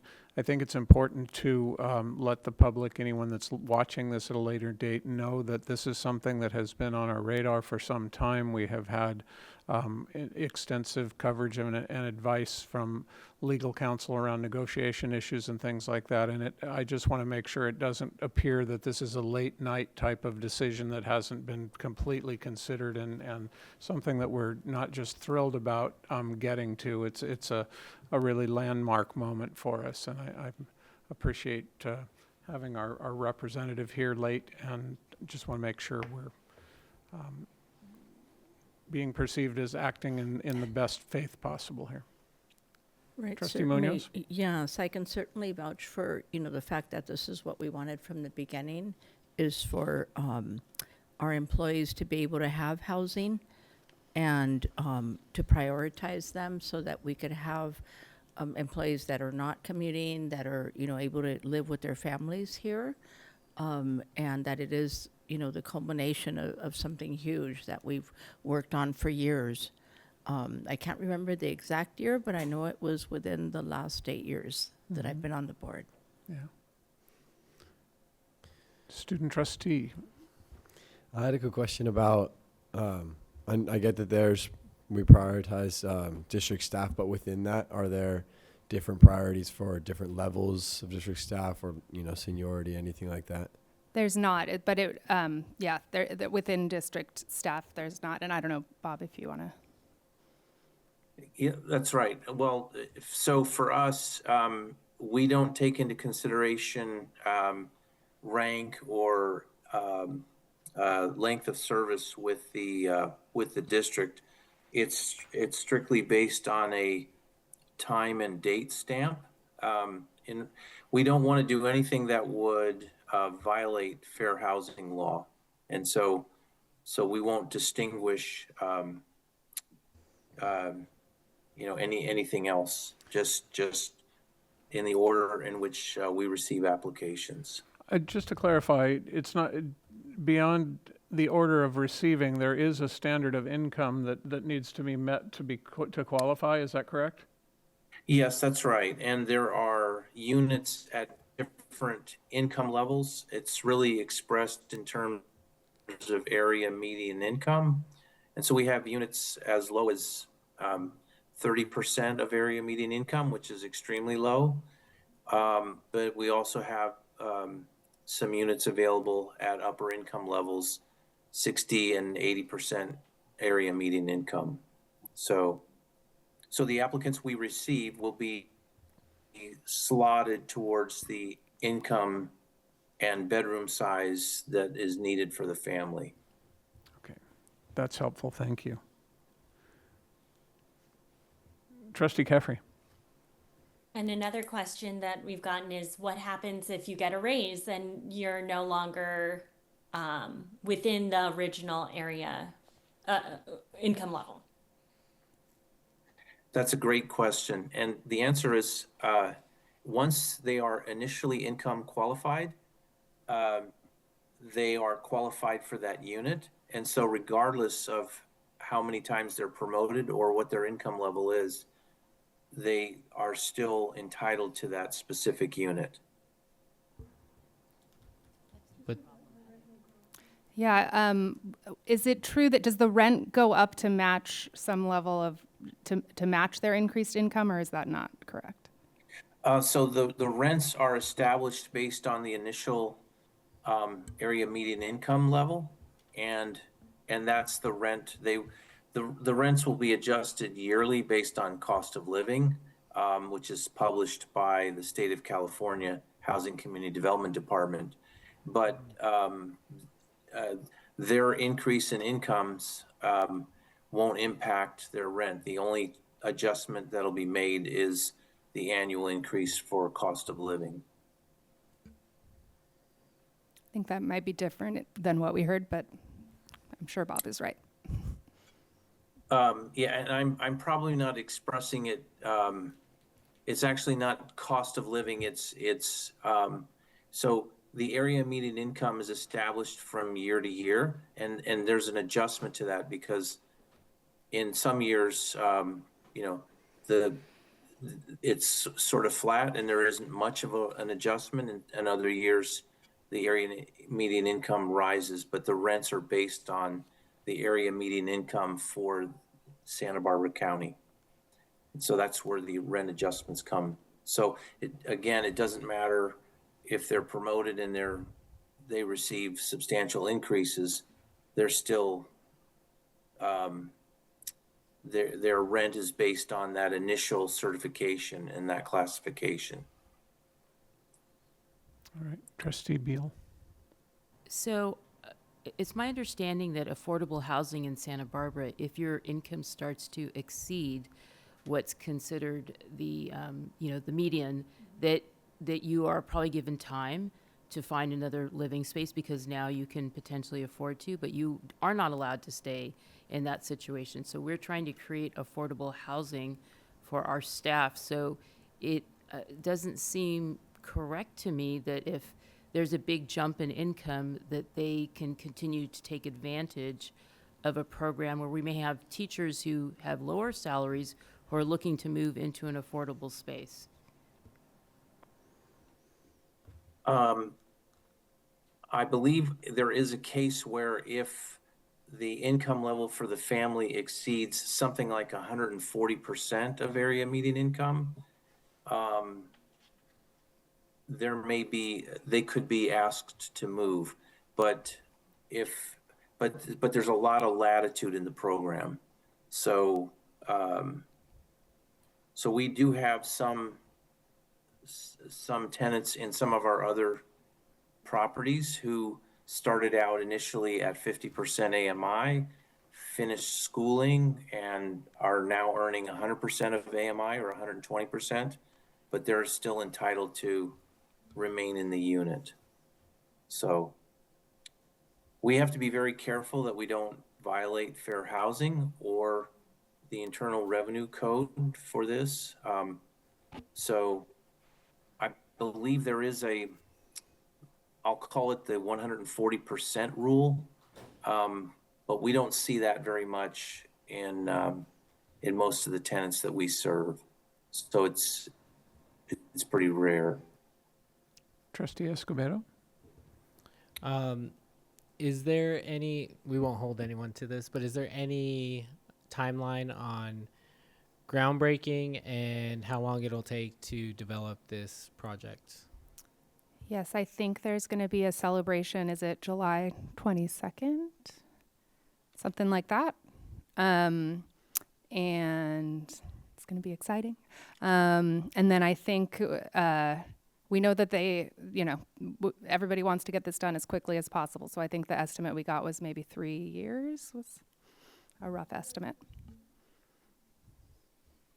And Red Tail is taking the lead on doing the build out, but typically build outs of this size take, roughly speaking, 18 months to 24 months. And then we will, as we get closer to completion of construction, probably 8 or 9 months prior, we will start communicating very actively with the school district and educating the school district employees on the opportunity and establish a wait list, so that we can prepare for having someone in each one of the units when we receive certificate of occupancy. Thank you.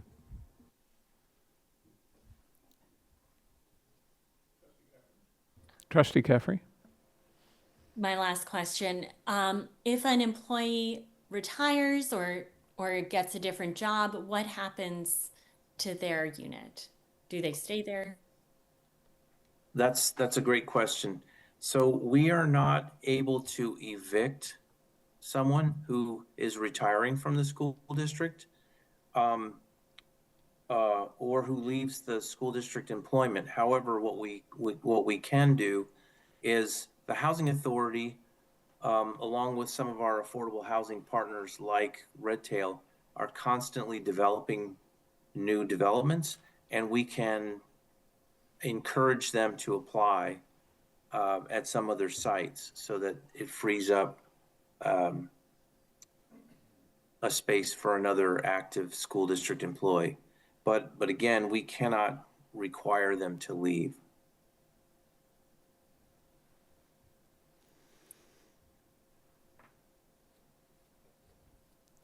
What I'm hearing is processes around compliance with legal criteria from fair housing. I'm a bit concerned because this is a little out of line with where we were, but other than what we're hearing is compliance with this kind of subsidized housing. Yes, Okay. yes, that's correct. Are there other questions or comments from the board? The only comment I have is I better get an invite to the ribbon cutting when this thing opens. Someone here remember that. Someone's got to be here. All right, I'll make the motion.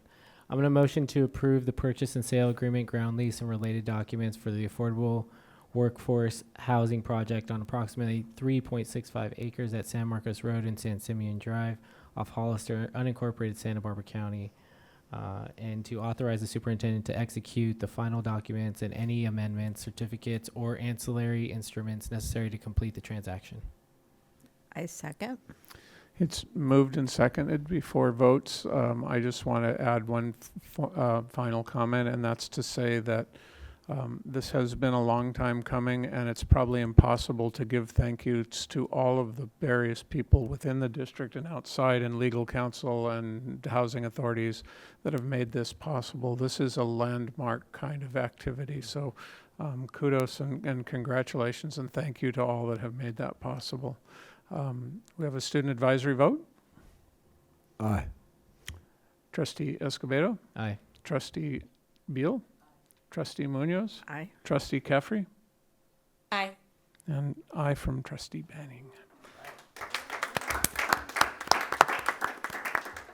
Let's go. All right, so that brings us to the consent agenda. Are there any requests to pull items from the consent agenda?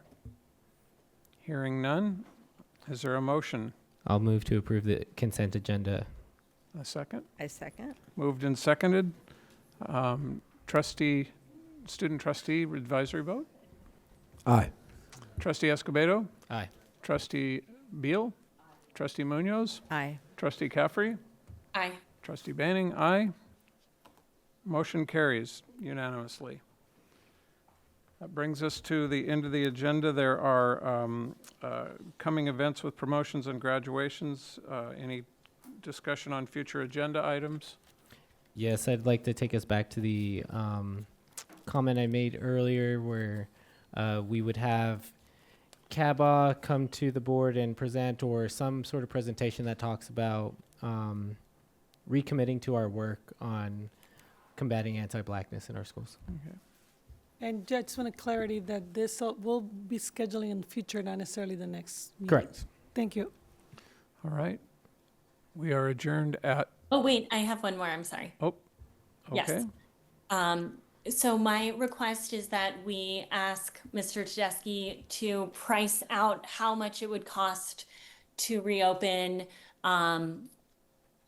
campuses, playgrounds, and fields at our schools. And the reason behind this is basically there is philanthropic interest in potentially supporting this type of initiative. Similar to LAUSD, they have their community parks initiative. So I'd like to ask the board to vote to ask Mr. Tedeschi to pull together this information.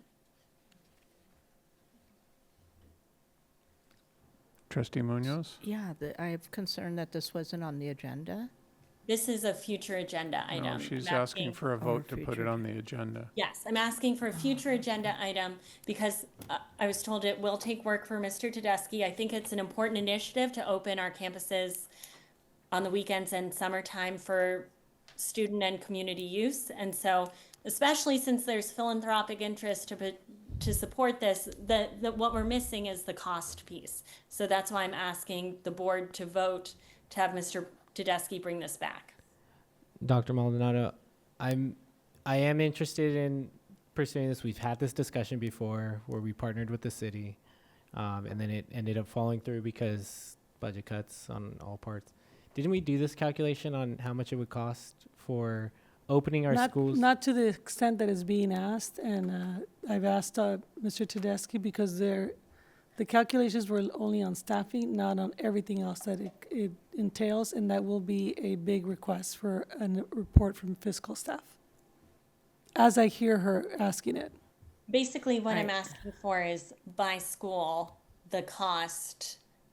And the idea is that as opposed to in the past, when we self-financed it and the city did, that what is happening in LA and other places is that philanthropy helps subsidize opening campuses to the public, creating community parks, essentially, like 16 new community parks at a fraction of the cost. So that's why I'm asking for Mr. Tedeschi to bring back this pricing information so we can, explore this option. Yeah, I don't know, is this something that we could vote on whether we should give that direction or not? Or, I think at this late hour, it's just something, I don't know. If we could either vote on it or discuss it at a future meeting. Sure. I honestly, I don't see it being, I think the timing of it, we're right about to launch into summer. And I don't know, I'm just opposed to it. So I think this is a bigger question than it seems. Mhm. I mean, the idea of LA adding 16 community parks, it is a city that has maybe a dearth of parks. No, I'm saying we would add 16, I'm sorry. Right, and so the question is do we need to do this? Are there selective schools that needed to be opened in certain areas? So I think I would like to hear a proposal from the philanthropic party about what their expectations are, how much they're willing to cover, and then we could look at the scope of the problem and we could consider it. But I'm not comfortable adding this work to the agenda when we're asking the finance committee to do things. We're asking for the 7th period. We do have a lot of things on the plate for this summer. And so I would like to know more about what they're actually proposing to finance. And is it specific to certain parts of town, or do we just open up all our schools, all hours, all the time? It just feels like it could be very expensive, very big, so. I agree as well, and I have always a concern when we're relying on philanthropic costs for ongoing things that get started, and if the money stops, suddenly the bad guy is the school district. So I'm not interested at this point in talking about it. It's an issue that I think we need to hear more about.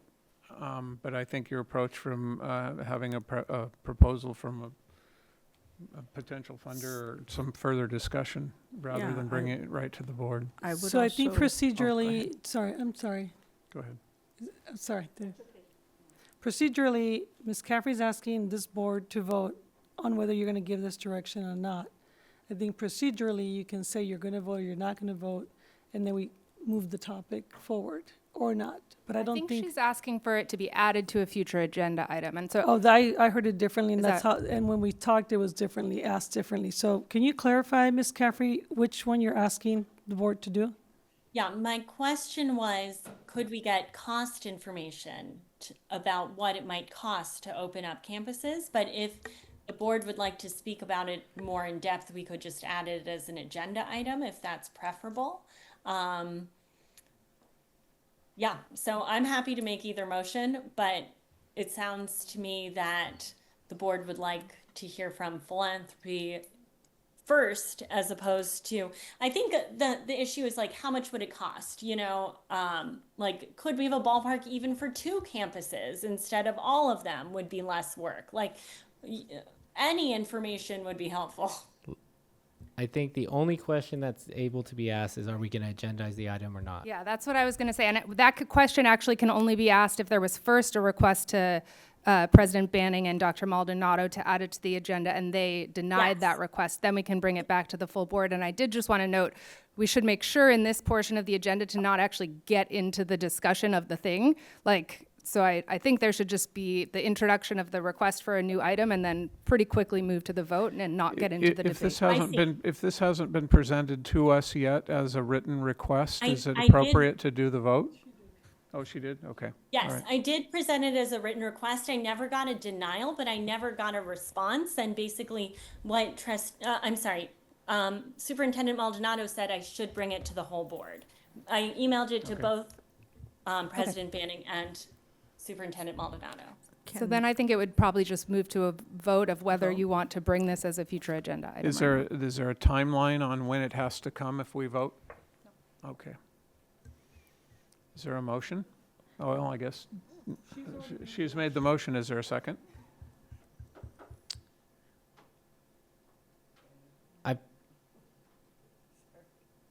I'm open to having the discussion, but I agree with Dr. Beal's approach to it, is knowing if the money.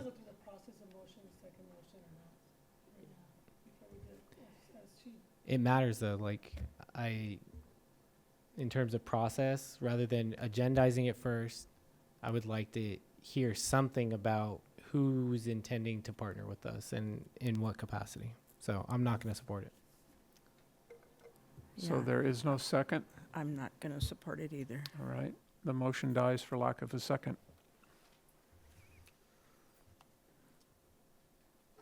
And it's time to adjourn at 10:52.